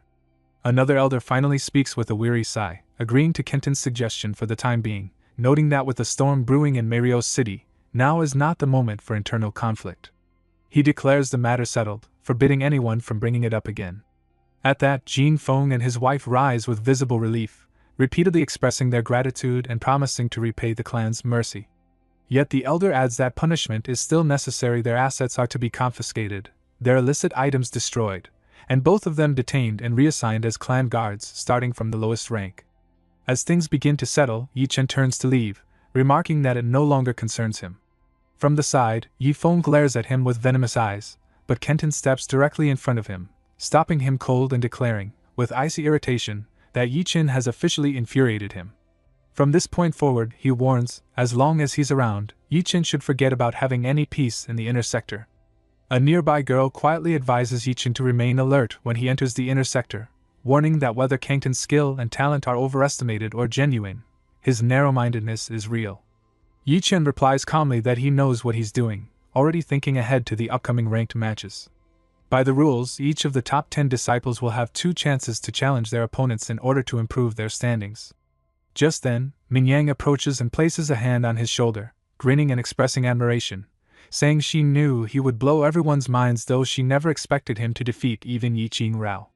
She admits that Qingrao had played tricks on her during their own knockout bout, which left her bitter, but now seeing Yi Chen not only beat her but also expose her, is deeply satisfying. Yi Chen chuckles, rubbing the back of his head and brushing off the praise with a laugh, saying he was just lucky. But Mingyang grows serious again, warning that offending Kangton comes with consequences.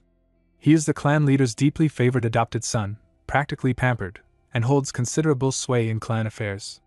Yi Chen listens silently, his thoughts settling on the revelation. It makes sense now, the reason he had dared to speak so boldly even in front of the Grand Elder. On a large board displayed near the arena, the names and rankings of top disciples are listed, starting from the current number 1 and onward. With the ranking matches officially underway, the atmosphere grows electric. None of the outer sect's top 10 are weak. Each one holds at least a late-stage level 4 cultivation, coupled with extensive combat experience and mastery over multiple techniques. Now free from the pressure of elimination, everyone fights with full spirit, aiming not only to rise in rank but also to win the admiration of the watching crowd. Among them, Mingyang, presently ranked 6th, wastes no time and challenges the outer disciple holding rank 4 during his turn. Their exchange begins with a flurry of blows, and thanks to his stronger cultivation, Yaming eventually seizes an opening and delivers a decisive counter, clinching the victory and advancing his rank to number 4. Meanwhile, Yi Chen sits silently in his chair, observing the matches while deep in thought, noting that despite several rounds passing, no one has dared to challenge him yet. He figures his earlier performance must have left a lasting impression. The same pattern holds true for Yi Ziji. No one is bold enough to challenge him either. The next match is announced, Yi Ying vs. Mingyang. Once again, Mingyang emerges victorious. As the audience buzzes, Mingyang steps forward confidently, announcing his challenge rank number 2, Yi Chen. Though he admits their strength is likely worlds apart, he wants to understand just how vast the difference truly is. Yi Chen's eyes widen slightly in surprise as the crowd erupts with excitement, marveling that someone finally stepped up to face him. Despite having secured a strong ranking through 2 wins already, Mingyang still chooses to face Yi Chen, impressing many with his spirit. Rising from his seat, Yi Chen calmly walks up the stairs to the arena, replying that he'll give his all in return. The two take their stances, then touch wrists in mutual respect before the duel begins. The fight ignites with a burst of motion. Yi Chen's speed blurs past Ming Yang's senses, his movements appearing as flickering streaks of light. There's no clear pattern, yet an invisible rhythm binds his strikes. Ming Yang can barely track him before Yi Chen unleashes his oxen slam, a powerful blow that strikes squarely into Ming Yang's chest, sending him flying out of the ring and crashing hard onto the ground. Still, Ming Yang pushes himself upright and concedes the match with a nod, quietly thinking Yi Chen definitely pulled his punch. If he hadn't, he would have been carried out by a group of outer sect disciples instead of standing here on his own feet. Despite already knowing there was a gap, he hadn't expected it to be this overwhelming. Yi Chen steps forward with calm confidence, declaring it his honor, and as he makes his way down toward the arena, the crowd begins murmuring with excitement and disbelief. They whisper among themselves, wondering who would still dare to challenge Yi Chen after witnessing him defeat Ming Yang with a single punch. One person comments that no one in their right mind would waste such a valuable opportunity challenging an opponent they know they can't possibly beat, and others quickly agree. An hour later, two men stand before the ranking board, noting that only Yi Chen and Yi Xiujie have yet to issue a challenge. Without hesitation, Yi Chen announces he wishes to use his final chance to challenge Xiujie. In response, Xiujie simply lets out a quiet hymn.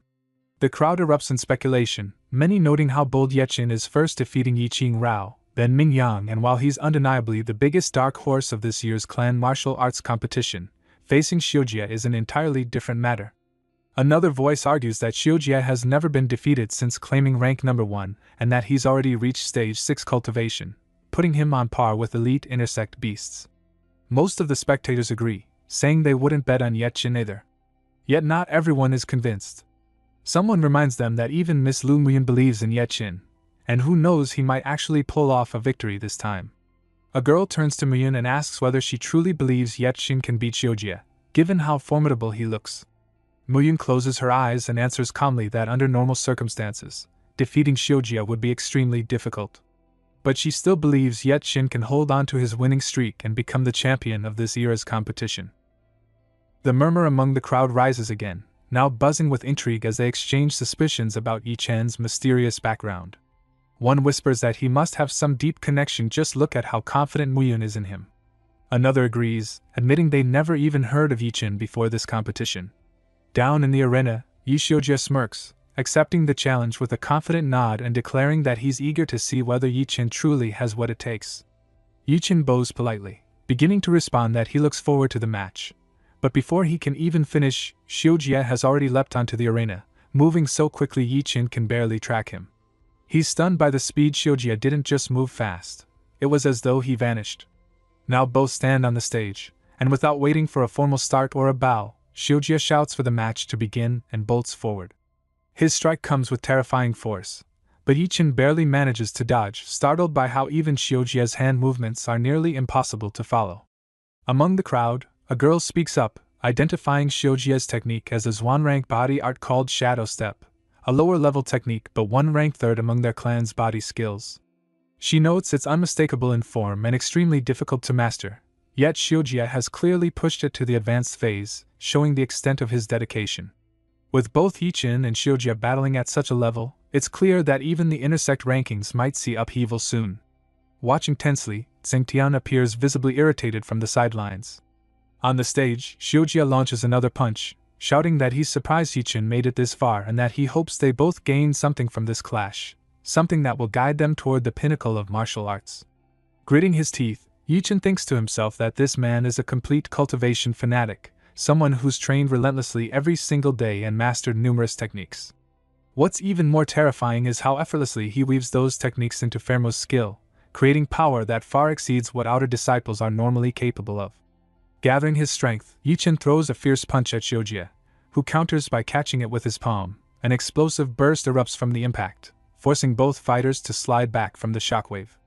Twisting his wrist with ease, Xiujie admits Yi Chen's spirit energy is impressive, but adds with a grin that this is exactly why he'll still end up losing. As Xiujie begins twisting his knuckles, shaping his hands into tight, rounded movements, the clan elder's expression shifts with surprise. Watching closely, he mutters in awe that what Xiujie is using is inch fist, a technique not seen mastered in generations. The elder explains that it's a Zhuan rank, mid-level godly technique, one perfected for borrowing and redirecting force through softness.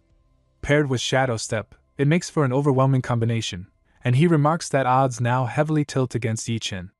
In the arena, Shiojia's body suddenly appears in 3 different positions at once. Or perhaps he is simply moving so swiftly that Yi-Chin can't track his real location.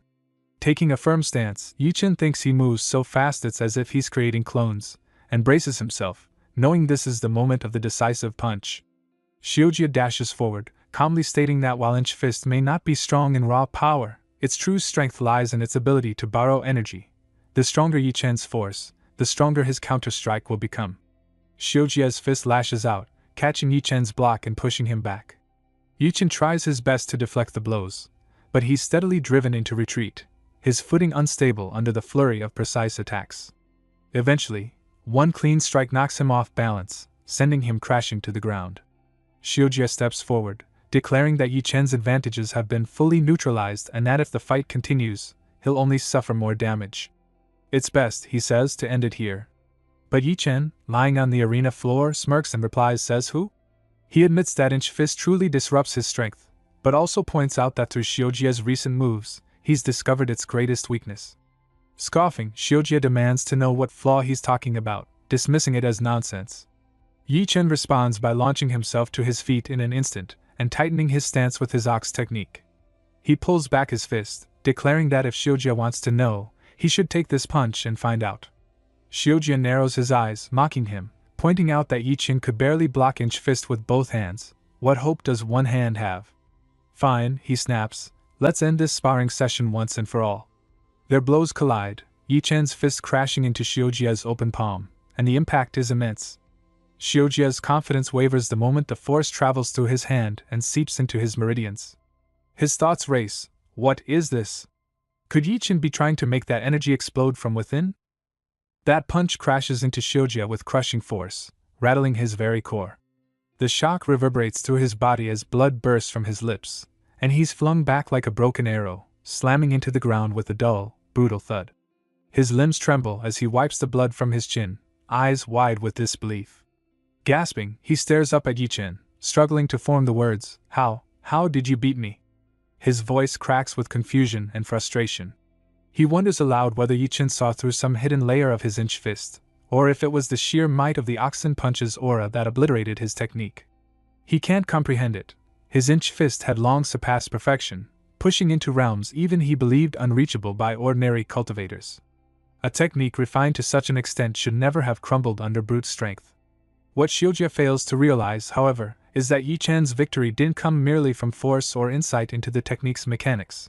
It came from perception. From hours of watching, learning, and predicting. Yi-Chen noticed the micro-habits in Shiojia's stance, the subtle shift in his breathing right before a strike, and used that knowledge to land a clean, precise blow. It was a strike not at the Inch Fist itself, but at the person wielding it. Yet Yi-Chen knows Shiojia too well. He won't accept it. He'll twist the truth in his mind, call it luck, and convince himself he still has a chance next time. Standing firm, Yi-Chen speaks with a steady voice, acknowledging the greatness of Shiojia's technique. He admits Inch Fist is extraordinary, designed specifically to nullify raw strength with pinpoint timing and compact power. But the flaw isn't in the martial art. It lies in its user. At that, Shiojia clenches his fists, biting down his frustration as Yi-Chen's words dig into the core of his pride. Yi-Chen steps forward, slowly gathering energy between his palms, his expression sharpening. His tone shifts, no longer casual, but earnest, almost teacher-like. He reminds Shiojia that true mastery in martial arts comes from comprehension, not just repetition. Every technique their ancestors left behind wasn't just muscle and momentum. It was forged in blood, sweat, and sacrifice, each move layered with meaning and mystery. Shiojia has talent and drive, no doubt, but he scatters his attention, dabbling in too many arts without grasping the soul of any. As he finishes, the Oxen Punch surges to life once more. The air thickens, trembling with power. It's no longer just energy. Behind Yi-Chen, a vague shape begins to form, like a massive ox rising from the dust, breathing ancient strength into the space around him. Shiojia's breath catches. He takes an unconscious step back, then lets out a breathless, almost embarrassed laugh. His arrogance fades as he finally sees it. This, perhaps, is the real essence of martial arts. Yi-Chen lowers into stance, letting out a quiet chuckle of his own. The tension breaks, and Shiojia gives a solemn nod. He speaks clearly now, his pride tempered. he accepts his loss without excuse. In his eyes, Yi-Chin is the one true champion of this generation. He says he hopes for a rematch someday, not as a rival, but as someone chasing the same peak. In the blink of an eye, he vanishes into the wind, leaving only a faint gust and a long shadow behind him. Yi-Chin watches his departure with a slight smile, murmuring to himself that Xiujia really is a cultivation maniac, stubborn and relentless to the core. But before he can reflect further, a wave of flame bursts behind him. Grand Elder Yi Fei's voice echoes grandly across the arena, officially declaring the end of this era's clan martial arts competition. The crowd stirs as Yi-Chin bows deeply, showing reverence and respect. Yi Fei smiles, looking down at him with rare warmth. He muses aloud, remembering the boy who once stood trembling before the elders, forced to swallow that humiliating face-breaking pill. Now, that same boy stands tall. A man steps forward and opens a small ornate box before Yi-Chin. He blinks and asks what it is. Yi Fei steps in with a nod, his voice filled with pride. He declares it to be the Triple Mystic Pill, a reward worthy of a cultivator who's surpassed expectations and carved his own legend. It contains an enormous reservoir of yuan energy that releases instantly when consumed, making it a rare and powerful restorative treasure. Yi-Chin bows deeply once more, filled with gratitude, and says it is truly his honor to have received such generous support. As Yi-Chin descends from the arena, his sister rushes up and clings to him, eyes wide with joy, exclaiming that he rocked the match and she still can't believe he actually won. Even Xiujia couldn't stand against him. She calls him amazing, her voice full of admiration. Muyin steps forward with a graceful smile, congratulating him as well, saying that her judgment of people proves flawless once again. She notes how impressive his growth has been over just a month. He laughs, teasing that she's only a few years older than him, so she shouldn't act like some wise elder, and adds with mock suspicion that it sounds like she's just praising herself. She responds innocently that she doesn't think so. With a grin, he changes the subject, pulling something from his robes and announcing that he has a gift for both of them. Muyin's eyes brighten as she asks if it's really for her. He hands them the small package, saying it's just a token of appreciation for their help in restoring his yuan formation diagram and supporting him through this latest ordeal. His sister gasps in delight as she peers inside, marveling at how the items sparkle. Muyin carefully unwraps her gift to reveal a beautifully woven cloth, elegant and rich with subtle energy. She immediately notices that it's not just aesthetically pleasing but also infused with yuan energy, identifying it as a spirit treasure. She observes that the cloth is able to subtly absorb ambient cold air, making it even more valuable. His sister chimes in that it may actually help improve her condition. Yi-Chin nods, then turns back to Muyin and asks if he can trouble her once again. He wants the cloth tailored into garments, but admits he knows nothing about making clothes, and it would be a waste to let such precious materials sit unused. Muyin chuckles, calling his gifting method truly unique, but smiles and agrees to help, saying she'll accept the task in honor of his rare show of thoughtfulness. He thanks her warmly. Up above the arena, laughter echoes from the viewing room as someone praises the cloth, noting that a defensive garment laced with yuan energy loops is no ordinary item. It's a rare mid-level spirit treasure. Yi Fei watches with a quiet smile, thinking to himself that their clan's most prized treasure is only upper level at best, and when it comes to defense-type spirit treasures, their rarity and value are even higher than those focused solely on offense. He nods with approval, murmuring that the younger generation is truly something else. An hour later, Yi-Chan and his group arrive home, only to find a group of guards already gathered outside. His sister points out that among them is the chief steward, the man in charge of the outer sex operations, and wonders aloud what he's doing there. The steward approaches Yi-Chan directly, confirming his identity and reaching out to shake his hand, smiling as he announces that Yi-Chan's victory in the martial arts competition has officially earned him the right to enter the inner sect. Starting today, he'll be relocating to a brand new residence within the inner sector. Yi-Chan blinks in surprise, asking if it really has to happen tonight. It feels a bit sudden. But the steward insists it's only fitting, saying someone who carries the clan's hopes shouldn't stay in such a modest place any longer. Turning to the workers, he barks an order, telling them to get moving and help Yi-Chan pack. Anyone who doesn't finish by tonight can forget about dinner. Immediately, the workers spring into action, hauling out furniture and belongings, transporting everything to Yi-Chan's new home. Not long after, at a certain house within the inner sect, his sister opens the gate and gasps with wonder. The home before her is massive, more than 10 times the size of their old place, and it even comes with a beautiful garden. Her voice bursts with excitement as she asks if this really is their new home from now on, clearly overjoyed by the change. The house feels like a dream, far grander than anything they've ever experienced.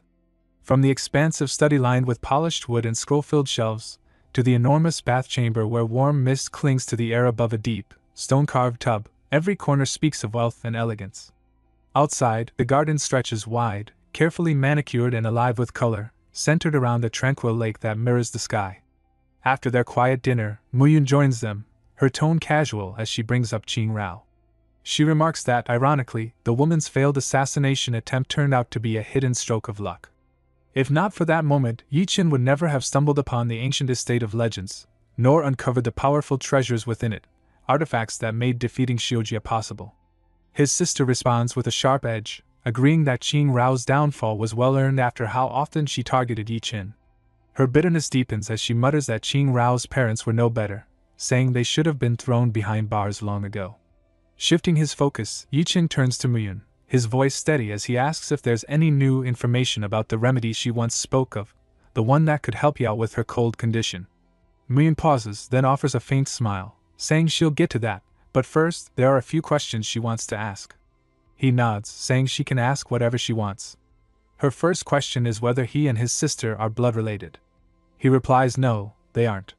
When he was 4 years old, he found her abandoned at the outskirts and brought her home.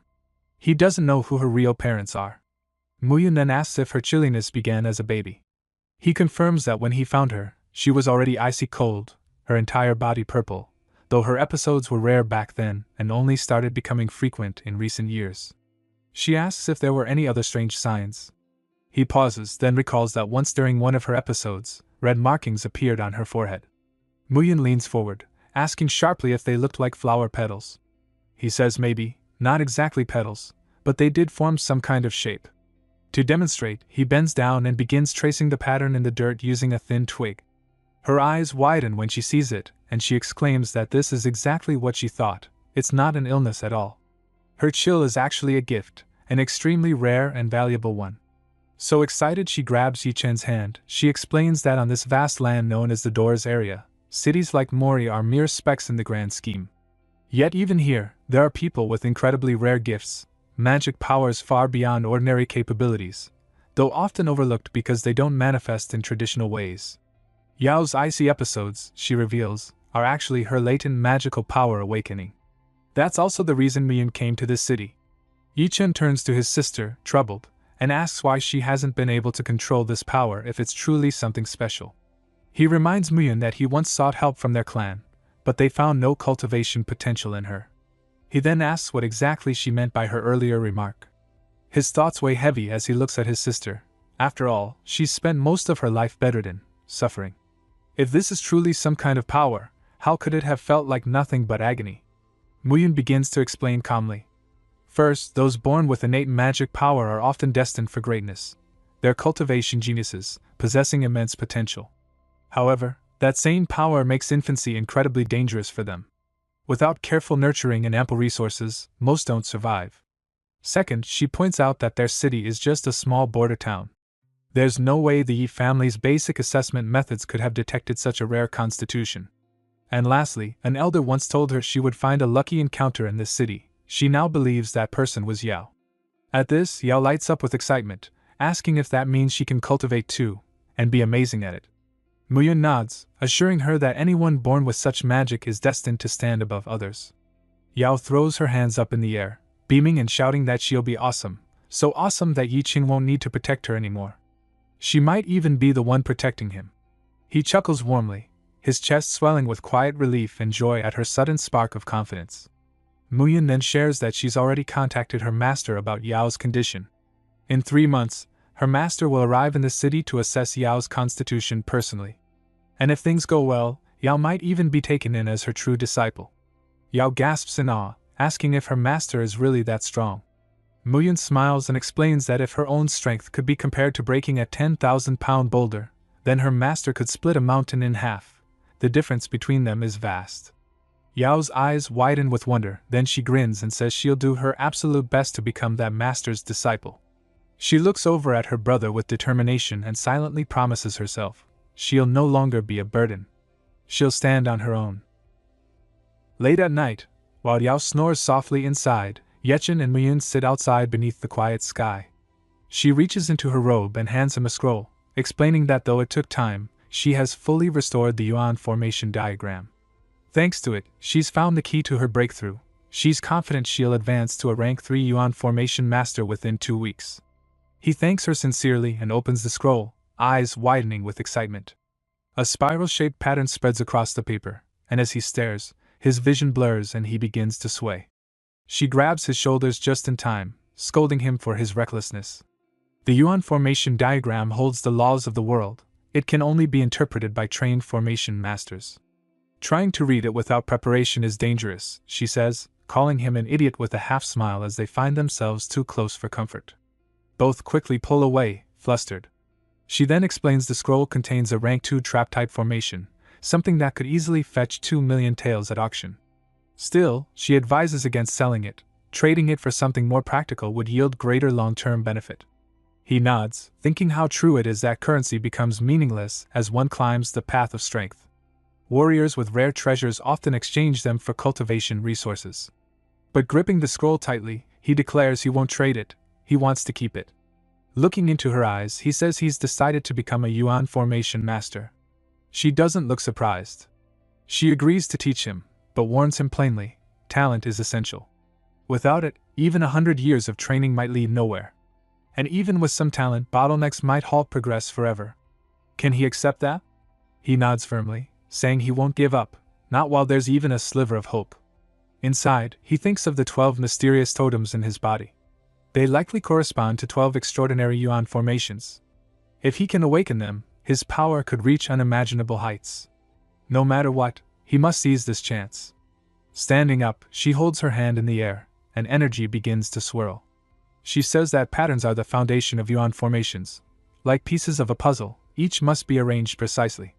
As she forms a pattern in midair and activates it, a gust of energy bursts forth, slamming toward him. He braces himself, stunned by the force of the wind. She tells him that was just a small one. A rank 1 formation requires 10 patterns, rank 2, 100, and rank 3, 500. The higher the rank, the more complex and powerful the formation. Some ancient formations were said to cause natural disasters. She continues, explaining that besides patterns, diagrams are just as vital. Without a diagram, the formation remains incomplete. Then she hands him a thin manual containing the basics of Yuan formation construction and challenges him to try forming one himself. The first test of a Yuan formation master is whether they can draw a pattern at all. If he fails, then he simply lacks the talent. Without hesitation, he sits cross-legged on the grill, flips open the book, and says with quiet resolve, "Understood. I'll give it my all." She says with a soft smile, "Well then, I'll leave it to you." As she steps away, she glances back at him, lost in thought. "This really takes me back," she muses, "to when I first tried drawing a pattern myself. Good luck." The next morning, Yechin sits cross-legged on the ground, eyes shut in deep focus. Muyun approaches quietly from behind, observing him. Looks like he's still struggling, she thinks. The standard assessment time is 6 hours. If someone can draw even one pattern within that time, they qualify as a Yuan formation master. 2 means decent, 3 signals strong potential, and 4 or more marks someone as truly exceptional. She recalls how she once drew 5 entire patterns in her 6-hour trial. No wonder she's on track to become a rank 3 formation master at such a young age. An hour later, she speaks gently, saying Yuan formation masters are rare not just because the art is hard to grasp but because the requirements are extremely demanding. She reassures him that his martial arts skills alone promise a bright future, even if he never becomes a formation master. He finally opens his eyes, calm and steady, and says he appreciates the encouragement but asks if he can borrow the scroll a little longer. He wants to keep trying. She waves her hand with a smile, telling him to keep it as long as he needs but not to forget his martial training. As she walks away, her expression dims slightly. The time's up, she thinks. He couldn't even draw one pattern. Most likely, he'll never achieve it, no matter how long he tries. Yuan formation is a rare gift. If it doesn't manifest early, it often never will. Meanwhile, Yechin remains seated, flipping slowly through the pages of the book. Then, with quiet resolve, he lifts his hand and begins to draw. A single pattern forms. Then another. And another. The third flows naturally into a fourth. And to his own shock, the fifth emerges clearly in the air before him. His eyes widen in disbelief, realizing he's just succeeded where even Muyun assumed he'd fail. Chen's whole body is drenched in sweat as he mutters that Mayun can draw 5 patterns with ease while he's nearly collapsing after just 10, let alone forming a proper Yun formation. Maybe he's not cut out to be a Yuan master after all. But he shakes off the thought, refusing to quit, swearing to keep trying for a day or even 3 if that's what it takes. 1 hour later, he's completely drained, and even after 3 more hours, he's still hanging on. After countless attempts, he finally pulls it off, but slumps in his seat, frustrated that though he can't even manage 10 patterns yet, the formation still fails. Still, his Yuan formation prophecy seems to be developing fast. While gulping down food later, his sister asks if he needs a break after training all day, and Mayun, seated nearby, agrees, saying health matters more than forcefully chasing mastery. Yuan formation isn't something that can be forced. Chin grins and replies that it's surprisingly engaging, and he's making decent progress, confident success is near. Mayun, hearing that, scoffs inwardly, thinking he couldn't even draw a single pattern in 8 hours, doubting he has what it takes.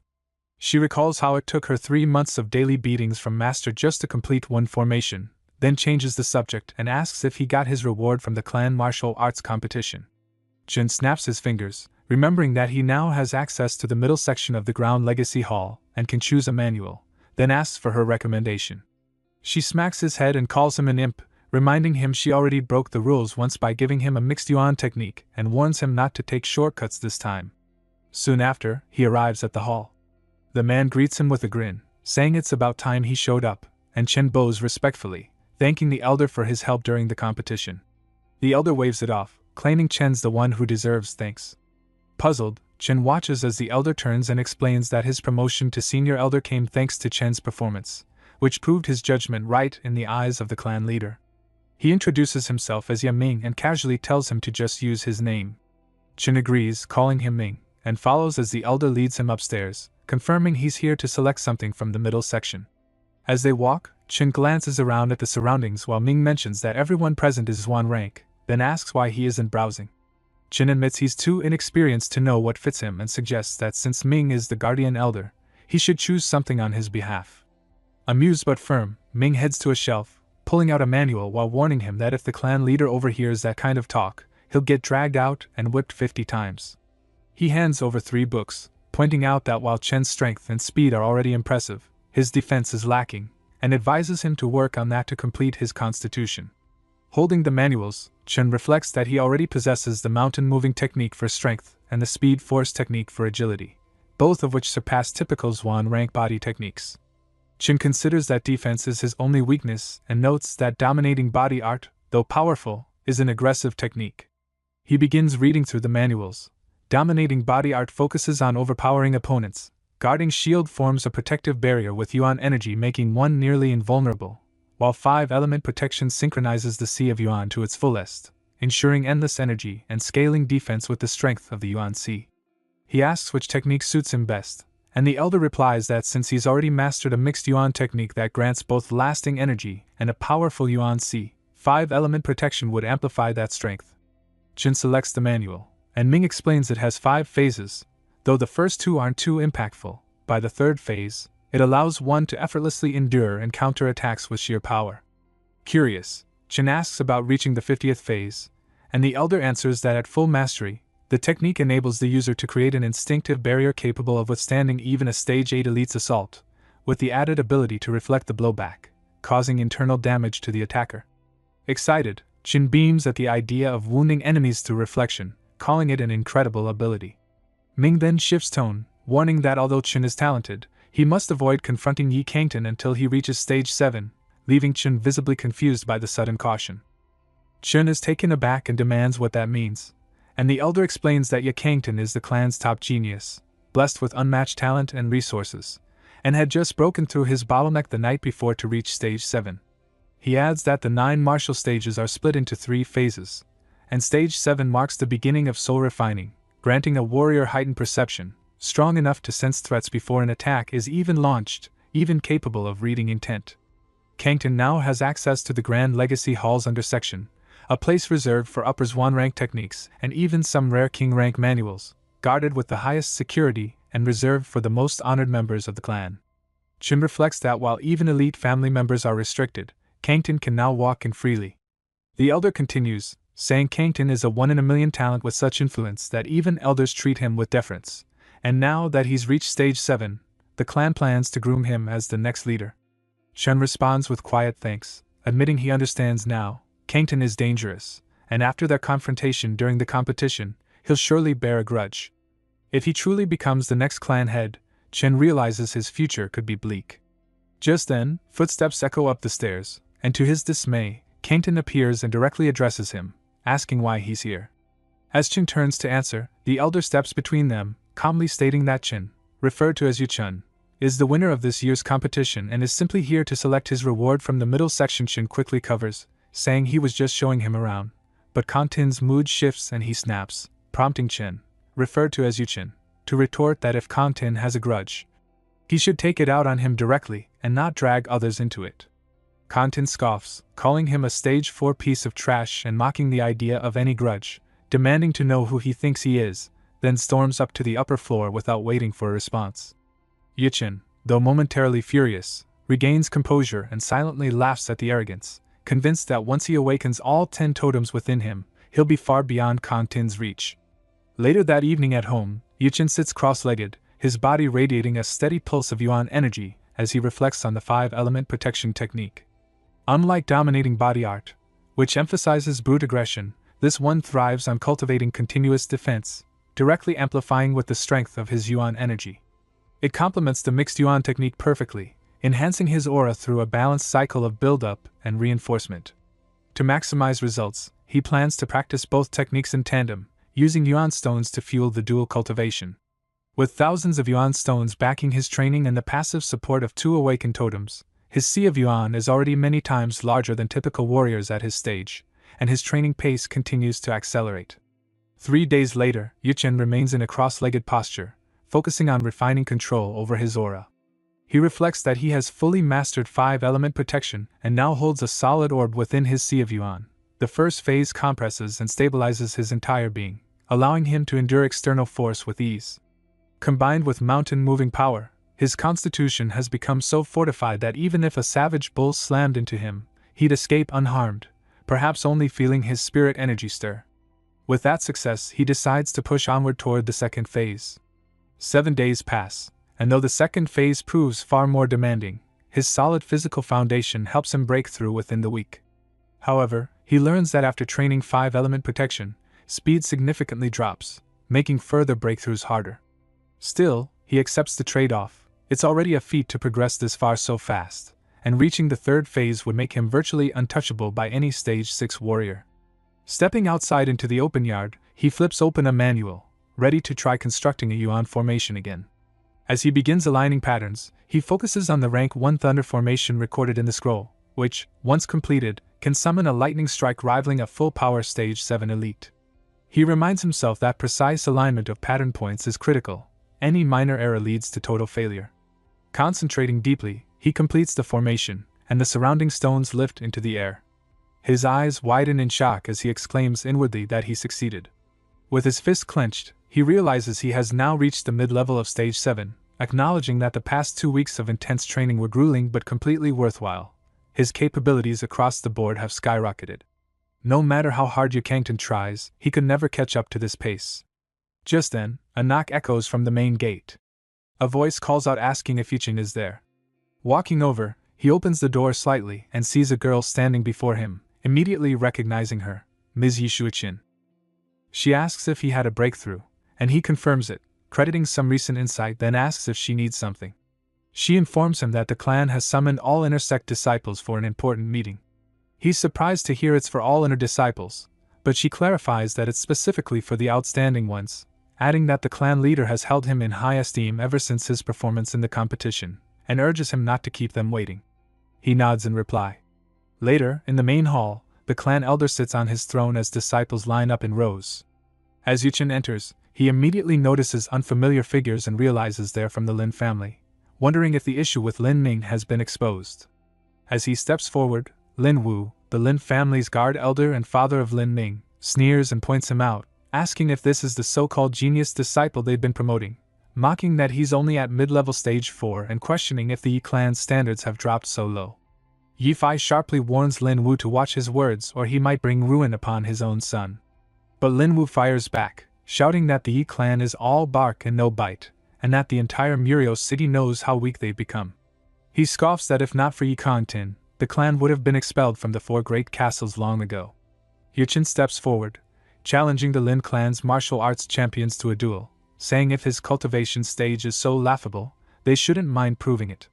Lin Wu remains silent, but a man steps out from the Lin side, introducing himself as Lin Fei, the reigning champion of their clan's martial arts competition and currently at the early stage of level 6. With a smug grin, he commends Yuchen's courage and adds that he'll show a bit of mercy to help him preserve some dignity. Yuchen smirks, returning the sentiment. Both step into the center of the hall. As Lin Fei charges in, shouting, Yuchen dodges with lightning speed, instantly reappearing behind him before Lin Fei even registers the move. Grinding his teeth, Lin Fei acknowledges the unexpected speed, then stomps the floor to shatter the ground and trigger a combo assault aimed at disrupting Yuchen's footing. But Yuchen easily sees through it, thinking Lin Fei completely underestimated his step technique. As Lin Fei swings relentlessly, Yuchen glides around like wind, his movements too fast and elusive to track. Frustrated, Lin Fei yells out, demanding why Yuchen keeps dodging and accusing him of being unmanly, claiming that's probably how he cheated his way to winning the clan championship. Murmurs rise from the crowd, some agreeing and questioning if Yuchen even has real strength. Lin Fei calls him out again, daring him to take a direct punch. Yuchen shrugs and replies with a mocking calm that since he asked so nicely, he'll reluctantly accept. Lin Fei and Yuchen's fists collide in a violent clash, but the result is immediate. Lin Fei is sent flying backward, slamming into the wall with enough force to rattle the hall. He's visibly shocked, struggling to recover as Yuchen bows slightly, calmly stating it was a pleasure. Lin Fei's supporters seethe with frustration, but before they can react further, a smirk forms on the lips of another man emerging from behind. Lin Wuching steps forward, declaring there's nothing impressive about sending Lin Fei flying and offering to test Yuchen himself. Instantly, Yuchen senses Lin Wuching's speed and notes his twin daggers and elite-level body technique. The tension rises as both prepare to strike, but suddenly a silver-haired man appears between them, blocking Yuchen and asking if the Lin family is so inferior that they need to resort to tag-team tactics. Recognizing him, Yuchen calls out his name, Yi Maoan. Lin Wuching smirks, mocking that it's been a year since he trampled Maoan in the arena and wonders if he's back to reclaim lost pride. Maoan, visibly irritated, replies coldly that he's here to take Wuching's instead. With a snarl, Wuching charges forward, unleashing a swirling attack of icy wind and poison dagger strikes. His speed is overwhelming. Maoan can't even see his body, only a spiraling blur of light encircling him. He mutters to himself, trying to track him, and after a few seconds, he finally catches Wuching's movement. Spinning swiftly, Maoan slams his palm forward, launching an ice palm technique that blasts Wuching back. The cold is brutal. Wuching gasps in disbelief, yelling that it's impossible Maoan could track him. He tries to regain composure and retreat, but Maoan moves faster, appearing behind him with a quiet threat. There's no escape. With a final burst of icy air, Maoan strikes Wuching from behind, sending him crashing into the wall again. Lin clan men rush forward, trying to cover Wuching as the hall fills with stunned silence. Wuching, clutching his chest, is asked if he's alright, but it's clear he's not. Struggling to stay upright, he mutters that Maoan's technique is strange. Meanwhile, Yuchen, observing the entire fight, reflects that during the clash, he sensed a brief surge in Maoan's yuan energy, just for a moment, which likely means Maoan has mastered something akin to a face-concealing technique, deliberately hiding his true cultivation. A man steps forward, ordering others to quickly take Wuching for treatment, then turns to the elders and says, "Elder Lin Wu, that's enough." Lin Wu responds that it's natural for young ones to spar, but agrees there's no need to stir up further conflict, suggesting they move on to discuss the Northern Mines. The conversation shifts as another Lin family member explains that the Northern Mines have long been jointly managed by both clans. A few days ago, the collapse of a mountain, triggered by a fin beast, revealed a hidden yuan vein. He believes more veins may exist beneath the surface and proposes a joint effort to extract them, warning that if they delay, other clans might make a move. Yuchen silently questions the Lin family's sudden generosity, doubting their intentions. The Lin clan representative continues, stating that since the previous treaty grants their family 70% ownership of the mines, the newly discovered yuan veins should naturally be split the same way, 70-30. He asks the Yi clan leader for confirmation. Just then, Kantin storms into the hall, his voice sharp with irritation, demanding why the Lin family should receive the lion's share of the extraction profits. He argues that if they were capable of handling it alone, they wouldn't have come begging for help, and insists the Yi family deserves 70% instead. The elder quickly scolds Kantin for his outburst but admits that 30% does seem unbalanced. He counters with a 50-50 proposal, warning that if the split goes any lower, the Yi clan will opt out entirely, reminding them that aside from rival clans, the city master's manor will also have a say in the matter. After a brief pause, the Lin representative concedes, agreeing to the 50-50 division. He adds that the feigned beasts are still causing chaos in the mines and suggests that both clans send their top disciples, not only to handle the threat but also to train and gain real combat experience. The elder seems momentarily unsure, but before he can speak, Kantin steps forward again, loudly agreeing, saying it's a great idea. He affirms that, as Elder Lin proposed, both clans will dispatch their best disciples to the mines so they can learn and grow together. Elder finally warned that something felt off about Lin Wu's sudden proposal, suspecting they might have planned a trap after their genius vanished, and scolded Kenton for agreeing too quickly. Yafai added that the mine's terrain was treacherous, and if there were an ambush, they would face serious losses. Kenton responded that if they were being set up, they could strike back, and vowed to make the Lin family pay. He then glanced to his side, locking eyes with Yechuan. Later at home, Yechuan confronted Mayan, saying he expected to be sent to the mines. Mayan confirmed it, explaining Kenton's actions were likely deliberate and aimed at him. Yechuan replied that avoiding it would only invite criticism and believed going would sharpen his skills and progress his martial path, seeing it as a necessary step. Mayan urged caution, warning him to retreat if danger arose, and told both Yechuan and Yao to prioritize safety. Yechuan reflected privately that he could only manage a basic rank 1 yuan formation and decided not to tell her until he had fully mastered it. Later, he resumed training, sitting cross-legged and reviewing his progress. His mountain-moving power had reached perfection, Sun Essence skill was in the second phase, Speed Step had just reached initial stage, and 5 Elements Protection had advanced to the third phase, so he chose to dedicate the next 3 days to mastering Thunder Formation. At the northern mines, Yifei explained that 5 faint beasts regularly roam the area, making it quite dangerous, and warned the disciples not to risk their lives for yuan veins no matter how valuable they might seem.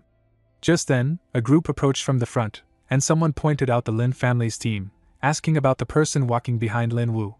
The old man identified him as Lin Zhong, the clan's top genius disciple who had already reached the peak of stage 6 and was considered a candidate for their next clan leader, also being Lin Wu's son.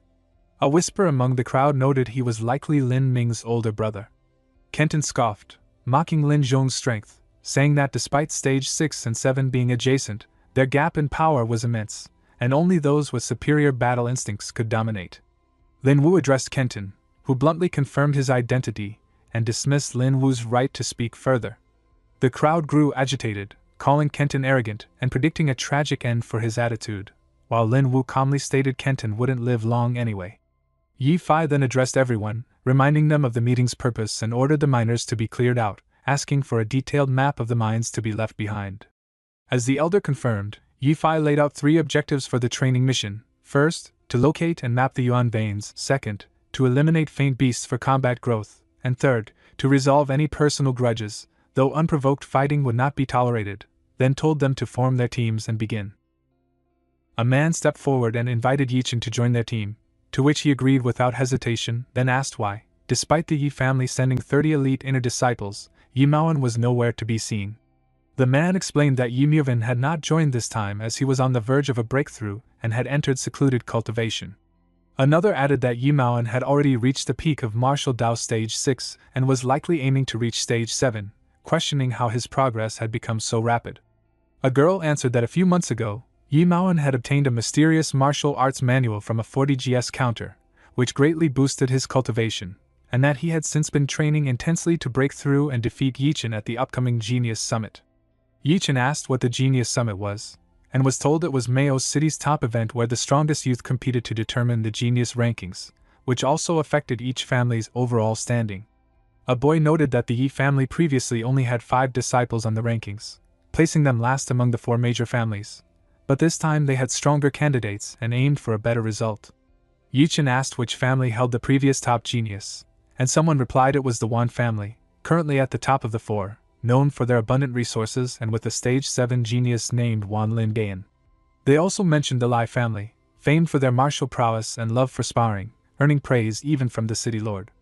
Yichen remarked that he wanted to see it all for himself. Just then, Elder Fai arrived and announced that the 3-day training period was about to begin, and with that, all the disciples moved inside the gate as he watched and expressed hope that both families would gain something from the training. Fully prepared for the Genius Summit, Yichen's group received encouragement from behind as the men assured Elder Ye's wishes would be fulfilled. They began attacking monsters and climbing trees until they reached a cave entrance. One of them unfolded a map and pointed out that this area once held yuan veins, suggesting they follow the clues deeper into the mine. A girl warned that mining a yuan vein wasn't easy. If it was too large, the raw yuan energy alone could cause their bodies to explode.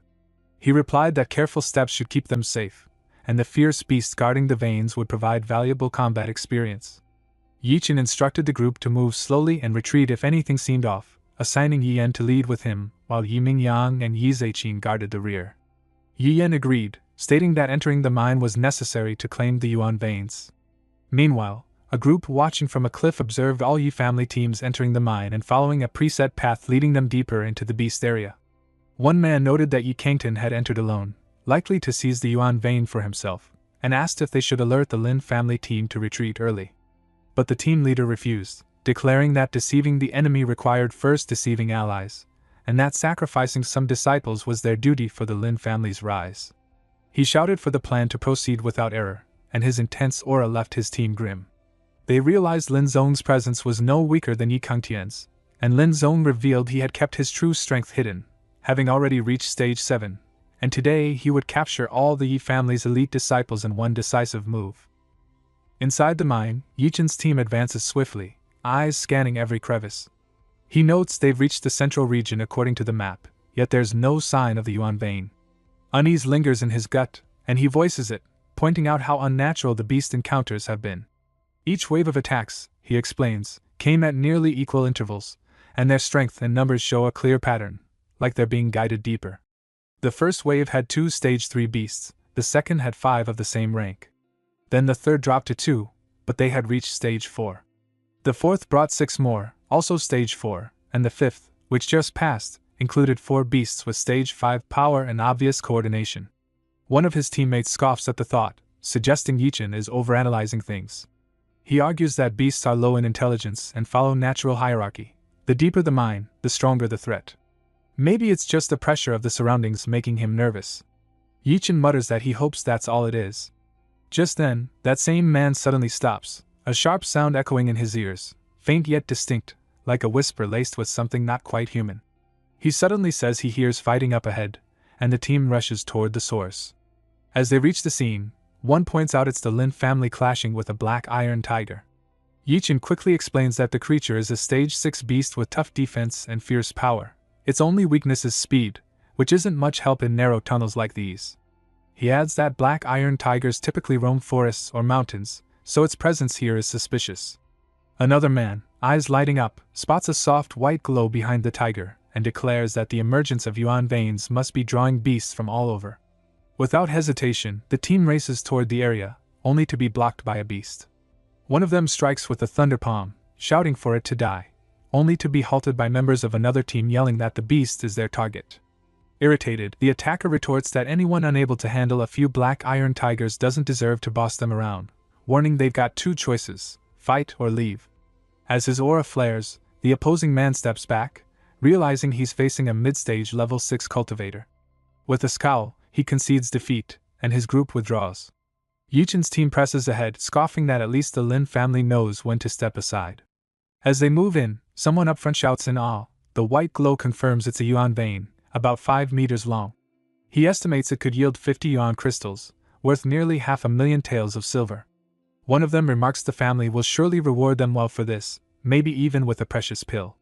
Before them lies a massive root of ice with crystals embedded on both ends, and Yichen suddenly senses the oxen totem inside him trembling. Startled by the movement, he wonders if there was some kind of resonance just now. A teammate warns him not to approach the yuan vein too closely, explaining that the yuan energy within is highly unstable and filled with impurities.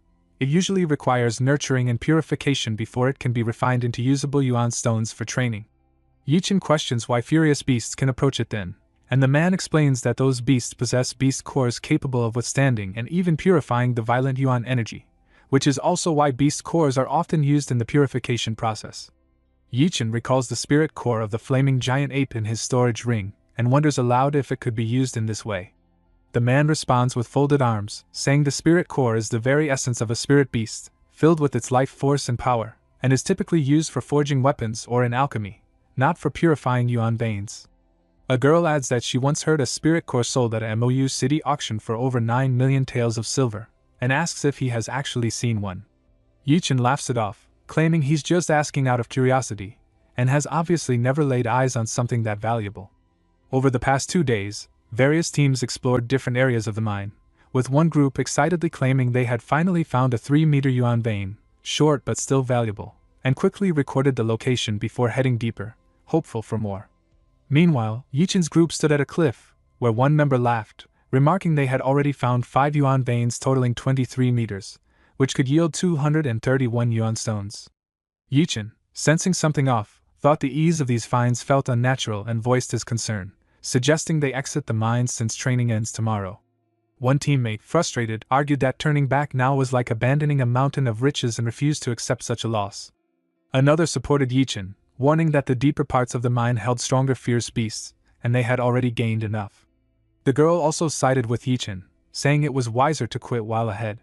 But one man, unwilling to retreat, snapped at them, calling them cowards, mocking their hesitation, and insisting they leave without him if they were too scared to continue. The girl asked what they should do, and Yichin replied that they should forget about everything and head back outside the mine immediately. 3 members turned around to leave, but suddenly the man who had gone deeper came running back, shouting for help. The girl recognized his voice as Yan's, and they saw him covered in bruises, being chased by a bloody black wolf. He stammered that it was a stage 8 bloody black wolf with sharp claws and fangs, a brutal and violent beast. The girl tried to rush to help him, but Yichin grabbed her hand and pulled her away, telling her they could barely protect themselves and must run. Yan watched helplessly as Yichin and the others fled without returning to rescue him.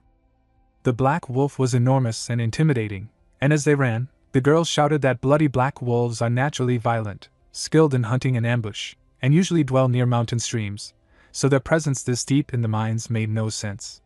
Yichin told her to stop talking and just run. Meanwhile, the situation with the other team had also worsened as they were attacked by an even stronger beast on the opposite side. Back with Yichin's group, the 3 members reached a fork in the path, and Yichin told them to split up to distract the black wolves and instructed one to get out and notify the elders for rescue. Yichin turned to see a black wolf right behind him, cursed that it was chasing him, and narrowly dodged its attack before countering with a strong punch.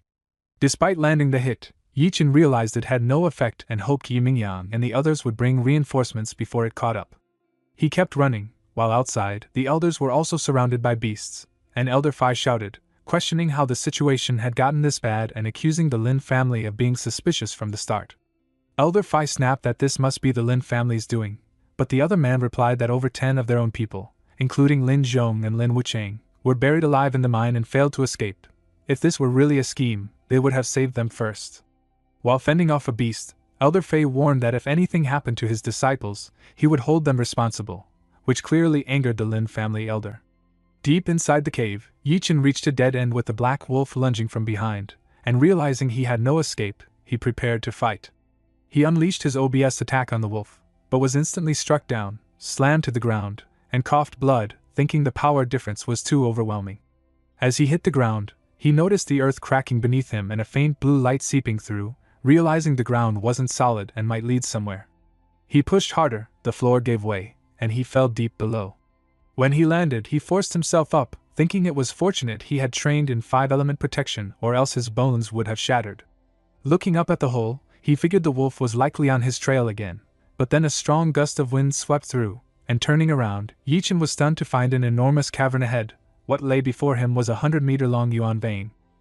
Yichin stands before the vastity of yuan vein, realizing the immense energy radiating from the 100-meter vein is truly overwhelming. No wonder the black wolf backed off, unwilling to face such dense yuan force. His body is under crushing pressure, bones creaking and flesh trembling, He thinks a few more minutes, and he might die even without the wolf's attack. Remembering the flaming giant ape's spirit core in his ring, he takes it out as the yuan vein's pressure slightly subsides. Once activated, a powerful surge erupts from the spirit core, uncontrollable, making him curse as the essence of the spirit beast, incompatible with his stage 5 cultivation, hits him with the force of millions of elephants, just as overwhelming as the yuan vein. He realizes he's merely escaped one danger to stumble into another, and as he braces himself, the oxen totem starts trembling too. The entire space glows in yellow light as the oxen in the sky opens its eyes wide. He can't comprehend what's happening. From its nose, the oxen emits a fireball, its spirit core, which floats upward before the beast lifts its head and exhales a violent wind. A furious storm forms as crystals of the yuan vein get pulled into the air, revolving in a wild tornado, forcing Yichen to shield his face. Even the 100-meter-long yuan vein is ripped out of the rock wall and drawn into the oxen's belly. From above, it's clear that the oxen totem is absorbing the yuan energy through a yuan formation, and massive stones begin falling from the sky, crashing into the ground. Yichen grows excited as he sees 100 cracks form where the stones fell, realizing the impact surpasses even the falling thunder formation and recognizing that this oxen totem yuan formation must be extremely advanced. Wanting to memorize it quickly, he tries to move forward, but the pressure is too great. His breathing turns labored and he realizes the formation's level is beyond what he can absorb, confirming that yuan formations follow strict hierarchies and absorbing one beyond his limit risks severe backlash. Turning toward the tornado's core, he thinks it's lucky he cultivated the max yuan technique, allowing his internal power to barely sever the connection. As he stands amidst the swirling yuan energy, he realizes the situation is a blessing in disguise. It not only validates his theory but also teaches him how to activate a totem's internal formation. If he can gather more spirit cores in the future and pair them with yuan vein energy, he could trigger powerful formations rapidly and boost his strength dramatically. Moreover, yuan formation masters are rare, and the formation diagrams even rarer, making the 12 mysterious yuan formations just as valuable as 12 advanced martial arts manuals. Unable to return to the surface, he decides to follow the narrow underground passage in search of an exit. As he runs through the dim corridor, a faint voice from another nearby path catches his attention. He hides behind a large rock, watching quietly to see who it is, and to his surprise, the voice belongs to Lin Zhong. Lin Zhong sits cross-legged on the floor but quickly senses movement behind the rock and points toward it, causing it to crack open and reveal Yichen. He remarks in surprise that Yichen actually survived the bloody black wolf curse and asks how he found this place. Yichen counters by asking how Zhong knew he was being chased and accuses him of possibly luring the wolves into the passage. Zhong rubs his hands and admits Yichen isn't as dumb as he thought, then confesses that this entire mine expedition was a trap by the Lin family to eliminate the Yi family's elite disciples, weakening their strength and removing them from the 4 great families. He explains that the yuan veins seen in the mine were long exhausted and were merely part of their setup to lure the group deeper until they reached the bottom of the mine. Yichen accuses him of releasing the beasts to fake an attack, questioning how they could be controlled. Zhong laughs and reveals a jade pot emitting steam, explaining it contains a treasure called Beast Control Incense, capable of manipulating any beast that inhales it, including not just the bloody black wolves but every beast in the mine. Yichen, staring at the pot, is stunned that such an overpowering incense exists.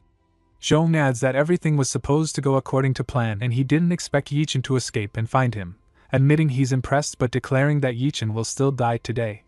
Gripping his bowed dagger tightly, Zhong charges forward using the shadow wind stab technique.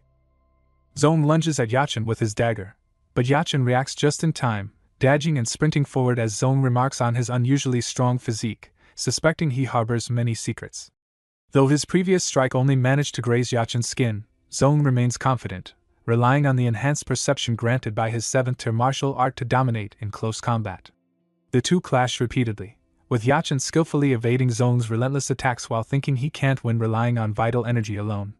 As Zhong's strength begins to show signs of depletion, he suddenly thrusts his palm forward, shouting for Yachen to die, and a gust of energy forms around it. The impact sends Yachen flying, spitting blood as he crashes to the ground. Zhong approaches, declaring that while Yachen has talent, he's still far too weak and would only be a threat if he had reached the 7th tier. As Yachen swallows a pill, Zhong scoffs, mocking his attempt to recover and claiming it's useless even if he refills his energy. With a glowing aura forming around him, Zhong moves in for the finishing blow, but Yachen raises 2 fingers, revealing a formation pattern hidden in the ground. He activates Thunderfall formation, and multiple patterns converge in the sky. Zong yells in disbelief, demanding to know how Yachin, from a non-formation clan, could master such a technique. Ignoring him, Yachin commands the formation to descend, and a yellow light crashes down from above. He reflects on how he managed to lay the formation during their fight and didn't take the pills to restore energy, but rather to fuel the formation's power. As the dust settles, Zong struggles to stand, admitting Yachin was clever and blaming his own mistake of holding back. Yachin retorts that he won't make the same error, then kicks a dagger off the ground that lands straight into Zong's forehead, dropping him for good. Beside the fallen foe lies his broken beaker, and Yachin, breathing heavily, notes that his energy capacity is still too low for formations, and without the 3 profound ruin pills, he would have been the one defeated. Thankfully, Zong's carelessness created the opening he needed. Now Yachin turns to inspect what kind of treasure a high-ranking member of the Lin clan might be carrying. Yachin collects numerous items from the portal and, seeing the wealth, thinks it makes sense for someone like Lin Zong, backed by such power, to be a candidate for clan leader. Among the items are 3 more pill recipes, which he plans to hand over to Elder Yi Fei, an experienced alchemist. Inspecting the jade pot, he notices a mechanism at the bottom designed to evaporate liquid and release a faint scent. Just then, a black-orange tiger charges toward him, but he remains calm, holding the pot and deciding it's the perfect time to test the incense. As the steam begins to rise, the tiger sniffs it and immediately becomes obedient. He commands it to sit, and it sits. Lie down, and it lies. Scratch, and it starts scratching. When he says 1 + 3 = 2, the tiger simply blinks, unable to comprehend. Yachin concludes that while the incense works, the tiger lacks intelligence and can only follow simple commands. He notes the incense's limitation. It can control no more than 3 beasts above the 8th martial arts level. Even so, this beast-controlling incense is a rare treasure capable of reshaping the balance of power in Mario City. Yachin knows the Lin family harbors grand ambitions, clearly planning to use the beast control incense to unify Mario City under their banner. But too bad for them, they ran into him. He devises a plan to first use the jade pot to gather all nearby ferocious beasts and direct them toward hunting the Lin family members. Then, by sending a few trained beasts to guide the Yi family disciples toward the mine's exit, he can both save his allies and keep his own hands clean. With the Lin family's yuan reserves crushed and their plot exposed, they're bound to miss the Genius Summit and lose their place among the 4 great families. And once word of the beast control incense gets out, the City Lord's mansion will surely deploy thousands of elite soldiers to wipe out the Lin family. Even if they suspect the Yi family took the incense, they'll be powerless to do anything about it. After some time, a group of Yi family disciples rush into the cave, calling his name in relief. One of them, Gangtan, jokes that hearing he survived a bloody black wolf chase proves he's really as tough as a cockroach. Just then, Yachin secretly activates the pot, and the iron-black tiger starts charging toward the group. And Yichin started running forward and the man shouted, "Oh no, quickly go out and meet up with the elders." Outside we saw in front of Elder Phi, Gangtan came saying, "I find my own ability lacking. I have successfully let the Yi family disappear to safety but still deserve to be punished, Grand Leader." Elder Phi said, "I am just happy that you could make it out alive." Yichen on the side was thinking this Yi Kangtan is truly shameless by making all the credit for himself. The elder of Lin family was getting tense, thinking, why are all the people coming out from the Yi family? This is completely different from the original plan. He and his subordinates started to move inside the cave shouting, "Not good, Lin family disciple, follow me in the mine." A few minutes later we see the piles of the disciples' corpses of Lin family. The elder, visibly frustrated, shouted, "Impossible, how can this be?" He pointed towards the Kangtan shouting, "Yi Kangtan, it's all you're doing. Yi, our Lin family will never coexist with you. We will never rest until all of you are dead." And then suddenly the elder fell into the ground and fainted. Elder Phi said to Kangtan, "What did you do? Why does he hate you so much?" Kangtan said, "I have no idea, I need to go rest first." Elder Chen thought, "Still happy that you took all the credit, Yi Kangtan. Now the Lin family has marked you for a death. You can't take the blame for me." A few days after the mine disaster, all of Mario City is buzzing with rumors. In the bustling marketplace, citizens whisper that the Lin family has taken a massive hit, their influence crumbling as rival clans seize their territories one after another. With nearly half their land lost, many believe it's only a matter of time before they're ousted from the ranks of the 4 great families. Another voice adds that the Lin Patriarch, driven by fury, has declared a bounty, 1 million silver teas and a lifelong honorary elder title to anyone who can deliver Yi Gangtan's head. The news sends shockwaves through the city, luring out wanted criminals who band together and lay traps all around the Yi clan estate, all lying in wait for Gangtan. Though usually arrogant, he now cowers inside the clan compound, unable to sleep soundly under the pressure of constant threats. Meanwhile, Yechen takes advantage of the peace to fully immerse himself in training, consuming all the spiritual materials he acquired and diligently practicing the mixed yuan technique. Within just half a month, he pushes himself into the late stage of level 5. But today, he breaks from his usual routine and heads to see Elder Yifei about something pressing. Standing at the elder's door, he knocks. From inside, a calm voice calls out, confirming his identity and inviting him in. Elder Yifei, seated comfortably, smiles and notes Yechen's rapid improvement, remarking that his control over yuan energy and the abundance of internal force far surpasses that of an average stage 6 martial artist. Yechen lets out a modest laugh, admitting inwardly that compared to the elder's cultivation, he still has a long journey ahead and cannot afford to get carried away. Yechen reflects silently that within the entire Yi family, Elder Yifei's strength is second only to Yi Buku. Having reached the peak of the 9th stage, he's just one step away from entering the legendary True Art realm, a threshold so formidable that even among tens of thousands of cultivators in Mario City, fewer than 100 have crossed it. Even Yi Buku himself has been stuck at that final step for over a decade, unable to make progress. Elder Yifei, observing Yechen closely, remarks that he likely didn't come without reason. Perhaps he's run into trouble and needs assistance. He adds that if it's within his power, he'll help. Yechen chuckles awkwardly, assuring him that's not the case. Instead, he's come to offer 2 treasures. He removes a ring from his finger and presents it, explaining it's a storage ring. Though its space is limited to around 3 cubic meters and qualifies only as lower tier, it's still a rare item. As Yechen activates the ring's dimensional pocket, he clarifies that the ring itself isn't what he meant by treasure. He's aware that Elder Yifei, now a second-rank alchemist in Mario City, is the only one who can truly understand the value of what he's brought. He then reveals the recipe for the first-rank Qin Yuan pill, a pill capable of rapidly restoring yuan energy within 3 days, an efficient and safe aid for cultivation with no side effects. Elder Yifei listens attentively, recognizing that while the pill may not be extremely potent, its purity and harmless nature make it top tier among first-rank recipes. The second item Yechen presents is the Li Yuan pill, a rank 1 pill that activates the Sea of Yuan upon consumption and boosts yuan power absorption by 30% for 7 days. When combined with the Qin Yuan pill, the total effect reaches a staggering 50%, significantly accelerating cultivation, enough to elevate even a mediocre martial artist to greatness. With these 2 pills alone, an ordinary family could rise to the level of the 4 great families within 5 years. Elder Yifei, stunned, demands to know where Yechen obtained such incredible recipes, calling them truly wonderful. Yechen grins and tells him not to get too excited yet, there's more. He then reveals the Ziyan Spirit Pill, a rank 2 pill that activates the Sea of Yuan potential within 50 breaths, temporarily boosting yuan power by 30%. Though it causes fatigue afterward, it leaves no harm to the body. Yechen asks if the elder is satisfied. Elder Yifei responds enthusiastically, praising the pill as excellent. Its ability to safely boost strength by 30% makes it invaluable for martial artists. Once released, it would trigger a buying frenzy not just in Mario City but also in the surrounding 13 cities. Even a single one of these 3 recipes could spark chaos, possibly even draw the attention of the city lord's mansion. Sensing something deeper, the elder urges Yechen to be honest about the source.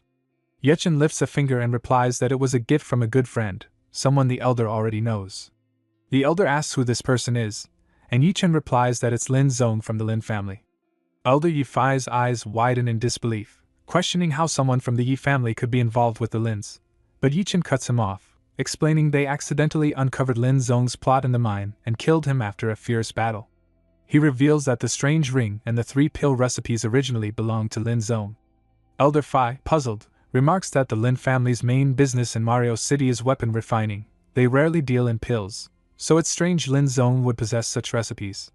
He also notes that Lin Zong was highly talented and not weaker than Yi Kangtan, making it surprising that Yechen managed to kill him.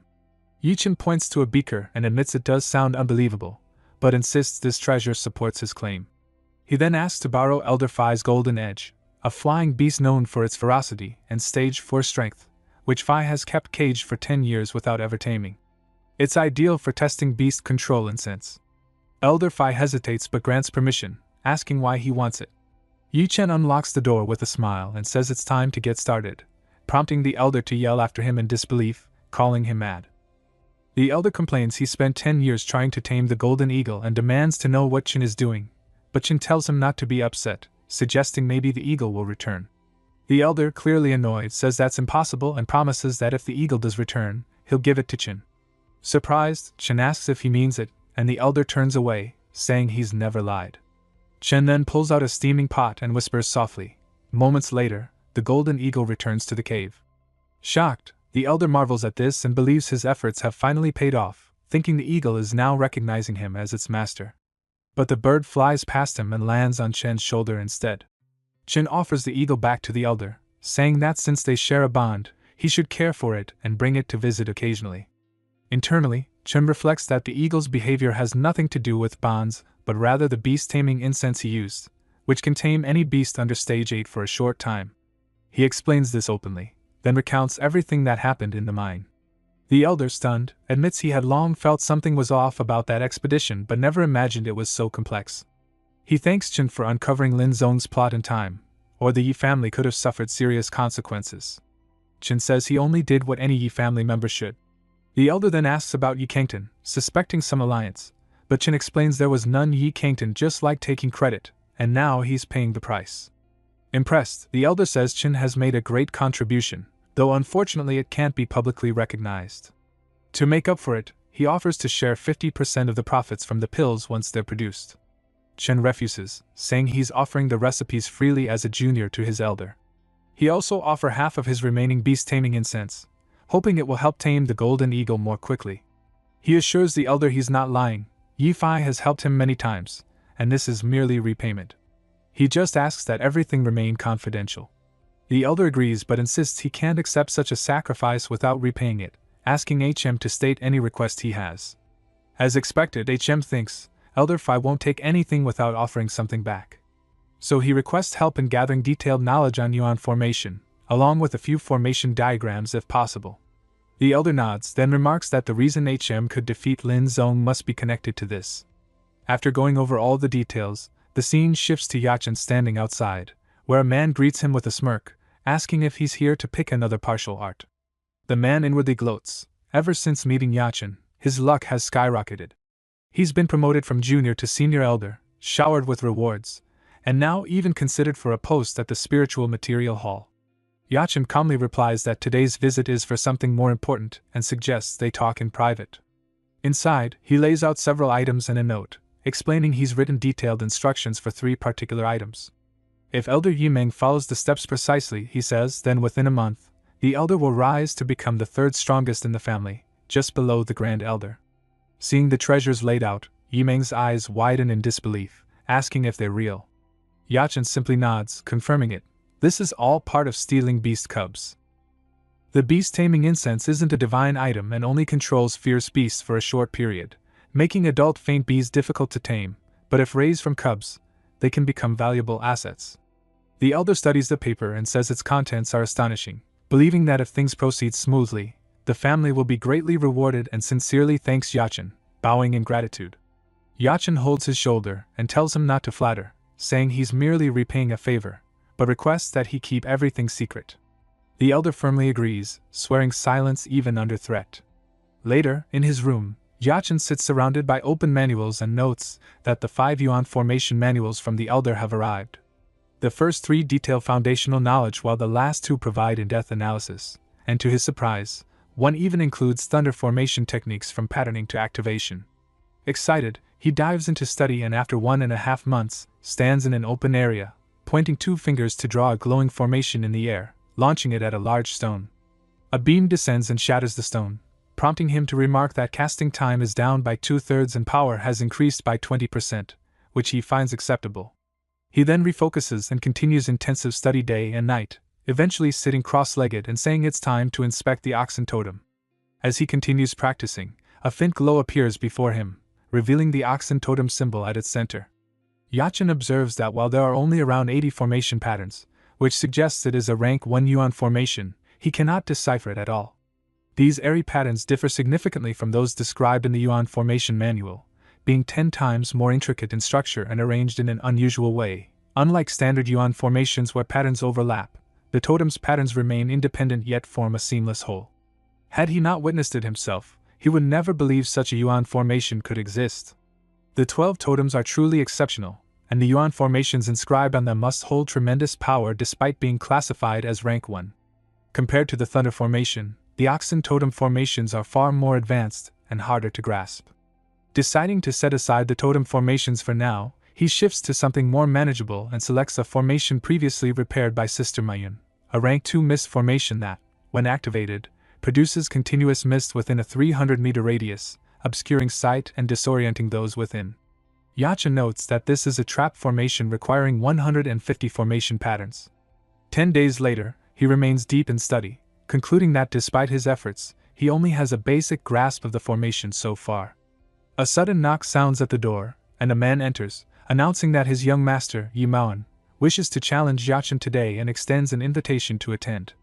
Yachen's eyes widen in surprise.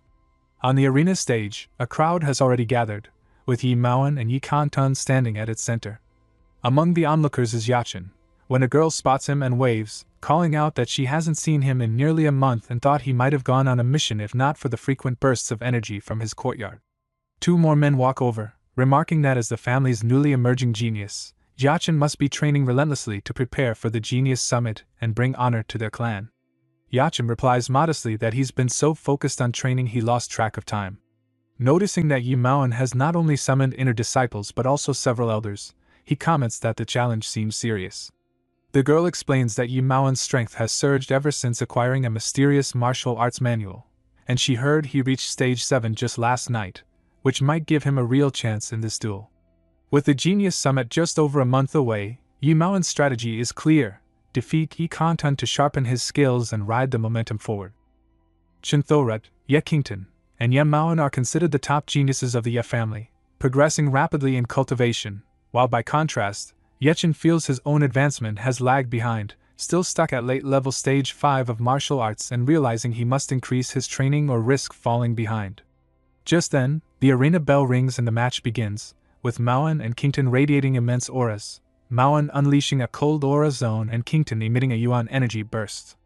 Maoan declares he will prove today who the true number 1 genius of the Ye family is, and rushes toward Qingtan with an icy palm, but Qingtan calmly extends 2 fingers, releasing a burst of energy from his nebula finger. The 2 attacks collide, causing a massive shockwave, yet Qingtan remains unmoved while Maoan is sent flying backward, coughing blood. Chen notes Maoan was forced back 10 steps and suffered disrupted vital energy, while Qingtan didn't budge, revealing a significant gap in their strength. Elder Baku, watching from above, comments that while Maoan's palm technique is decent, it pales in both power and momentum compared to Qingtan's nebula finger. Qingtan calls him all show and no substance, and demands he reveal his trump card to stop wasting time. Infuriated, Maoan calls him arrogant and unleashes a powerful surge of energy. He spreads both arms wide, releasing an immense blue burst of energy that floods the entire arena, sending a chill through the air that even causes unease among the spectators, though Maoan remains unfazed. As the cold intensifies, he leaps into the air, unleashing Faraz's dragon tail strike. Elder Phi, observing, remarks that he hadn't expected Maoan to have cultivated such a high-level Zwan rank palm technique, one powerful enough to counter Yi Qingtan's nebula finger. Elder Baku agrees it has the power to break the finger technique, but notes that it still cannot injure Qingtan. Qingtan calmly lifts his hand and unleashes a technique resembling a tornado of energy that smashes into Maoan and sends him flying across the arena. Shock spreads through the crowd as Elder Phi wonders aloud what kind of martial art this could be, saying he's never seen such a mysterious technique within the Ye family. Lying defeated on the ground, Maoan trembles as Qingtan declares his loss, mocking him for attempting a challenge with such meager strength. He says Maoan's dream might be to become the number 1 genius of the Ye family, but his own ambition is to become the number 1 in all of Mario City, and no matter how hard Maoan trains, he'll never catch up. Turning to the crowd, Qingtan instructs someone to carry Maoan away to avoid further disgrace, and several people rush forward. He then stretches his arms wide and addresses the audience, declaring that this is the fate of anyone who dares to oppose him, Yi Qingtan, and warns that if anyone fails to learn from today's lesson, he won't hesitate to cast aside any familial bonds. As he speaks, he silently wonders if he has just made his stance toward Ye Chen completely clear. At Ye Chen's courtyard, he hesitates, thinking that Qingtan's strength is truly overwhelming. If he were the one to challenge him now, even with the Yuan formation, his chances of victory wouldn't exceed 20%.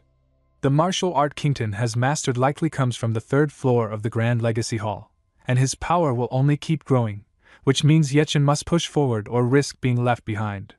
Sitting cross-legged, eyes glowing with energy, he concentrates on his core, and when he finally rises, a burst of power shoots into the sky.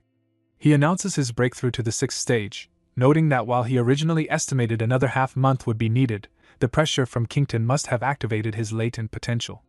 His strength has now increased by around 30%, and he estimates his odds in a battle with Kington could be 40, maybe even 50%. Meanwhile, after 10 days of training, Kington also breaks through to the 5-element protection peak of Stage 3 but remarks that he feels stuck at a bottleneck. Suddenly, Elder Yeming rushes in, panting and calling out to Yechin, who quickly asks what's going on. The elder, grinning and out of breath, explains that he followed Yechin's advice and went to Gordon Mountain, where he scouted all the Finbees' nests. Yechin guesses 5 cubs were taken, then 10, but the elder proudly reveals he stole 30. Shocked, Yechin exclaims that it's enough to form an entire Finbee squad, and the elder chuckles, saying he hadn't expected things to go so smoothly. The elder says the bee-taming incense Yechin gave him is truly remarkable. Once placed in a Finbee's nest, it allows him to snatch the cubs within 5 minutes. He proudly shares that he contributed all the young bees to the family, and as a result, the head officially promoted him to law enforcement elder. Laughing, he adds it's all thanks to Yechin. Yechin congratulates him, but the elder insists the credit belongs to him, and invites him out for drinks, declaring they won't stop until they're drunk. Yechin politely declines, saying with the Genius Summit approaching, he doesn't want any distractions, but promises to drink with him after the summit. The elder laughs and agrees, taking his leave. Yechin clenches his fist, thinking it's time to find a way past this bottleneck. Suddenly, Elder Phi lands from the sky, grabs Yechin's hand and excitedly shouts that he finally refined the Jian Spirit Pill. From today, 3 new pills will enter the market, and every martial artist will go crazy for them, sparking a buying frenzy across Mario City. Yechin awkwardly asks him to let go of his hand, and the elder apologizes, explaining he got too excited. He announces that after refining the 3 pills, he officially became a rank 3 alchemist and has been appointed vice president of the Mario City Alchemist Guild. He also registered the pills with the guild, where the president valued them so much that 10 rank 2 alchemists were assigned to mass-produce them. In less than 10 days, the pills will hit the market.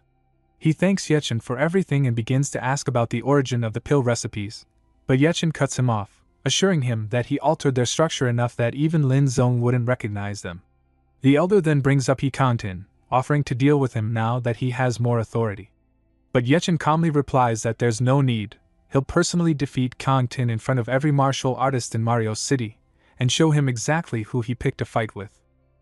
The elder says he wouldn't be talking like that if he didn't already have a plan, adding that he truly believes Chin can defeat Yi Kangtan and become the top genius in Mario City. In his mind, he feels the young man before him is someone destined for greatness, someone others will admire. Out loud, he says he's heading to the Wanjia market later to buy spiritual herbs and asks if Chen wants to join. Chen's eyes widen as it's revealed that the Wan family leads the 4 major families, holds an unshakable status, and runs numerous industries in Mario City, making it a true giant. Their Wan family market is a major trading hub, offering everything from herbs to pills, martial arts techniques to spiritual treasures, drawing martial artists from nearby cities. The elder says there are still over 10 days left before the Genius Summit, and notes Chen's spirit energy is scattered and Yuan energy unstable, signs of hitting a bottleneck. A trip to the market might help him find a breakthrough. Chen thinks he still has a few thousand yuan stones, so it's worth a try. They finally arrive, and as they step in, Chen says it's no wonder Wan family is seen as the leader of the 4 great families. With such a massive market, they must be earning huge profits daily and have vast resources to train their members, making the Yi family pale in comparison. The elder explains that the Wan family is commerce-focused and trades with 30 surrounding cities, giving them a solid foundation. But in 10 days, he believes the Yi family will also rise and become an economic powerhouse on par with the Wan family. Then he suggests they split up. Chin should head to the spiritual herb section to find what he needs. Inside the spiritual herb hall, Chen stands as a man approaches and asks what he's looking for. Yechin says he wants to buy spiritual herbs to help break through and asks for ones above rank 2 and aged, adding that he plans to buy in bulk. The shopkeeper replies that it's no problem and hands over the category list. Yechin flips through the book, listing wild poria, flavor, iron root, angio, spermia, nine-tailed, iron anvil, Buddha, hand, and true spirit flower, then states he'll take 20 of each. The shopkeeper agrees at first but then reacts in shock, asking if he really said 20. Yechin calmly asks if there's a problem. The shopkeeper, startled, explains that these herbs are quite expensive and true spirit flower is rare in the market, warning that buying 20 of each could cost hundreds of thousands of silver taels, and suggests reducing the quantity. Yechin simply asks to call the manager.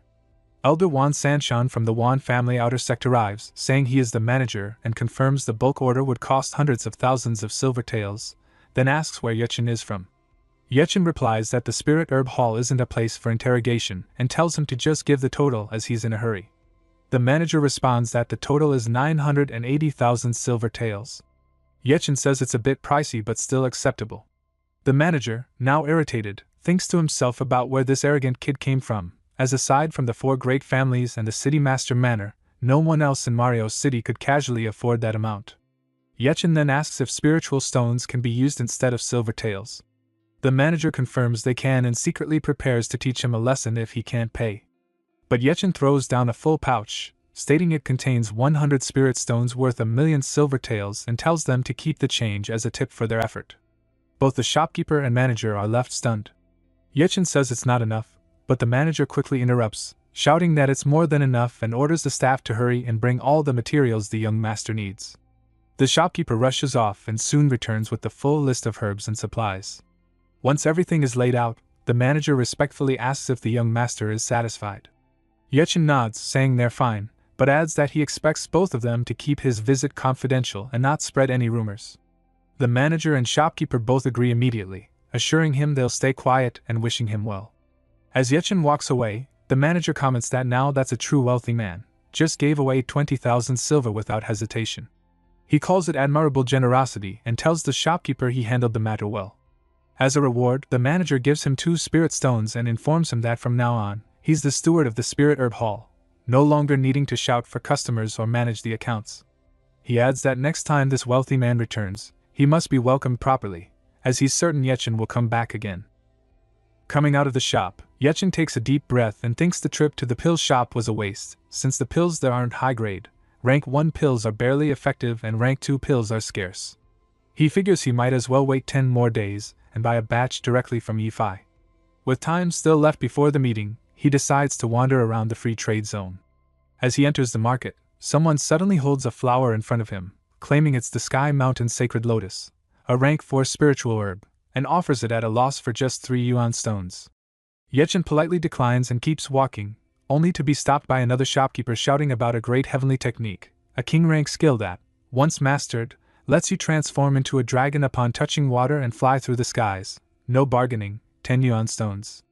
Another vendor waves a sword boasting it's the mountain-splitting blade, a high-level spirit treasure capable of slicing flesh and even mountains, selling cheap at 3 yuan stones with bulk deals available. Yechin finds these exaggerated sales pitches ridiculous and thinks it's no surprise Yi-Fi looks down on the free trade zone. As he walks further, he notices a shop labeled Yuan Formation Pavilion and is surprised to see a specialized shop for Yuan Formation diagrams. He steps inside and calls out, but the shopkeeper is sleeping on the table and snoring loudly. Thinking no wonder there's no business here, he moves toward the bookshelf and observes that although the attic is only about 5 square meters, it's packed with books. Wondering if he should just pick one up and take a look, he pulls out a book titled Plum in the Silver Vase and questions what that even is. It doesn't sound related to Yuan Formation at all. As he opens the book, he realizes it's adult content and quickly puts it back, thinking the shopkeeper must have misplaced it. Curious, he pulls out a few others: Golden Lotus, Wooden Lantern, Mock, Great Hidden Potential, but finds they're all the same type. He changes his conclusion, realizing the shop name is misleading. This isn't the Yuan Formation Pavilion, it's clearly the Spring Palace Pavilion. Just then, the shopkeeper wakes up and says the books aren't for someone his age, telling him to come back when he's older and he'll give a proper introduction. As Yechin turns to leave, a particular book catches his eye. Turning back, he finds it glowing and feels something unusual about it. As he reaches out, the shopkeeper warns him not to touch it with his early-stage 6th-level martial cultivation, or he may suffer backlash. Yechin is surprised the old man saw through his concealed cultivation so easily, wondering if his face-concealing technique is useless. The moment he touches the book, his entire body radiates yellow light as a strange force resonates with the 2 totems in his Sea of Yuan. An elder suddenly appears, laughing and exclaiming that after 10 years, someone worthy has finally come, urging him to see if he can understand the book's contents. Yechin opens it and responds that he can only grasp a little.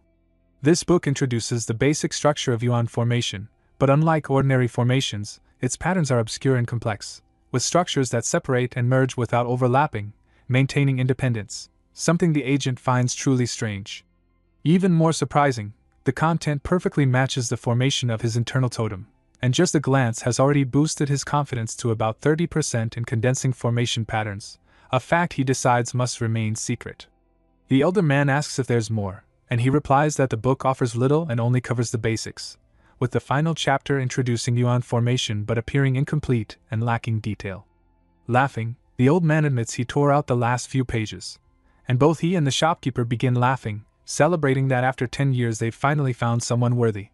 The elder grips his shoulder, exclaiming that he must have a natural talent for Yuan formation and urges him to become his disciple, but the shopkeeper coughs to remind him of the bet with the sect leader. He cannot reveal their sect, his identity, or take disciples, or he'll face the wrath of 5 thunders. Annoyed, the elder tells him to shut up, then asks the agent's name. He shares it without hesitation, thinking there's no reason to hide it from people clearly concealing their true strength. The elder tells the other shopkeeper, Fu, to take out a strip, and Fu reveals detailed information. The agent is 14, an inner disciple of the Yi family, early stage 6th level martial artist, orphaned since childhood, has a younger sister named Yi Yao, and is recently close with Lu Muyun, whom he calls sister. The agent is shocked, demanding to know how they know all this, wondering how these two, who acted like strangers, could possibly possess such detailed knowledge about him. Catch and sort, the agent quickly grows wary. Who exactly are these two, and how do they know so much about him? Could they be assassins? He becomes alert, but the old man calmly addresses him, saying there's been a misunderstanding and he means no harm. He introduces himself as Wu Xinzi, a man from a distant place who came to Mario City seeking someone capable of deciphering the ancient Yuan formation diagram. Catch and sort, the mention of this diagram sparks a thought. Could the 12 totems be relics from ancient times? Wu Xinzi confirms that the book he had been reading is an introduction to that very diagram, and explains that anyone able to understand it might be capable of deciphering the entire formation. In 10 years, only the agent has shown such potential. Catch and sort, perhaps the old man is telling the truth. The agent replies respectfully, calling him Senior Wu Xinzi, and explains he has urgent matters to attend to, but promises to return in half a month to continue studying. Wu Xinzi nods, and the shopkeeper mentions that the Genius Summit will be held in half a month, where Ichen and Kenton are expected to settle their grudge. Twisting his mustache, Wu Xinzi casually asks about Kenton. The shopkeeper describes him as a mid-stage level 4 martial artist who practices a fragment of a king-rank technique, arrogant and petty, reportedly jealous of Lu Muyun's closeness with Ichen. Without hesitation, Wu Xinzi commands the other man to head to the Yi family and bring back Kenton's head. The man agrees instantly, and the agent is stunned. Who are these people, talking about killing someone like Kenton as if it's nothing? The man rests a hand on his shoulder and casually offers to take Yi Kenton's life, and if that feels too small, he even suggests adding the head of the Yi family leader as well. Cold sweat drips down Ichen's back as he forces a tense smile, inwardly panicking that these two are either insane or dangerously powerful. He quickly replies that personal grudges should be handled personally and assures them he'll return after the Genius Summit, then bolts from the shop. As he flees, thoughts race through his mind. These two aren't normal, they're either lunatics or something far more terrifying. But before he gets far, the old man's voice rings out, "Open." In an instant, the entire store's atmosphere twists. Dense energy condenses in the air, forming mysterious runes. The surrounding scenery warps, and Ichen collapses to his knees, shouting in disbelief. This is the Gang Metal Maria Killing Formation, a rank 3-1 formation. He realizes with growing horror that this kind of formation isn't something a small shop should have.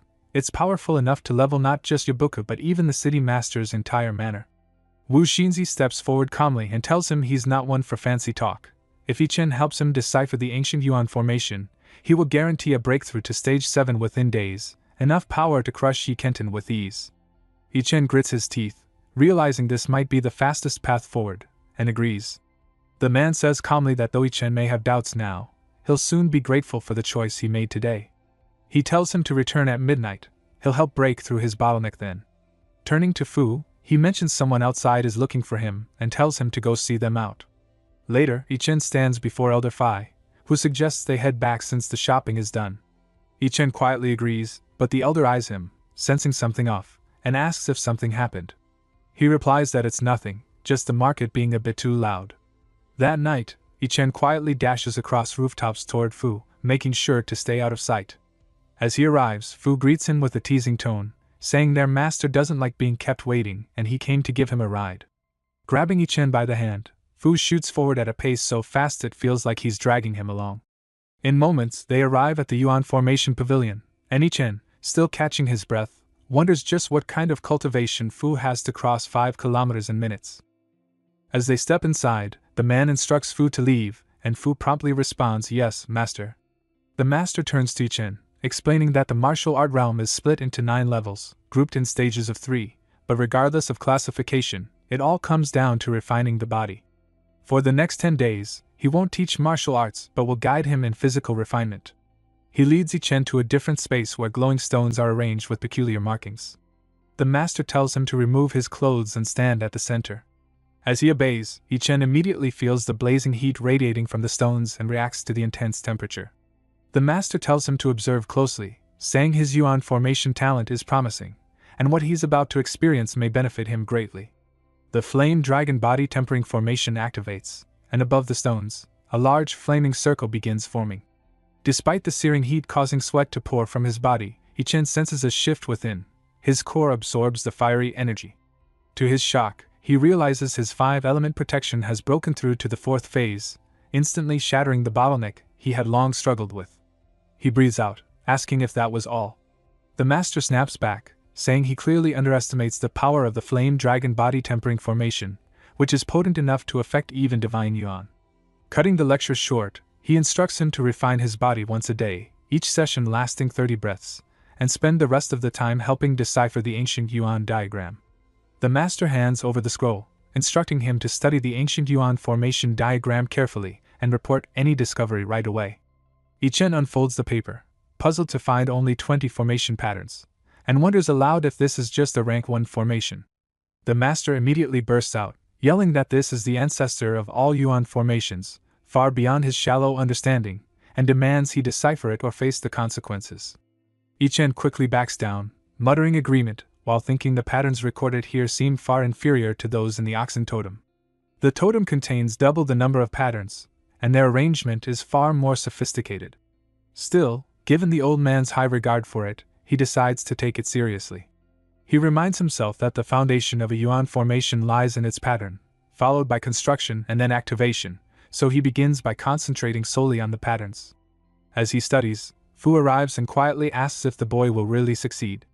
The master responds grimly, noting the 10-year agreement is almost up, and everything now depends on this child.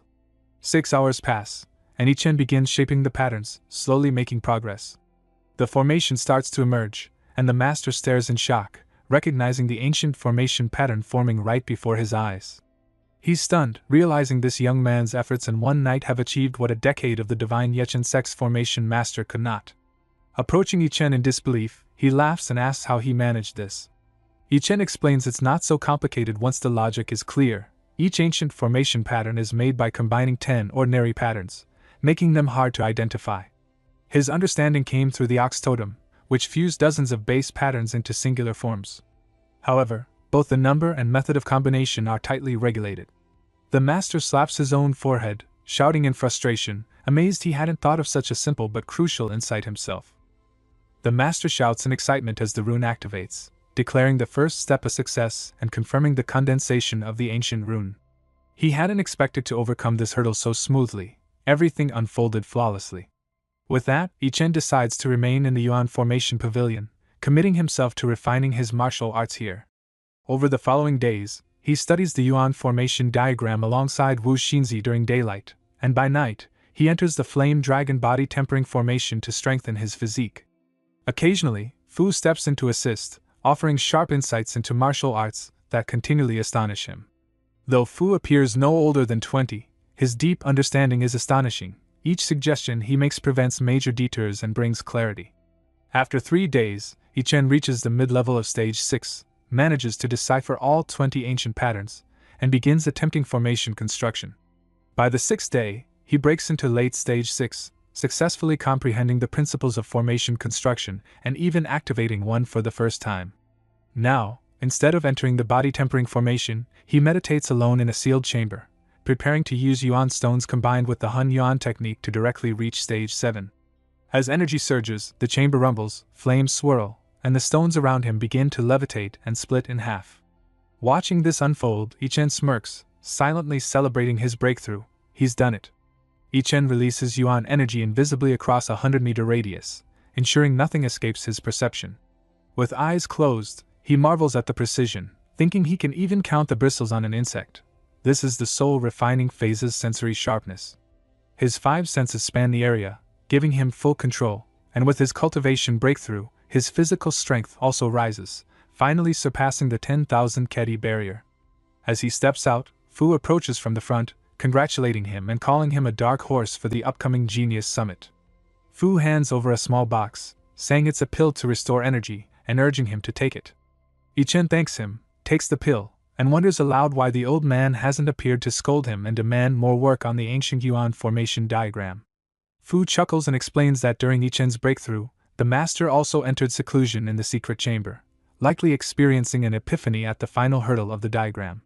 Yichen reflects that after 10 days of effort, they've deciphered 90% of the formation, with only activation left. While he hoped to solve it entirely, it seems the master had already grasped the crucial point. Fu then hands over a scroll, saying the master wants him to continue studying and not slack off. He also delivers a message. Yichen must win first place at the Genius Summit or forget about returning to the Yuan Formation Pavilion. Meanwhile, Elder Buku speaks to Kangten, reminding him that the Genius Summit begins in 5 days, and with the Lin family's fall, there's no significant competition. Buku urges him to seize the opportunity and aim for a high rank. Kangten responds confidently, saying his cultivation is now solidly at mid-level stage 7, and with his technique Flying Sky Green Light Slash, no one can stop him. Kangten declares confidently that this time, he will take first place and elevate the Yi family to the top of the 4 great clans. Elder Buku nods in approval, stating the family's hopes rest on him alone and assures him of full support in the remaining 5 days to help him gain a final boost in strength. Kangten expresses gratitude, then brings up the Genius Summit allocation, mentioning the Yi family has received 15 spots and asking how they'll be distributed. Elder Buku lists several names, Yi Moen, Yi Daisen, Yi Zaikuan, Yi Mingyang, and Yichen among them. But Kangten quickly objects, suggesting Yichen be removed from the list, calling him arrogant and a potential threat to the family's reputation if he angers the city master. Elder Buku initially defends Yichen, noting his strength and potential with the right discipline, but Kangten insists that his own participation is enough, arguing that Yichen's presence adds no real value. After a brief pause, Elder Buku agrees and orders Yichen's spot removed. In the following days, official invitations arrive for Yi Kangten, Yi Zaikuan, Yi Daisen, and others from the family's inner circle. Meanwhile, Yichen, still immersed in training, remains completely unaware that his chance to participate has been quietly taken away. During these days, Yichen masters his speed step, reaching its peak phase and managing to create afterimages, a feat that even Kangten, using his top movement technique, could only perform with 2 afterimages in the martial arts arena. Over the 10 days in the Yuan Formation Pavilion, Yichen also consumed all the spiritual herbs, their medicinal power absorbed through the flame dragon body tampering formation. Though the effects haven't fully digested yet, his 5-element protection technique has advanced to the peak of the 4th phase, and he plans to push it to perfection. On the other side, Kangten, standing proudly in the center of the arena, extends his hand as a powerful wave of energy bursts forth, confident and pleased that his flying azure light slash has finally reached the great level. Elder Buku beams with pride and praises Kangten, calling him worthy of being his adopted son and remarking that only Ling Yang and Lai Tianjun in all of Mario City could rival his strength.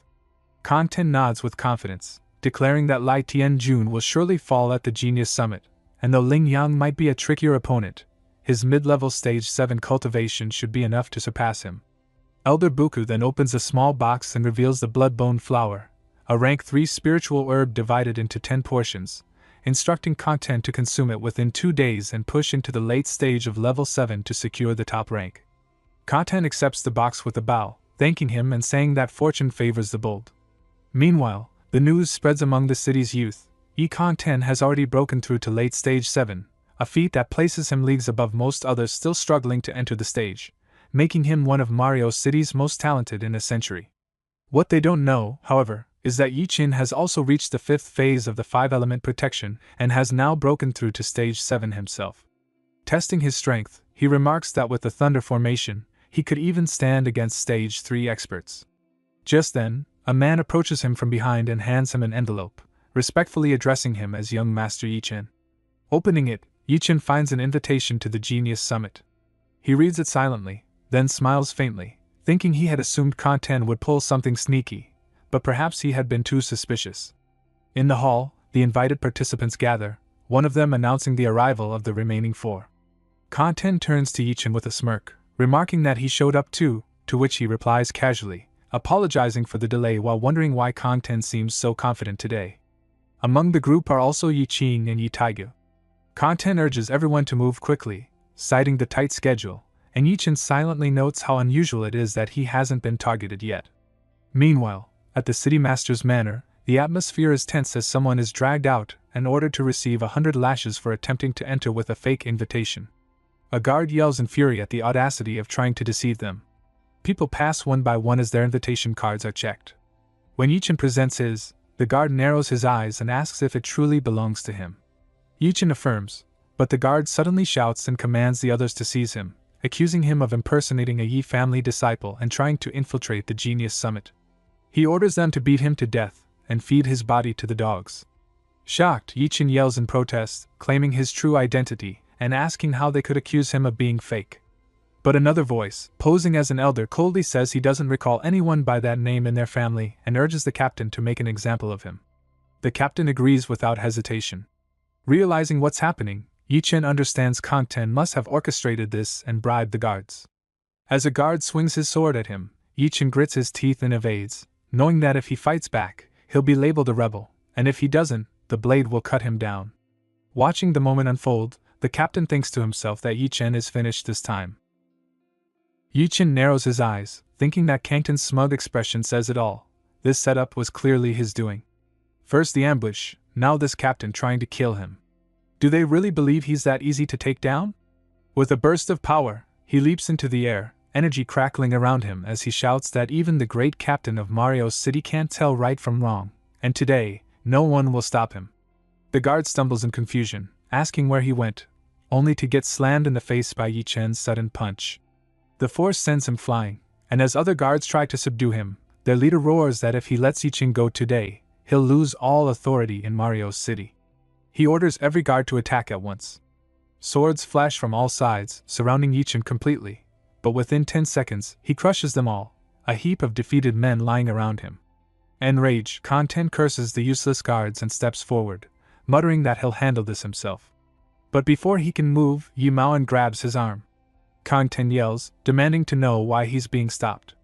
Maoan says calmly that while he knows Kanten holds a grudge, Yi-Chin is still a member of their family. The Genius Summit is about the honor of the Yi clan, and this kind of conduct is going too far. Another clan member steps forward in support, saying Maoan is right, family honor must come before personal rivalry.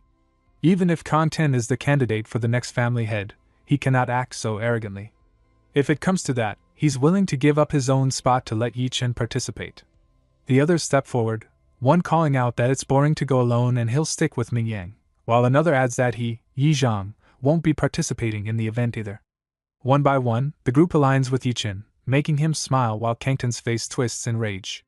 He shouts at them, calling them traitors and threatening that if they don't return now, they'll be punished under family law once they're back.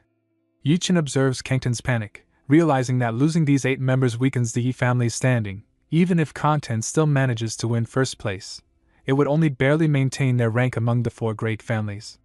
He calmly remarks that someone without integrity can lead others, and no matter how strong Kanten is, if the Yi family falls into his hands, it'll crumble within 3 years. Kanten, furious, summons energy cores in both hands, yelling that Yi-Chin has insulted the family and that as the head candidate, he'll purge this disgrace. Yi-Chin steadies himself, thinking he originally planned to settle things at the summit, but with the way things are going, an early fight is just as well. Kanten needs to learn there's always someone stronger. But just as the clash is about to begin, Muyun appears, drawing a formation with her hands and shouting for them to stop. A barrier rises between them as she steps forward, scolding that causing trouble at the city master manor won't be tolerated, even by the Yi family's chosen successor. Kanten scowls at her interruption, but Yichin grins, saying he was about to go pick her up himself. Looks like she made it just in time. She lets out a laugh, teasing that if she'd arrived a few minutes later, Kanten might have already been sprawled on the ground in humiliation. Noting how confident Yichin seems after just a few days apart, she adds that she's heard Kanten has reached late stage 7 in martial arts. He smirks and tells her she'll find out at the Genius Summit. She simply says, "Let's head inside," and they begin walking in together, with Mian close behind. Watching them, someone comments in surprise about how close Yichin and Mian seemed to be, admitting they had underestimated him. Another agrees, still shocked by the unexpected connection. Meanwhile, Kanten fumes in silence, swearing under his breath that he'll wipe them all out at the summit. At the summit venue, Yichin spots his younger sister and greets her warmly, remarking that she's grown taller over the past 2 months. She beams, saying it's not just her height, her cold illness has eased, and she's started formal training. She proudly raises her hand to show a swirling blue energy orb. His eyes widen in disbelief. She's already able to condense yuan energy, and with such density and chill. In just 2 months, she's reached stage 4 martial arts. Her progress is terrifying, and compared to her, people like Kanten and those self-proclaimed geniuses are pathetic. The girl nods and says she can indeed gather yuan energy, but Sister Muyun insists she build a proper foundation first and won't let her learn advanced techniques yet. Wrapping her arms around his, she adds that in a few more months, her pace will only increase, and when that time comes, she'll protect him. He chuckles, calling her a true martial arts prodigy, and says he's eager to see that day. Muyun joins them, agreeing that the girl is a natural talent. Training isn't a challenge for her. In her eyes, this little Mario city is far too small to hold someone like her. Soon after, everyone begins gathering near the arena entrance as the guards call out, inviting contestants from each family to enter. Inside the Genius Summit Arena, a boy beside Yichin pointed out that the major families had begun entering, drawing attention to the arrival of the Lai family, led by Lai Tanchuan. He mentioned that Tanchuan is their most gifted genius, only 15 yet already mastering the Lai family's overload spear technique with perfection. Yichin added that the boy had trained alone deep in the mountains, refining his faint beast aura to a point where it could instill fear into others, and had reached early stage 7 in martial arts. The boy nodded but remarked that while Lai Tanchuan is formidable, he still lags behind Wan Lingyan, the Wan family's candidate for head, who has now reached mid-stage 7. Yichin noted that in the previous summit, she overwhelmed her opponents using just a stage 6 skill and claimed victory for her family. What impressed him even more was that she ended all her duels within 10 moves. He repeated the claim in disbelief, and the boy confirmed it. Yichin thought it sounded exaggerated, yet her ability to completely retract her aura and control her energy so precisely hinted there was far more to her than met the eye. Their gazes met briefly, and she narrowed her eyes, thinking to herself that the Yi family has produced someone unusual, someone she couldn't easily read. At the same time, Gangtan also stared at her, silently fuming that she was ignoring him and focusing on Yichin instead. He swore that this time, he would reclaim his honor. Another bystander asked in confusion who this Yichin was, wondering why so many people were suddenly paying attention to him. Could he be a hidden expert of the Yi family? After all, wasn't Yi Gangtan supposed to be the top talent from that household? And yet, he had already lost once to Wan Lingyan. Soon after, the announcer welcomed Gu Tangyong, the city master of Mario City, as he stepped into the arena. The boy beside Yichin whispered that this was no ordinary entrance. The city master, widely recognized as the strongest figure in the city, had arrived. His strength was said to rival even the attendants from the city master manor, and the figures accompanying him were also formidable, each strong enough to overpower the heads of the 4 major families. Standing tall on stage, Gu addressed the crowd, saying it was once again time for the Triennial Genius Summit. Seeing another generation of exceptional youth brought him sincere joy as city master, and he encouraged them all to perform well and showcase their talents. Watching from the stands, Yao admired how impressive his uncle looked, so different from his usual laid-back self. A girl nearby asked if she knew the city master, and Yao blinked in confusion, realizing Uncle Tangyong was the city master. She recalled spending 2 months at the manor where he had played with her daily, and even personally oversaw her training. She had simply assumed he was a steward. She chuckled to herself, thinking no one else in all of Mario City could have mistaken such a powerful master for a servant. Her thoughts were interrupted as she noticed someone glaring at her intently. She asked who the guy was, and the answer came quickly: Wan Haitao, a newly risen genius from the Wan family who had already reached late stage 6. He was said to be second only to Wan Lingyan and also one of Lu Muyun's more persistent admirers. Clearly, if Yechen wanted to win Muyun's heart, he would have to face a gauntlet of determined rivals. Despite Haitao's angry stare, Yechen remained completely unbothered. Meanwhile, the city master continued, explaining the rules of the Genius Summit. Any participant could step onto the stage to challenge others. However, no malicious intent or fatal techniques would be tolerated. If a battle got out of hand, the city master Manor would step in immediately.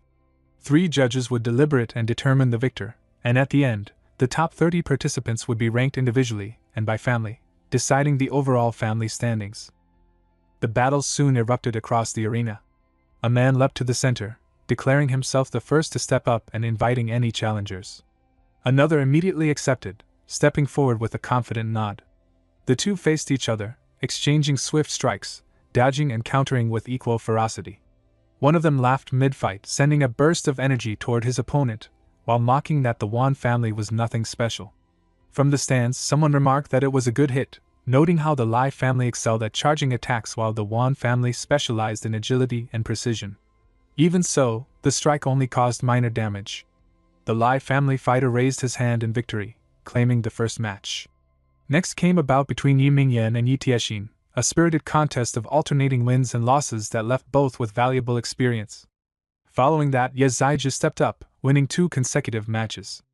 Observers praised his skill but suggested he should rest after such effort. Instead, another man entered the arena, taunting that since Zaiju was from the Ye family, he shouldn't get overconfident. Introducing himself as Wan Haitao, he added that because Zaiju had already fought twice, he would be generous and only use his right hand. The crowd roared at the arrogance, urging Zaiju to put him in his place. As the match began, Zaiju circled his opponent with speed, sizing him up and thinking that if Haitao was second only to Wan Lingyan in the Wan family, his cultivation level was likely higher than his own.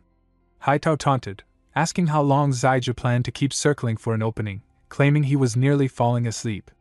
Zaiju's eyes narrowed, vowing silently to make him regret those words. Changing direction mid-run, he charged forward with a surge of energy. But Haitao, calm and confident, raised his right hand and mocked that his opponent was too weak. In an instant, a burst of immense force erupted from his palm, striking Zaiju square in the chest and sending him crashing to the ground. The crowd gasped in shock. One move had ended the fight. Murmurs spread that Haitao was even stronger than they had imagined. Climbing the steps, Zaiju admitted defeat, but his fellow disciple assured him there was no need to apologize, pointing out that Haitao had been holding back. In truth, he was already at the 7th stage of the martial arts, and a flaw in Zaiju's strike had been his undoing. Though reluctant to leave it at that, Zaiju stepped down as Muvin rose to challenge Haitao, stating boldly that he would take him on. Haitao smirked, questioning if this was an attempt at revenge and doubting his opponent's skill. Muvin replied that Haitao would soon find out. As the two faced each other, their auras collided, Haitao's overwhelming 7th stage power filling the arena, while blue energy swirled around them. Muvin smirked back, running his fingers through the air with deliberate calm.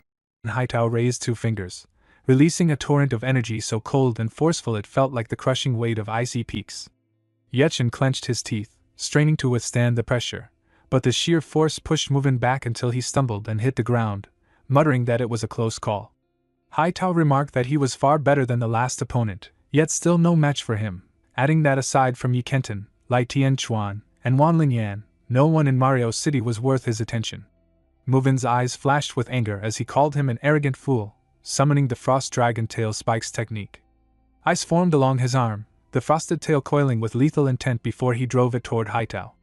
But Haitao blocked with ease, remarking with mild interest that the strike was somewhat impressive, then twisted the attack back toward Muvin. Undeterred, Muvin launched another blow, yet Haitao slipped away again. For minutes, the clash repeated, Muvin pressing in with relentless strikes, determined to land even one clean hit, while Haitao dodged each attempt with effortless precision. Muvin clenches his teeth, realizing that overusing his yuan energy is wearing him down fast, his steps falling behind Haitao's swift footwork. He knows he must finish the fight quickly. Pushing his hand forward, he releases Ice Impact, a blast of blue energy surging out, but Haitao leaps high into the air, easily avoiding it.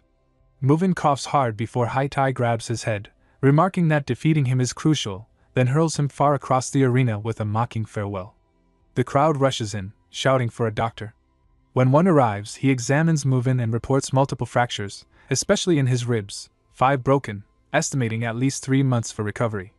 A furious man charges in, yelling that Haitai struck even when Muvin had clearly lost the ability to fight, accusing him of trying to cripple his opponent. Haitai snaps back, saying it's ridiculous to think he could know if Muvin was pretending to be exhausted to lower his guard for a sneak attack, claiming it was self-defense and within the rules. The man refuses to listen and prepares to attack, but the elder's voice cuts through, calling him insolent and declaring that some injustices are inevitable. He states Ivan Haitai had no choice but to defend himself, and the injury was reasonable, especially since the 3 judges raised no objection. From above, Kenton reinforces the statement, repeating that Ivan Haitai had no choice but to defend himself and seriously injuring his opponent was justified. From behind, a woman's voice rang out, demanding if Kenton was still a member of the Yi family and how he could speak in such a way. Kenton replied that as the Yi family's candidate for head, he was simply stating the truth.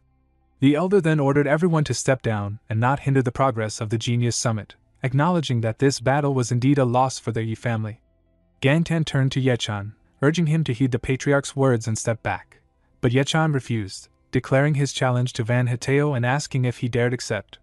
Van Hateo answered that since Yechan had issued the challenge, it saved him the trouble of seeking him out, adding that he admired the courage to face someone far stronger and still remain calm, and promised to give his all in their coming fight. The elder beamed, telling the Yi family patriarch that his family's unity was admirable. One falls and another rises, though their strength was lacking and they would likely be easily defeated. Elder Parker laughed, though inwardly regretting not stopping Yechan earlier, realizing he now risked being humiliated twice after the Genius Summit and deciding to deal with Yechan properly later.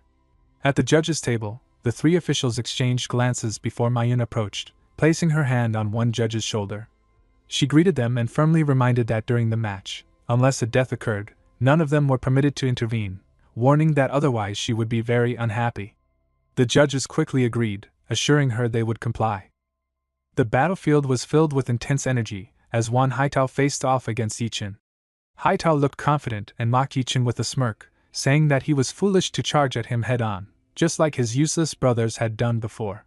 But to Haitao's shock, Yichin suddenly multiplied into several copies of himself, moving so fast that Haitao's eyes widened in disbelief.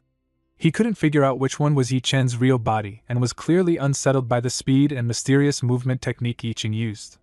Yichin launched a powerful punch, but Haitao narrowly dodged it. As Yichin attacked again, Haitao countered with his special technique called the drifting finger. The impact of their clash caused their auras to collide violently. Haitao began to feel uneasy. He thought to himself that the drifting finger technique was supposed to be extremely effective at breaking through defenses with precise accuracy and overwhelming power.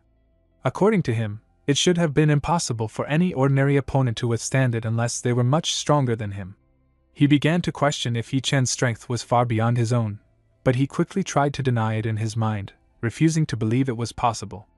Haitao then launched another attack, but Yichen calmly blocked it using only his arm. Frustrated, Haitao shouted and tried to prevent Yichen from escaping. He launched a flurry of fierce attacks, but Yichen dodged every single one with graceful agility. From the crowd, a man remarked how fierce Wan Haitao's attacks were, but none of them managed to touch Yichen. He praised Yichen's agility as truly impressive and beyond normal expectations. Haitao unleashed another powerful technique known as the Whirling Destruction Palm. An elder from the Wan family watched closely and spoke with confidence. He believed that Haitao had the upper hand, saying that the palm technique Haitao just used came from the upper level of the Xian rank. He was impressed that Haitao had mastered such a powerful move and felt sure that the Wan family would win once again. However, Yichin remained calm and smiled as he questioned Haitao, asking if that was really his strongest move because, to him, it felt far too weak.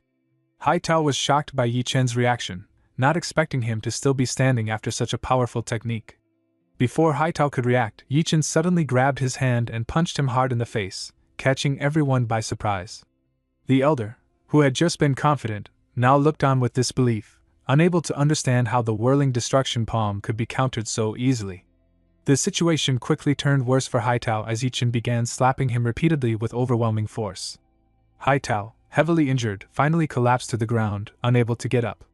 One man commented that Haitao had been beaten so badly he couldn't even surrender. Another whispered that Haitao might be left with scars for life after such a brutal defeat. The elder from the Wan family became angry and shouted at the judge, demanding to know why the match hadn't been declared over yet. He asked if the judge was just going to stand there and watch Haitao get beaten to death without stopping the fight. However, another old man disagreed, claiming that Haitao still had enough strength to fight and insisted that the match was not finished. One of the elders from the Wan family became furious and shouted while activating a powerful technique called Yuan-Chi Burst.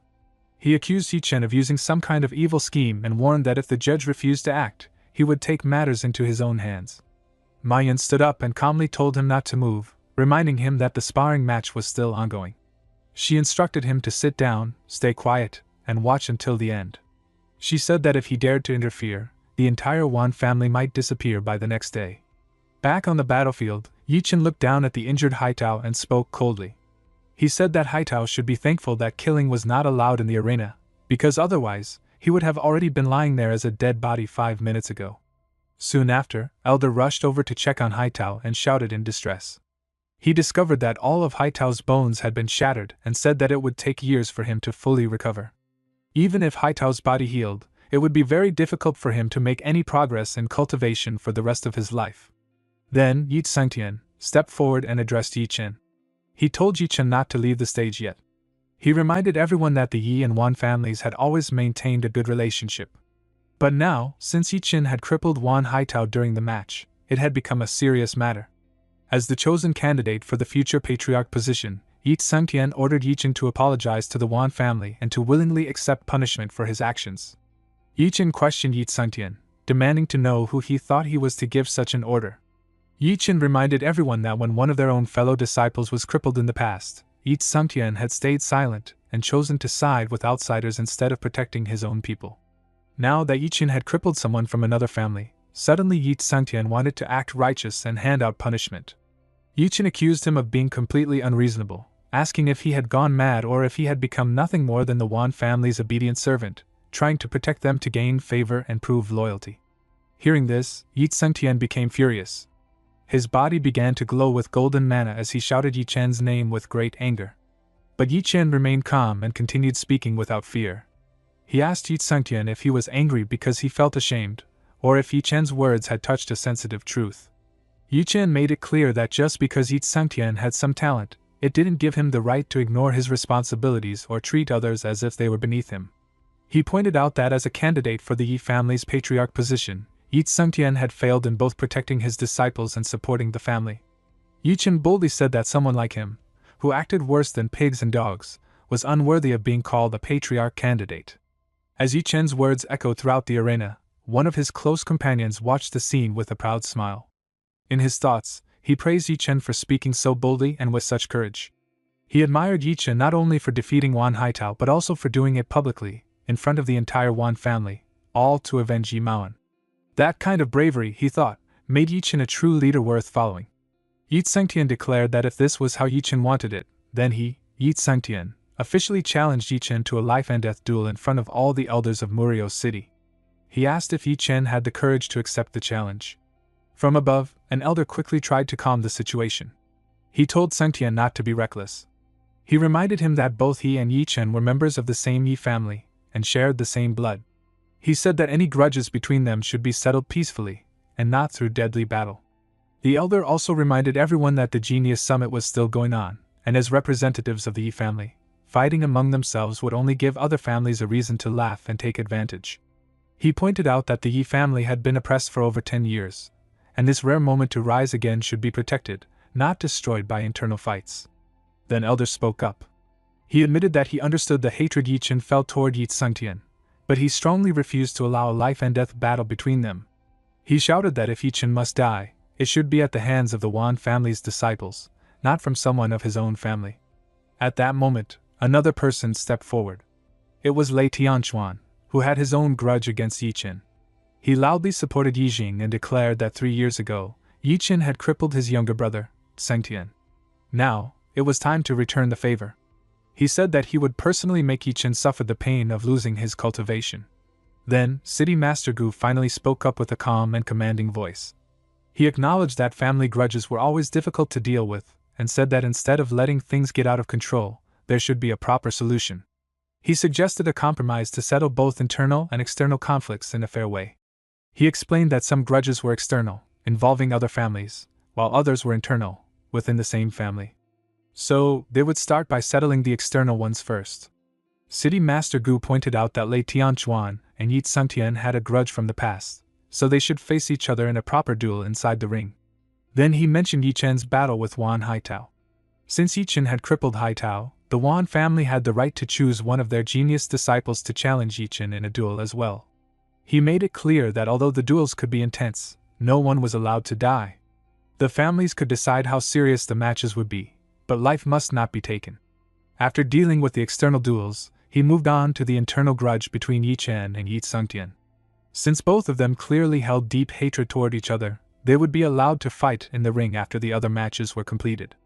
But because they were both from the same Yi family, City Master Gu strictly ordered that there would be no killing and no heavy, fatal blows. Finally, he announced that after all the duels were finished, the results would be used to rank the performance of each family. But this year's summit was special. Only the top 3 families would be ranked and recognized. He ended by asking if anyone had any objections to his decision. After City Master Gu gave his proposal about settling all duels fairly and ranking only the top 3 families, the atmosphere in Murio's city became even more tense. All the families started whispering and discussing his decision. Many realized that ranking only 3 families was a clear move by the city master manor to further control and dominate the entire city. It meant the weaker families would lose their influence and be pushed down even more. With the current situation, no family wanted to send their own genius disciple into a dangerous duel. They all saw how easily Wan Haitao was crippled by Yi Chen, and no one wanted to risk their young talents ending up the same way. At that moment, Wan Lingyan stood up in front of everyone and spoke with a calm and respectful voice. She admitted that the Wan family had a grudge against Yi Chen, but also confessed that she knew she was no match for him in strength. She said that forcing a duel seemed pointless and dangerous. So, on behalf of the Wan family, she offered to let go of the past conflict with Yi Chen and turn hostility into peace. She expressed her willingness to end the grudge and become friends instead. Her words shocked many, especially her own family. An elder, angry and emotional, shouted at her. He questioned her decision and said that Yi Chen had already pushed the Wan family to a corner. If they backed down now, it would look like they were admitting defeat to the Yi family, and he couldn't accept that shame or let go of his anger. But Wan Lingyan remained calm and responded with sincerity. She addressed him as her father and asked him to calm down for now.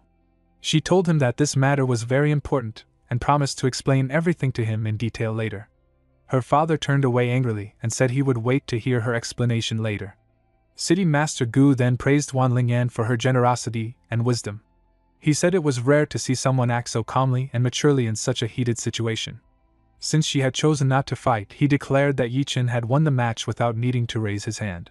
He then moved the event forward and called for the next duel, asking Yi Tsungtian and Lei Tianchuan to come on stage for their battle. Meanwhile, Yi Chen remembered that Wan Lingyan was the champion of the last Genius Summit and had exceptional talent. After 3 years of secluded training, her strength might even be on the same level as Yi Tsungtian's.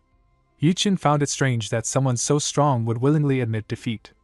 But he also knew that Wan Lingyan was famous for her intelligence and clever thinking. Even the older and more experienced people in Murio's city respected her for her cunning mind. Yi Chen guessed that she must have a deeper reason for surrendering so easily and that this move was part of a larger plan. Later, Yi Chen went to visit Yi Maoan, who had been badly injured earlier. In the room, a girl sitting beside Yi Maoan noticed Yi Chen and asked why he was there. Yi Chen replied by asking how Yi Maoan was doing. The girl explained that she had studied medicine before and had quickly performed some emergency treatments after Yi Maoan was hurt. With the help of healing pills, Yi Maoan had already woken up from his coma. His bones had been treated, and there were no serious internal injuries. She added that although the bone fractures were severe, with a few months of proper rest, he should recover fully and be able to continue his cultivation without any problems. Yi Chen told him that he needed to lie down and rest properly because his body could not handle too much movement at the moment. Yi Maoan, feeling emotional, thanked Yi Chen with tears in his eyes. Yi Chen smiled and said there was no need to thank him since they were fellow disciples and friends. He also reminded Yi Maoan that he had helped him before, so their debts were even. Yi Maoan nodded gratefully, feeling comforted by Yi Chen's kindness. While this moment was happening quietly, a battle was taking place between Yi Tsengtian and Lei Tianchuan. The two warriors clashed their auras with great force, showing their powerful fighting skills. Lei Tianchuan shouted as he used his family's special move called the Overlord's Spear Technique. Yi Tsengtian was confident and mocked Tianchuan for always using the same move over the years. He said that Tianchuan had not improved at all and was stuck in his old ways. Then, Yi Tsengtian broke Tianchuan's weapon easily. While attacking, he laughed and said it was ridiculous for Tianchuan to bring such a low-level spirit treasure into an important battle. Lei Tianchuan was badly hurt, and spat out blood as he fell to the ground. His father, the patriarch of the Lei family, quickly rushed to his side. The father admitted that they conceded the battle and accepted defeat. However, Tianchuan protested that he had not lost yet because he still had his ultimate move left to use. His father, seeing the situation clearly, told Tianchuan that since the Overlord's spear technique had been destroyed, they had truly lost the fight. He warned that if he had not stepped in at the last moment, Tianchuan would not have escaped the final strike unharmed. Lei Tianchuan clenched his teeth and said to himself how unfair it was. After all the hard training he had done, he could not believe he had lost. He wondered if he was really no match for Yi Tsengtian's strength. Meanwhile, Yi Tsengtian thought that he had already mastered some of the strongest king-rank martial arts. Because of that, beating Lei Tianchuan was natural and nothing to celebrate too much. His mind quickly shifted to his next challenge, Yi Chen. At that moment, Yi Chen stepped onto the battlefield. He said that it looked like he had arrived just in time for the next match. His sister, standing nearby, cheered him on excitedly, telling him to do his best and go for it. Mayan, watching with a calm smile, said she wanted to see how much Yi Chen's strength had grown since they last met. Yi Tsengtian, feeling powerful and ready, said that the day he had been waiting for had finally come. Yi Chen asked him if he was really so sure that he could beat him. Yi Tsengtian replied without hesitation that it was not just confidence, he was certain he would win. Yi Chen smiled and told him to bring it on, showing he was ready to fight without fear.